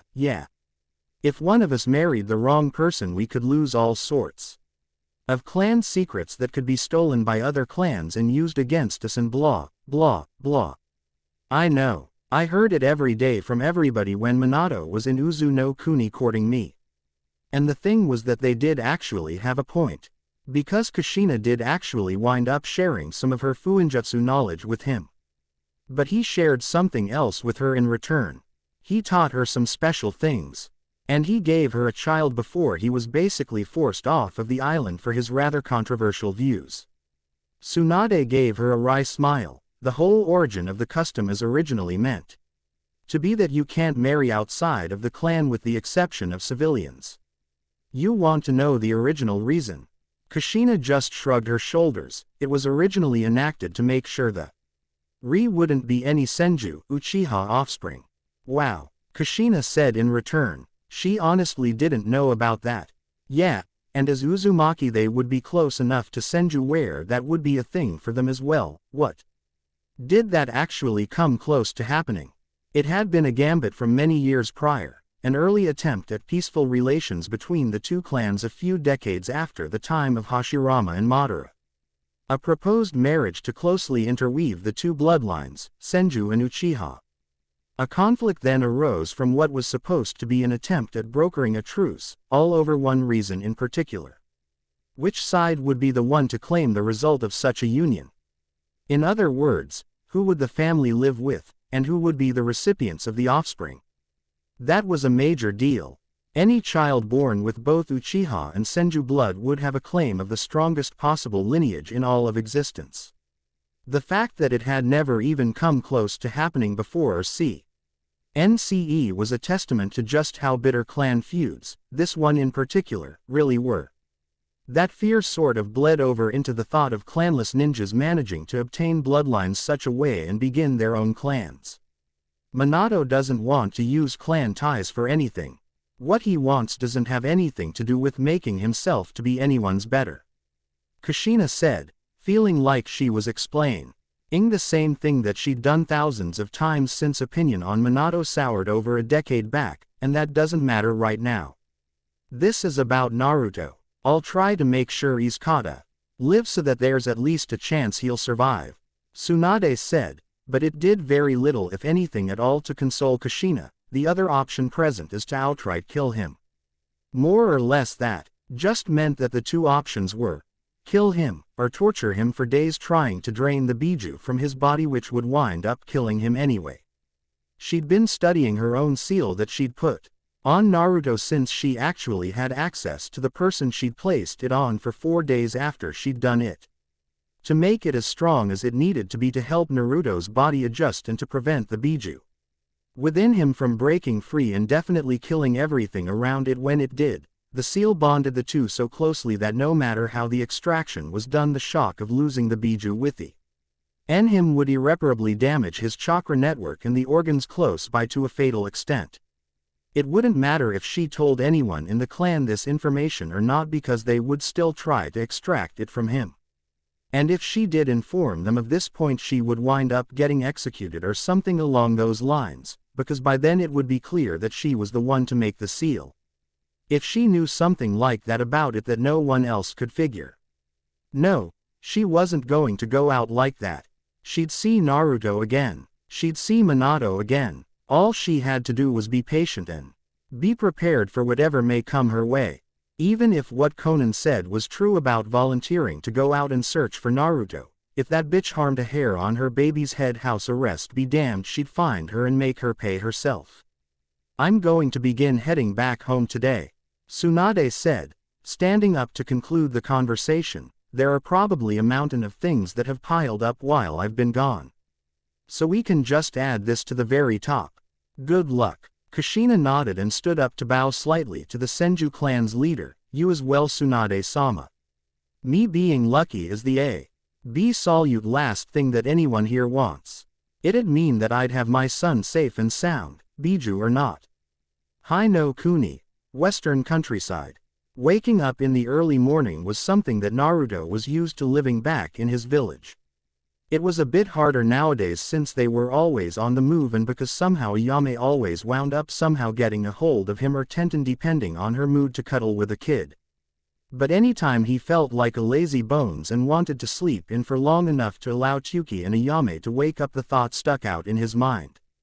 His mother. He was laying down in his sleeping role trying to find an excuse to get a few hours more shut-eye when his mother had put herself at risk just to cover his tracks and give him a chance to live. No, not a chance. If he ever became that kind of despicable person, he would rather turn himself into his clansmen and let them take his life, because he didn't deserve Kahina's potential sacrifice. So no matter what, even if he had to find a way to worm himself out of Ayame's grasp, he'd get up, go out, and train until he had to go. Got to get my mom back, Naruto thought to himself, standing in a nice little clearing a few minutes away from where camp had been set up for the night. He'd get in a little training on his own before Tenten came and found him to work alongside him before they'd get back on the road that day. Got to get some good training in now while I can. It looks like we're not gonna be stopping much today. Upon waking up, Naruto had been greeted with cloudy skies. Ever since picking up Tenten, they'd traveled for 3 days in a westerly direction based on what she had said to try and pick up a more recent trail on how to find Minato. They'd been training together under Kakashi's dance whenever they'd gotten time to take traveling breaks for a few hours, and they'd quickly learned where Tenten's specialties lay. She was excellent with weapons. Better than Naruto. She threw projectiles better than him to the point where he was seriously jealous, and she could hit anything with anything, not just kunai and shuriken. Anything that could leave her hands with a decent trajectory would hit its mark. 40 yards away, bullseye. Moving target, didn't matter, bullseye. Target behind an obstacle such as a tree, didn't matter, bullseye. How she managed the last thing, Naruto was totally confused by. Even days after seeing it, she didn't even know she'd figured it out. Apparently the method she used to deflect her own throw and hit her mark just felt right, and he couldn't even dream of replicating the feat. It wasn't just with throwing things either. Put a weapon in her hands and she at least knew how to utilize it in a respectable manner, if not in an overwhelming way. She loved weapons, so much so that she oftentimes contemplated trying to swipe Kakashi's white light chakra saber to try it out for herself. But it was apparently something passed down from Kakashi's deceased father, and she had respect for him, so she never felt mischievous enough to do such a thing. Working with someone his age that actually felt like being around him was really fun, he had to admit. If only he'd been able to train with more kids back in the Uzumaki clan village, those days could have been so much more enjoyable. Speaking of training, it was time to work on some of the things Kakashi was trying to beat into his head. With Tenten it seemed like she had it easier. Kakashi would show her something that he thought she could pick up and let her have it after a few explanations. Showing her how it was meant to be done once or maybe twice. For Naruto it seemed like he had to repetitively hammer his lessons into his skull like a spike. Kakashi seemed used to training Don in the manner that he would comfortably show Tenten, but there was something about how Naruto needed to be taught that he wasn't accustomed to and seemed to have trouble with. He couldn't hold it against Kakashi that he seemed to be better at instructing Tenten than him. In actuality he spent far more time teaching him than her. Either way, he was doing good in his own humble opinion.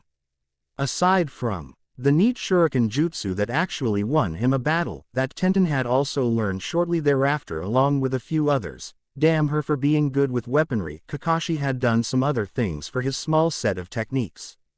Hell, Kakashi apparently had 1,000 of them or more, so there had to be something he could hand off. Okay. Basic jutsu, one-hand seal. Naruto thought to himself. He field was full of 30 Narutos standing in a triangle formation all facing each other. He needed to get the jutsu down before he started using it in spars and the like, and this was the best way he could think of. Kakashi had tried to teach him a jutsu from a few different elemental types. Naruto had tons of chakra, so it wasn't prudent to baby him with low-level stuff. Kushina had already oven that much by throwing Kage Bunshin no jutsu in his face before sending him off. He needed to get them into good enough shape to take on people older than them and more used to ninja-based combat before that became a liability later. Both of them weren't afraid to fight, but both of them also weren't used to fighting ninja either. That was going to be a problem if he didn't put them through their paces good and well. Tenten's levels of chakra weren't nearly as high as Naruto's, so Kakashi had to be more selective in what he taught her, playing to her strengths of weaponry for the time being. Until she was great enough in that area to start shoring up her weaker ones. In that same respect, you had to give Naruto a jutsu that did what was needed for him. The past week had been a series of trials and errors though, as fire, earth, and lightning-based techniques weren't really the youngster's forte. He knew something of water ninjutsu, but that was mostly because he lived by the sea for his entire life. So not knowing anything with that element would be silly. The things Kakashi knew that had to do with water were a little bit out of his league though. Naruto could do some things he manipulated prior existing bodies of water, but creating water straight from his own chakra required nature manipulation experience and control that was a little bit over his head. Kakashi tossed a wind jutsu Naruto's way to see if he could get something going with it. He wasn't going to make the same mistake he made in experimenting with teaching Naruto a fire ninjutsu. That day really didn't work out well at all for anyone. Naruto used to think fire was kind of cool until the first time he tried spitting it from his mouth and almost burned down a portion of the forest in his lungs. A pair. NTLY that wasn't supposed to happen and he'd overloaded the jutsu past what he could control. Okay, let's do this. First one to feel it and blow the other two away first wins. Last me standing in EAC. H formation moves on to do it again after this round. Naruto said to his field full of clones, getting a stiff nod from the chakra-comprised copies as they pressed their hands together in front of our own bodies and started to get the feel for the right kind of chakra in their bodies.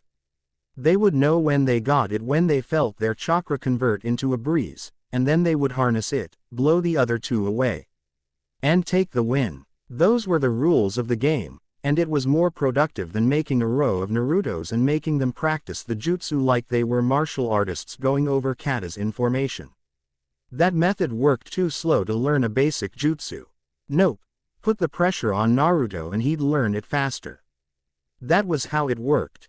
Hence the clearing-wide three-way game of chicken. Fuden. Repusho, wind release. Gale palm. From the sound of the wind blowing and the dispelled clones that Naruto could feel, one of the division matches had been completed. Now too. Damn it, he needed to find the feeling that he needed faster. Wait. He felt a tickle of air. Was that from him or from his clones? No. It was him because it moved over the backs of his hands first. All right, just a little bit more and he'd win. It would be humiliating for the original to be knocked out of his own tournament with his clones. Stop thinking about winning and just win already. Kurama said inside of Naruto's head. If you can go for the kill, you do it. You're lucky you're playing a game with yourself and not fighting a real battle. Shake that mindset sooner rather than later. Demonic chiding aside, Naruto was going for the win until his other clones that remained in the field heard rustling in the foliage at the edge of the area. An unsaid agreement was made to drop the competition for now so that some of the clones could investigate. Without saying a word, 4 of Naruto's remaining clones pulled out a weapon just in case and started carefully walking to the edge of the field. Their mission to investigate didn't last long, however, as they were peppered with shuriken and destroyed. Naruto was left with flshes of red eyes in his mind and held his head upon hearing Kurama's angry growl at the memory from the clones. Kurama, were those the same eyes that the guy who? Yes, Uchiha eyes. Remember what I just said about going for the kill? Yeah, don't hesitate for a second. What the hell made Kurama think that it was going to end in a fight? It was kind of difficult to think that it was when the first sight Naruto saw of the actual Uchiha's body was a boy his age walking out from the brush holding a kunai up defensively. He had black hair that was spiky in the back, black eyes, and wore a blue t-shirt with a high collar, white shorts, white and blue arm warmers, and blue sandals. He seemed to be looking around at the scene of the 14 remaining Naruto clones strangely before staring at one thing in particular about them. Yeah, one of Naruto's clones asked in a bit of an uppity manner. He wanted to get back to training so that he could win the tournament of clones and prove he was the best Naruto. What do you want? We're kind of busy. The Uchiha boy just looked at all of them and narrowed his eyes on them. TCH, it's not the leftovers from that Hyuga escort party. He said to seemingly no one in particular. It's an Uzumaki though. A weird-looking Uzumaki, but still an Uzumaki nonetheless. Naruto's clones all got defensive at the identification of his clan, only for several to be taken out from elsewhere. Scatter.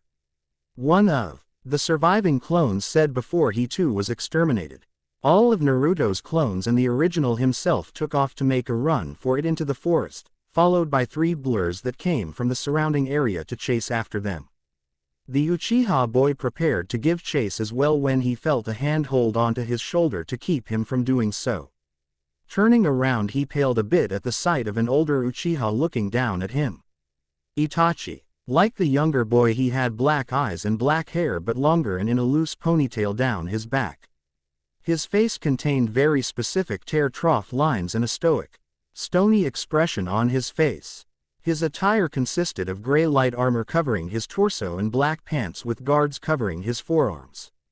Clearly a man used to constant combat from the looks of him. Sasuke, why would you waste effort pursuing that boy? Itachi asked of his younger brother, who took a step away from him when he was able. He isn't the target we're meant to capture. Everyone else is going after him, Sasuke said in argument before trying to run off again, only to have Itachi stop him once more. What are you doing? I haven't fought a single battle since we got sent out here. I found him. I should go after him. He's an Uzumaki. The fact that he was spoiling for some action after finding out that he was actually going to be sent out with his big brother for on CE made him more eager to get into a fight than normal. For once he had a chance to be impressive in front of Itachi, whose entire career was just one big chain of big moments. And getting to take down a member of a clan that was a well-known ally to the Senju clan would only prove to be a big moment for his career as well. His Sharingan turned on out of the sheer excitement he had at the thought. This campaign in the West was his first distance dispatch as a full-fledged member of the Uchiha clan. Did you ever stop to consider why you would find one Uzumaki clan child all the way out here? If you ever see any of them on the mainland, it's never this far away. Itachi asked Sasuke as a means of making him wait and think. They were way too far west to simply come across an Uzumaki. The Hyuga clan isn't allied with the Senju clan, which means that an Uzumaki wouldn't be here to help them fight against us. Aside from that, the current conflict between the Uchiha and nearby Hyuga clan Hadn't even been going on long enough for the latter to even begin trying to seek assistance from any other Hi-no-Kuni clans. And the boy had been alone technically. That clone jutsu he'd been using didn't count. Whatever, Sasuke said, realizing that Itachi was never going to let him go chase after the blonde kid he'd come across. There went his chance to show his talent to his powerful big brother. As long as you don't leave me behind when it's time to actually do missions. He didn't just want to be some place filler. We'll see, Itachi said before narrowing his eyes in the direction that Naruto had run off in to evade the Uchiha who had gone after him. There was something about that boy's appearance that lined up with a rumor making the rounds around the country, the Uzumaki clan's Jinchuriki. Apparently the new Jinchuriki didn't look like any other Uzumaki, and he was just a child. Those marks on his cheeks did seem extremely out of place. There was work to do, but Itachi had to say that he was intrigued. Later perhaps when things weren't so busy. Right now they needed to locate the person of interest that the Uchiha clan had been pursuing when Sasuke had come across the other child.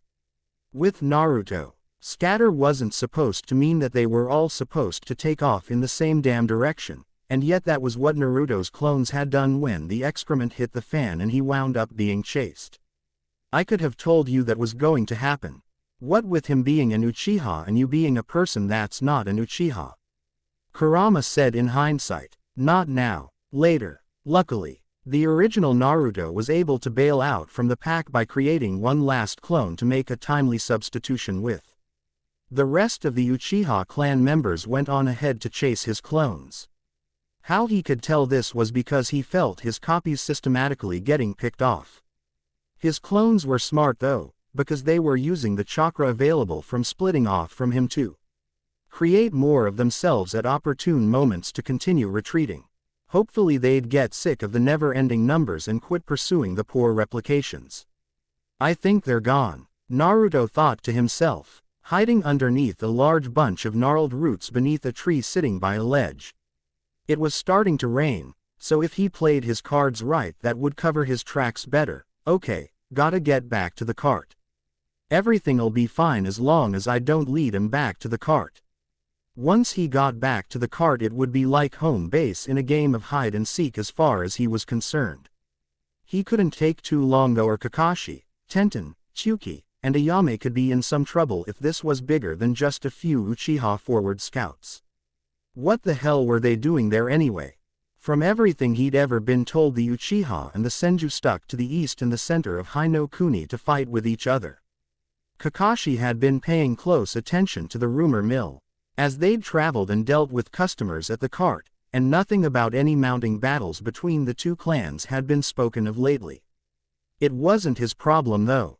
What was his problem was getting back to his people before things got worse. And then things got worse. Kind of. Because Naruto's little temporary hiding place was infiltrated. Not by an Uchiha, at least he didn't think she was one. A girl his age with a short, level-style dark blue-colored haircut, fair skin, and white eyes who seemed totally scared to death of the sight of Naruto and the kunai in his hand. She wore a cream-colored jacket with a hood and fur around the cuffs, dark blue pants, and blue sandals. The two just stared at each other for the longest time until the girl's eyes drifted down to his kunai and stayed there. Naruto's eyes did the same before panning back up to her face. Shish. Hopefully she knew the score of what was going on right now. From how she'd been breathing somewhat heavily, she'd been running. The girl just nodded and her eyes flickered away before looking back at Naruto. Anyo, you're not an Uchiha. No, I'm not, Naruto said, moving past her to get closer to the roots they were taking cover beneath. Wait, how well did you lose them before you hid here? The girl held a hand to her chest before closing her eyes, reopening them with veins bulging around her temple and features of her eyes becoming more distinct. This only lasted for a second or so before she deactivated it and let out a tiny eep sound. Not very well, I'm afraid. Naruto actually turned his head back around to give her a distinct look of annoyance mixed with fear. What the hell do you mean, not very well? Once again the two stared at each other as Naruto could hear movement through the leaves coming closer. He had several seconds to contemplate whether he should just run and ditch this girl who led the enemy straight to him, or do the right thing. As if it was ever even in question what he was going to do. Kaden. Gukaku no Jutsu, Fire Release, Great Fireball Jutsu. Without the girl's consent or even informing her of what he was about to do, Naruto scooped her up and dove out from underneath the tree just before it burst into flames. Why did he have to take her with him? Whatever issue the Uchiha clan had with her, it wasn't his problem. I hate Hai no Kuni. Naruto shouted to himself as he could feel the three people in pursuit right behind them. 2 guys, 1 girl. These were different guys from the first squad that had gone off on a wild goose chase after his clones. I hate it so much. Fuck this country. The poor girl that was being chased for whatever reason couldn't really do anything but hold on tight and curl up as best she could in the arms of the strange boy she'd come across while fleeing from her clan's newest enemies. What are we going to do? I don't know, Naruto replied in an alarmed manner. I didn't have a plan when I grabbed you. I didn't have a plan before I grabbed you. I'm making all of this up as I go along. Ninja-san. Drop. Naruto didn't know why he listened to the girl that shouldn't have been able to see a damn thing, due to how her face was buried in his chest, but he did as he was told and by dropping down a branch managed to avoid several kunai from spiking his brain stem, letting them hit the trunk of one of the trees. How'd she know that was about to happen? It didn't matter. It was time to actually do something about this, because these guys were just as quick as the ones that had been after his clones and he was carrying a girl, so he was slower now. He couldn't stop and fight while holding onto this girl though, and even with the ability to litter the forest with clones, taking on the Uchiha clan on one wasn't his idea of a fun morning. But there was one thing he could do, since it only took one hand seal that he could do in his sleep. Kage Bunshin no Jutsu, Shadow Clone Jutsu. Naruto created 3 clones that turned around to face off with the 3 adults pursuing him, but they didn't seem to be deterred by the numbers in the slightest. They're all solid clones. Take them out. All 3 of the clones clashed in midair with the Uchiha adults and were quickly defeated. In theory they were defeated at least. One of the Uchiha said as he struggled while holding his hands in his face after passing through the puffs of smoke from the destroyed clones. I can't see. What did that brat do to me? His 2 fellow clan members moved closer to him and set his hands aside to find an explosive tag stuck to his visage, burning down ominously. Their faces morphed in horror and they tried to flee away from their doomed comrade after seeing what had attached itself and attached stubbornly to his face. But it was already too late for all 3. Boom. Farther away, Naruto flinched at the sound of his tag going off. He stuck a tag of his own to the back of one of his clones and activated it after creating it instead of having them use their own supply, which would have vanished from existence the moment that they dispelled. The point of the trap was to make the enemy destroy the trapped clone so that the tag would be concealed in the smoke and would stick to them. He was hoping that they'd underestimate the clones in the taijutsu department because he was a kid and would waste the projectiles on taking them out from afar, and he was right. Man, he wished someone from the village was around to see that. Actually he didn't, because it was kind of raining hot body parts and blood spray. Not nice. Landing on a branch far enough away that Naruto knew they weren't being pursued any longer, he set the girl back onto her feet and held onto her so that she wouldn't fall out of the tree as he admired his handiwork. That worked way too well, and he was really feeling himself at the moment. That really blew him away, didn't it? Yes. Heroic one-liner. Check. The girl couldn't really believe it either. A boy that looked to be almost exactly her age managed to overcome a team of Uchiha clan shinobi that were at least several years his senior. Albeit it took a lot of running away. But if he had really been that overmatched, his little trick would never have worked. Averting his gaze over to the girl next to him, he gave her a big grin to reassure her that things would be fine. If anyone asks you and you tell this story to somebody later, It was 8 guys instead of 3 and I carried you out of that tree after it caught on fire. Speaking of fire, he then released just what big beacons the fire from the explosive tag and the burned tree were going to be.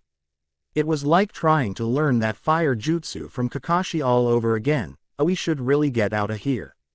Like now. He went to pick her up again but quickly found out that it was not necessary when the girl started jumping from branch to branch all on her own. She could do that the whole time. Why the hell didn't she tell him that from the start?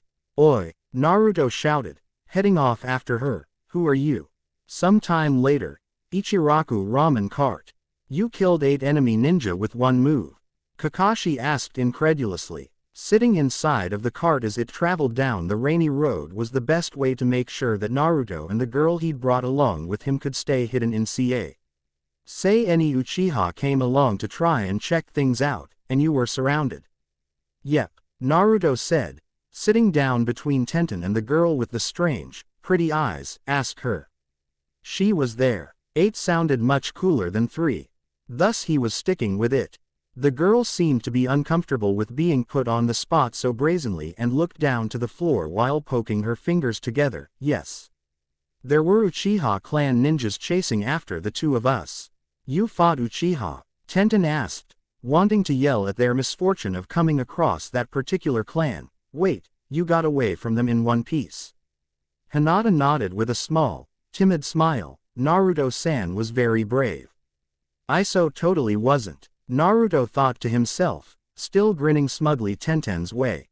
His bun-haired RTNER wasn't believing any of his crap either and it showed all over her face. I was 30 seconds away from freaking out.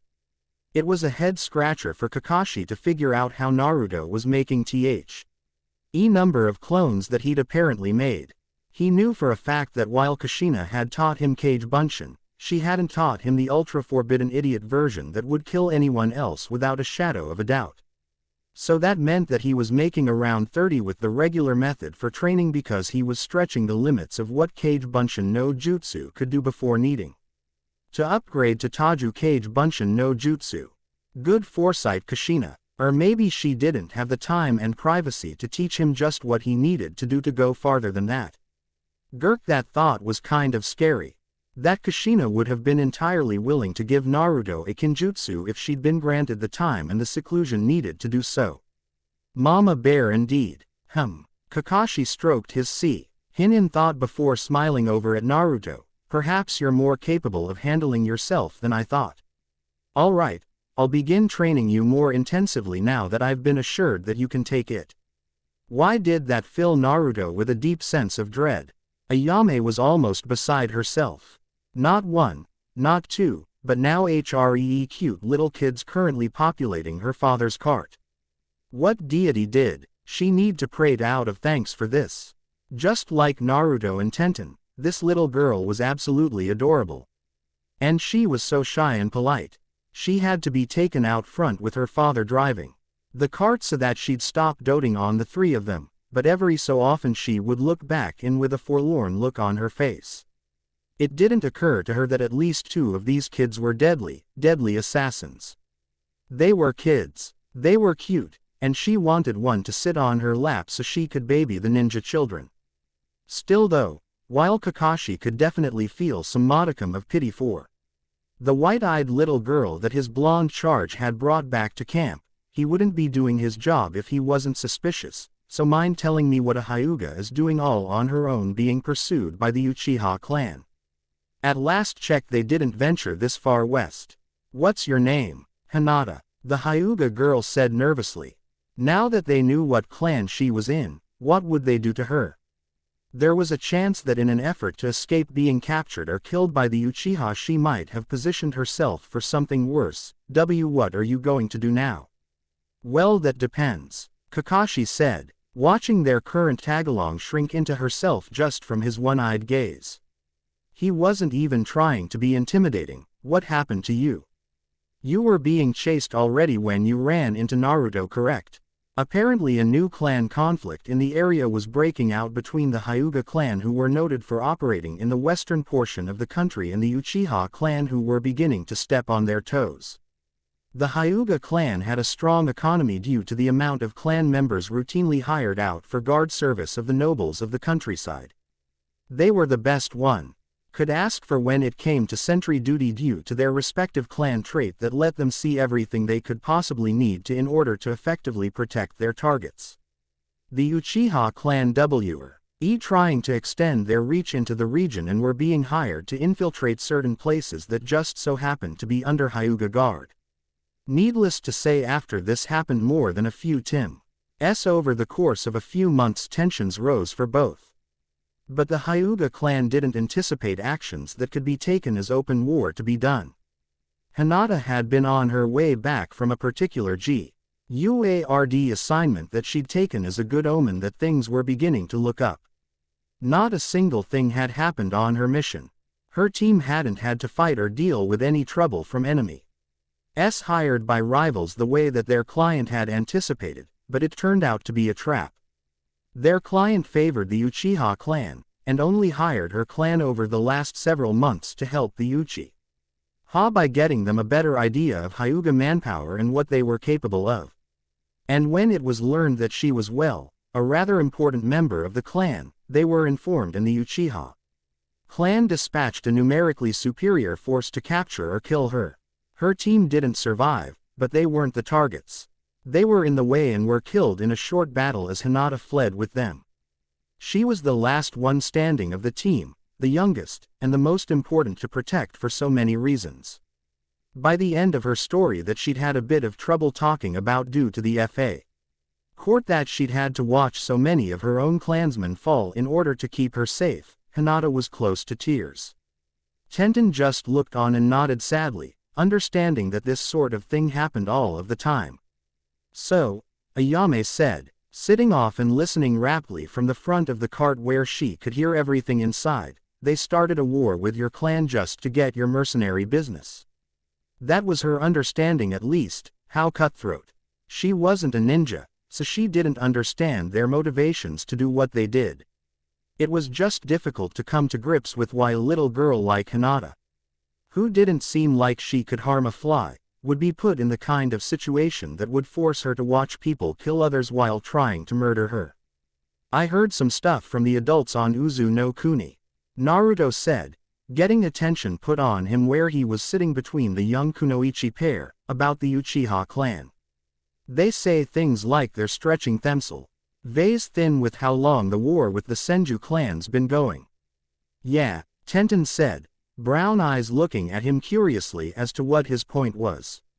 She didn't know much about the ninja rumor mill sin. She was totally clanless, and the only news she heard were some of the things that she'd been able to glean from travelers passing by her village. It's been going on for so long nobody can remember a time when it wasn't. That was exactly the thing though, as Naruto was getting to, and both of them are running out of money to fight with. He said, much to his partner's surprise. You cool. Didn't keep up a war for longer than a century for free. For the longest time they'd been the go-to clans for any kind of necessary mission services in Hino Kuni because they'd been the strongest. They still were, so both clans were in a process of expansion to try and keep the flow of money coming into their coffers, and that required more than their traditional clientele. They needed to expand outward. The Senju clan allegedly started stretching its attempts for business north past the border in that direction, while the Uchiha clan did the same to the west. They kept fighting over business between each other in the east around the coast where business was most bountiful and the center of Hino Kuni where both clans were situated. Kakashi rubbed Naruto on top of his spiky head for knowing that much about such a sensitive subject. But his clan was close enough to one of the main players involved that adult conversation would trickle down to him if he listened hard enough, when it comes to fighting regional wars. The Uchiha and Senju would much rather fight clans like the Hyuga than fight each other. It doesn't cost nearly as much, and usually winning one puts them in a better position to continue waging war with the other. Most of the time, the clans that they pitted themselves against would back off rather than fight one or the other. But if things turned violent on a wider scale, neither had any problem with battling them with the same intensity that the Senju clan and Uchiha clan would use against each other. Internally Kakashi was kicking himself at not being able to read the current climate of the region better. If he knew things were getting tense in that way, he would have taken them out of the way instead of continuing on straight through. It was too late now though. They just had to keep moving and get themselves out of the hotspot as soon as possible. Still though, I need to go back home, Hinata told them, standing up from her seat to bow and ask their permission. I know I've been enough of a burden already with needing to be protected by Naruto-san, but right now I don't think I would make it back on my own. I see, Kakashi said, deciding that it was a better option than just walking west and hoping that they didn't run into any more unwelcome surprises. Hopefully Naruto had filled their quota for the day this morning. Your home wouldn't happen to be west, would it? We were kind of going that way when Naruto brought you here, and it would be really helpful if... Kakashi, I'm just saying. Uchiha clan fortress. They lost both of them. Walking through the halls of a well-outfitted, bustling hilltop hideout with his older brother Itachi, Sasuke was definitely now kicking himself for being held back from continuing by Itachi. How'd that kid kill 3 of us? They were older than him. Older doesn't mean better, Itachi said, chiding Sasuke for that kind of mindset. You should know that by now. In theory they were stronger than him. But that lends itself to its own list of things they could have fallen prey to. Itachi saying something like stronger not necessarily meaning better was sort of lost on Sasuke, as Itachi was really the last person he really found that appropriate to hear such a thing from. Itachi was stronger and better than anyone else really. Rumor had it that he possessed the Mangekyo Sharingan, but he didn't show it to others with the exception of their father due to him leading the clan. Neither spoke about it. Itachi wasn't comfortable when it came to using or referring to it. Sasuke figured he might as well have stayed at home and kept taking missions there. His first time facing some real danger on the battlefield in a distance campaign, and he only got to fight a few Hyuga clan members more concerned with keeping their heirs safe than trying to win. At least they were taking steps to begin actively engaging the Hyuga clan now. An ambush like before wasn't going to help him prove anything to himself or to his family, so what's the strategy? Sasuke asked. The two of them walked outside of the fortress past some of the guards to overlook the lush valley that they'd put their fortress at the center of. Atop an incredible multi-tiered hill that allowed them to oversee almost everything. There was nothing around for miles, making their stronghold a proper hideout, but it wouldn't hide their place from the Hyuga clan if they could get a general read on their location. That was why this campaign needed to move quickly. They'd already positioned strike forces just outside of 3 villages under the protection of the Hyuga clan, ready to make a move at Itachi's discretion as he was the head of this whole operation. Most of the clan members seemed excited about the fact that they could possibly eliminate a rival in short order, since many of them in the current generation were so used to fighting against an enemy in the Senju that they couldn't ever seem to wear down enough to break. Itachi, however, didn't seem to share the same sentiment as many of them. They couldn't tell if this was a business as usual kind of thing for the battle-hardened Uchiha powerhouse, or if he was feeling disenfranchised for some reason or another. Actually, most of them couldn't see any difference in Itachi at all other than those close to him like Sasuke. But for those that could, he definitely seemed off about something. We have a flanking formation on the Hyuga clan grounds, Itachi said, kneeling down to draw a diagram of what he was explaining in the dirt for Sasuke's benefit. Do you see? He said, pointing to 3 settlements around one large one. They're in a semicircle around the Hyuga grounds, right? Yes, Itachi said. The plan is to cause a diversion in one and attack from the angles provided by the other. Right now it doesn't matter which.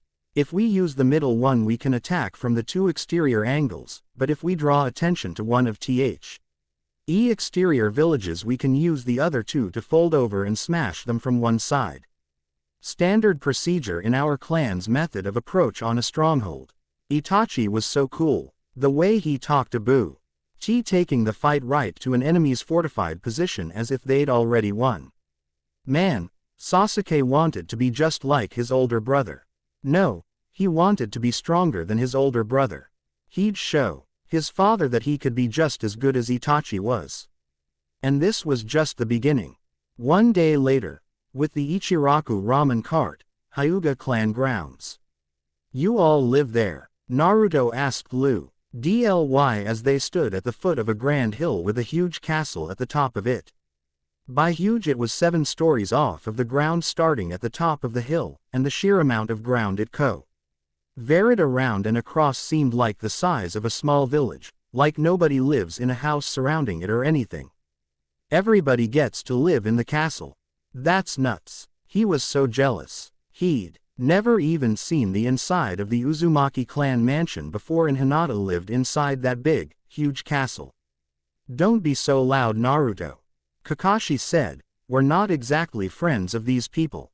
Before he could even finish his sentence, they were surrounded by 10 other obviously Hyuga clan members with their strange dujutsu active, glaring suspiciously at them, yet. "Hello there," the white-haired adult said as Naruto and Tenten huddled around him in a makeshift manji formation. "Where are the rest?" one of the Hyuga clan members said, coldly staring down the new arrivals with their featureless eyes. "Hinata-sama left 4 days ago for her mission with 6 other members of our clan." "So where are they?" "We don't know," Naruto said, finding that to be the wrong answer when he felt himself layered in the pressure of their collective killing intent. "Seriously. We don't know. I found her running away from some Uchiha guys in the forest." Not helping. Tenten chanted under her breath before she saw that all of these Hyugas had some strange green mark on their foreheads, 2 canes on opposite sides of a manji-looking design. What the hell was that? Hinata moved from behind them to try and talk down her clansmen from trying to find a reason to kill the group that involved her technical savior. Upon seeing her endeavor to defend them, her presank. Starting disarming things before she'd even spoken. "The team I left with was attacked by the Uchiha clan on the way home," Hinata said sadly, taking a moment to let it sink in as to why she was the only one who had made it back. "These people went out of their way to escort me home. They're friends." The eyes of the Hyuga clan snapped back onto the ninja trio. "Yes. Friends. Totally friends," Naruto said a bit louder than necessary, netting him a pinch on the arm from Tenten. Hey, this was the first time he'd been surrounded like this. Being all cool like Kakashi wasn't really his forte when he wasn't sure he was a few seconds away from a hopeless fight, let alone when he was actually facing one down. Sparing the small boy one glance with their strange dujutsu Kekkei Genkei, they all dropped their jaws at the sheer amount of chakra they could see coursing through his body. And then they looked up at Kakashi and noted the very particular trait he was hiding behind the sloped left side of his headband over his eye. Copy Ninja Kakashi, and some Uzumaki kid with way too much chakra and a seal on his belly holding back even more that they couldn't really sense. "Hataki-san. Oh, nay," of the Hyugas said with a half-bent bow, "thank you for returning Hinata-sama and braving the Uchiha clan to do so. We're all aware of your reputation with them." It was nothing," Kakashi said, a bit confused at the sudden change in attitude, but not really hating the shift whatsoever. "All in a day's work, I guess." Sometimes he forgot that he was supposed to be famous. Lately it was kind of hard to remember when he was basically babysitting a pair of preteen killers, one of whom was glaring at him for stealing his hero thunder. "Our clan patriarch would love to speak with you. Please. Your children and the merchant folk with you will be allowed onto the premises as guests until you depart. It's not safe in this area."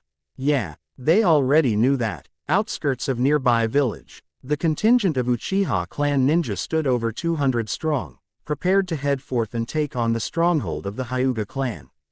As it now stood, they were out of range of being seen by the Byakugan that every single one of them possessed. But once they began their approach, they would never get close enough to even begin launching distance attacks unless Itachi's stratagem worked.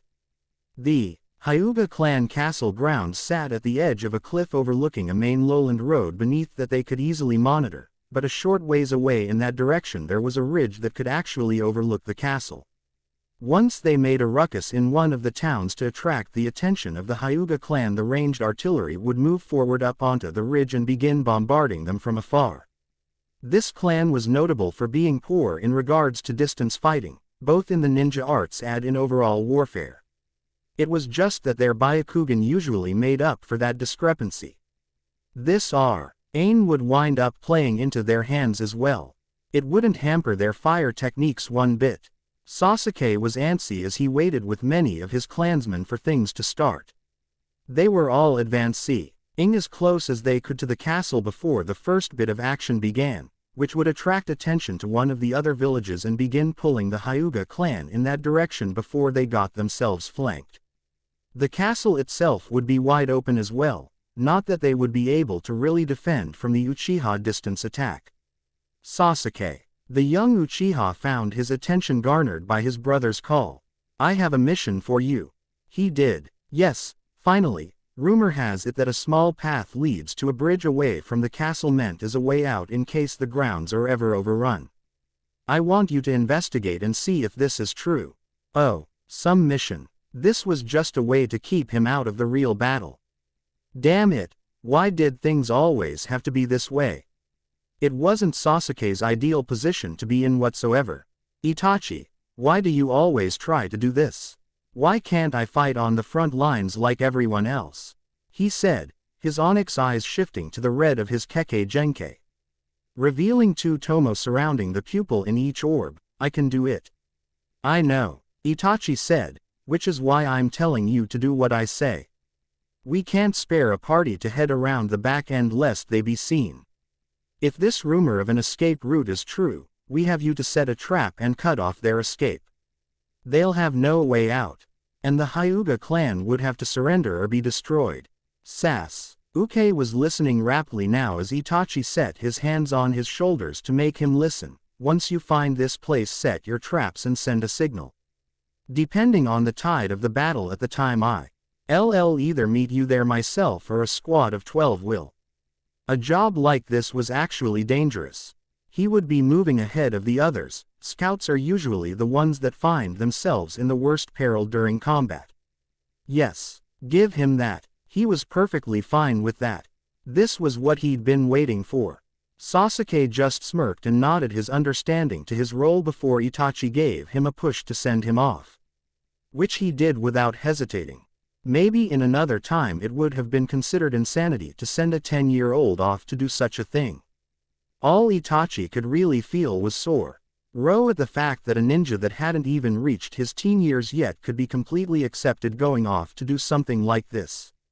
Sasuke might have been older than Itachi was when he'd first been sent out to do this sort of thing. But there was still a hope in his older brother's mind that Sasuke wouldn't turn out to be anything like him no matter how much Sasuke wanted to be.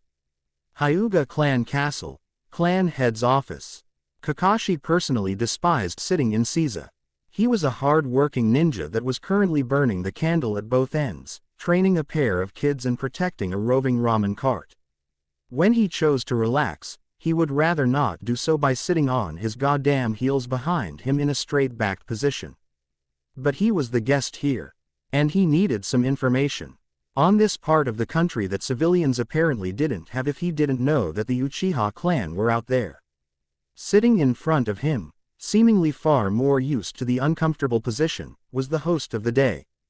Hyuga Hiyashi, a stern-looking man, at least a decade older than Kakashi, with a high forehead, long black hair, white-colored eyes, and loose-fitting white robes with a brown houri over them. The clan of noble shinobi, and when taking note of this man and many of the others he'd seen since arriving there, they really looked the part. What brings the infamous Hitaki Kakashi to this part of Hino Kuni?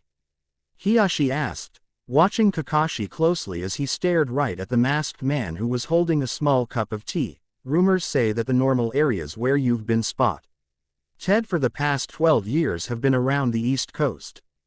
Kakashi knew he was to be expected to drink, but he'd be damned if he took his mask off for any reason whatsoever. He didn't take his mask off to sleep when he was half dead in a hospital, or to get laid, so he definitely wasn't going to do it today. Well, would you believe me if I said I just felt like a change of scenery? Not in the slightest. I didn't think so. And the children with you? Hiyashi continued, calmly sipping at his tea, a clan-less little girl and an Uzumaki with monstrous chakra, even by their standards. Oh, Kakashi didn't like the way that this seemed like it was about to go. Which one, Hataki-san? Kakashi just stared at him before sighing. Byakugan. Byakugan. Hiyashi confirmed, allowing the veins around his temple to bulge at the sides of his eyes to turn on his Kekkei Genkei. We can see almost anything. It's just that not too many of us know exactly what we're looking at when we see inside the child. Jinchuriki are a mysterious sort, and Fuinjutsu isn't exactly our strong point. Hence the cursed seals on the heads of your branch family that effectively set up a caste. Kakashi thought to himself, wisely choosing not to say this aloud. If I gave Naruto 3 years to study what it's supposed to be for, in his downtime he could probably come up with something better than that. Naruto might have been a chibi Uzumaki. But he was still an Uzumaki. It was like those people could read the language of the seals, and it looked like Naruto wasn't that different, if a little less learned due to his age. The stoic Hyuga leader remained with his impassive stare on Kakashi. The Jinchuriki rumor is true after all. An unconventional-looking Uzumaki boy, and I can see the seal on high's stomach constantly trying to mix chakra with his own. He saw Kakashi stiffen and held up a hand to assuage his fear. No, I can see clearly that the seal is more than stable. His chakra flow is steady and safe. Were he unstable, his chakra would fluctuate wildly. But still, that rumor has made it this far already. Kakashi asked in a bit of wonder. He'd only gotten Naruto 2 weeks ago. It shed the other side of Hino Kuni faster than they had, enough to get to people that had absolutely nothing to do with it. Do you know who could have started it? Hiyashi shook his head in the negative. It's just something that has spread. We were told by the client of the last few missions we've taken. A man that he'd be having a word with for his treachery. And by a word, he meant a palm to the chest, for certain. There are more important things to be concerned with, such as the pending threat of war with the Uchiha clan. About that, is there any way we can get out of here before that actually starts? Kakashi wondered with an amicable eye smile. The Uchiha clan aren't exactly the biggest fans of mine, as you could probably imagine.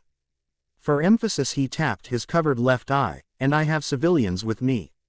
Actually, I would like to, for lack of a better term, pick your brain for possible ways to fight against them. Hiyashi requested with a bit of a bow Kakashi's way, putting the man on the spot.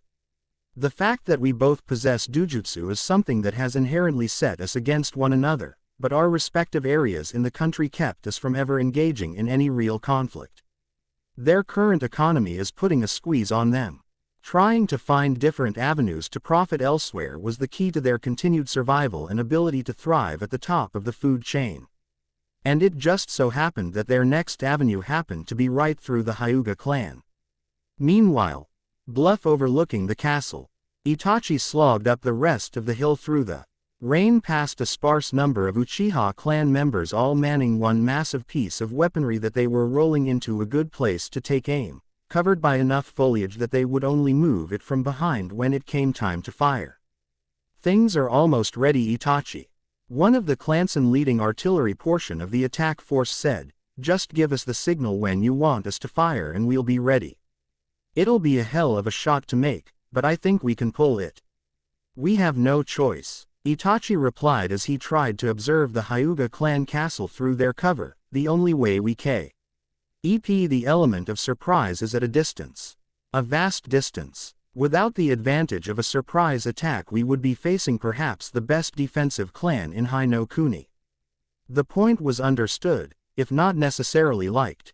The Uchiha clan liked to believe that they could defeat any opponent, but Itachi was the pragmatist of the clan.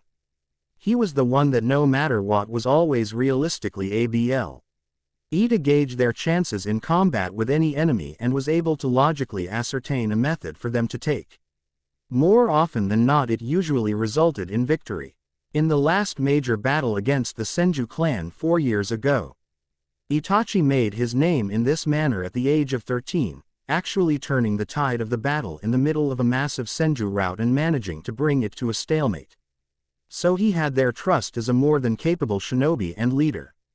His eyes bore witness to the clan members loading up a giant bolt in a massive crossbow that was to be their distance weapon which to terrorize the hallowed grounds of the region's most powerful clan. Prepare to set fire to the arrow at a moment's notice to shoot. It was almost time for the battle to begin. We will continue in next part.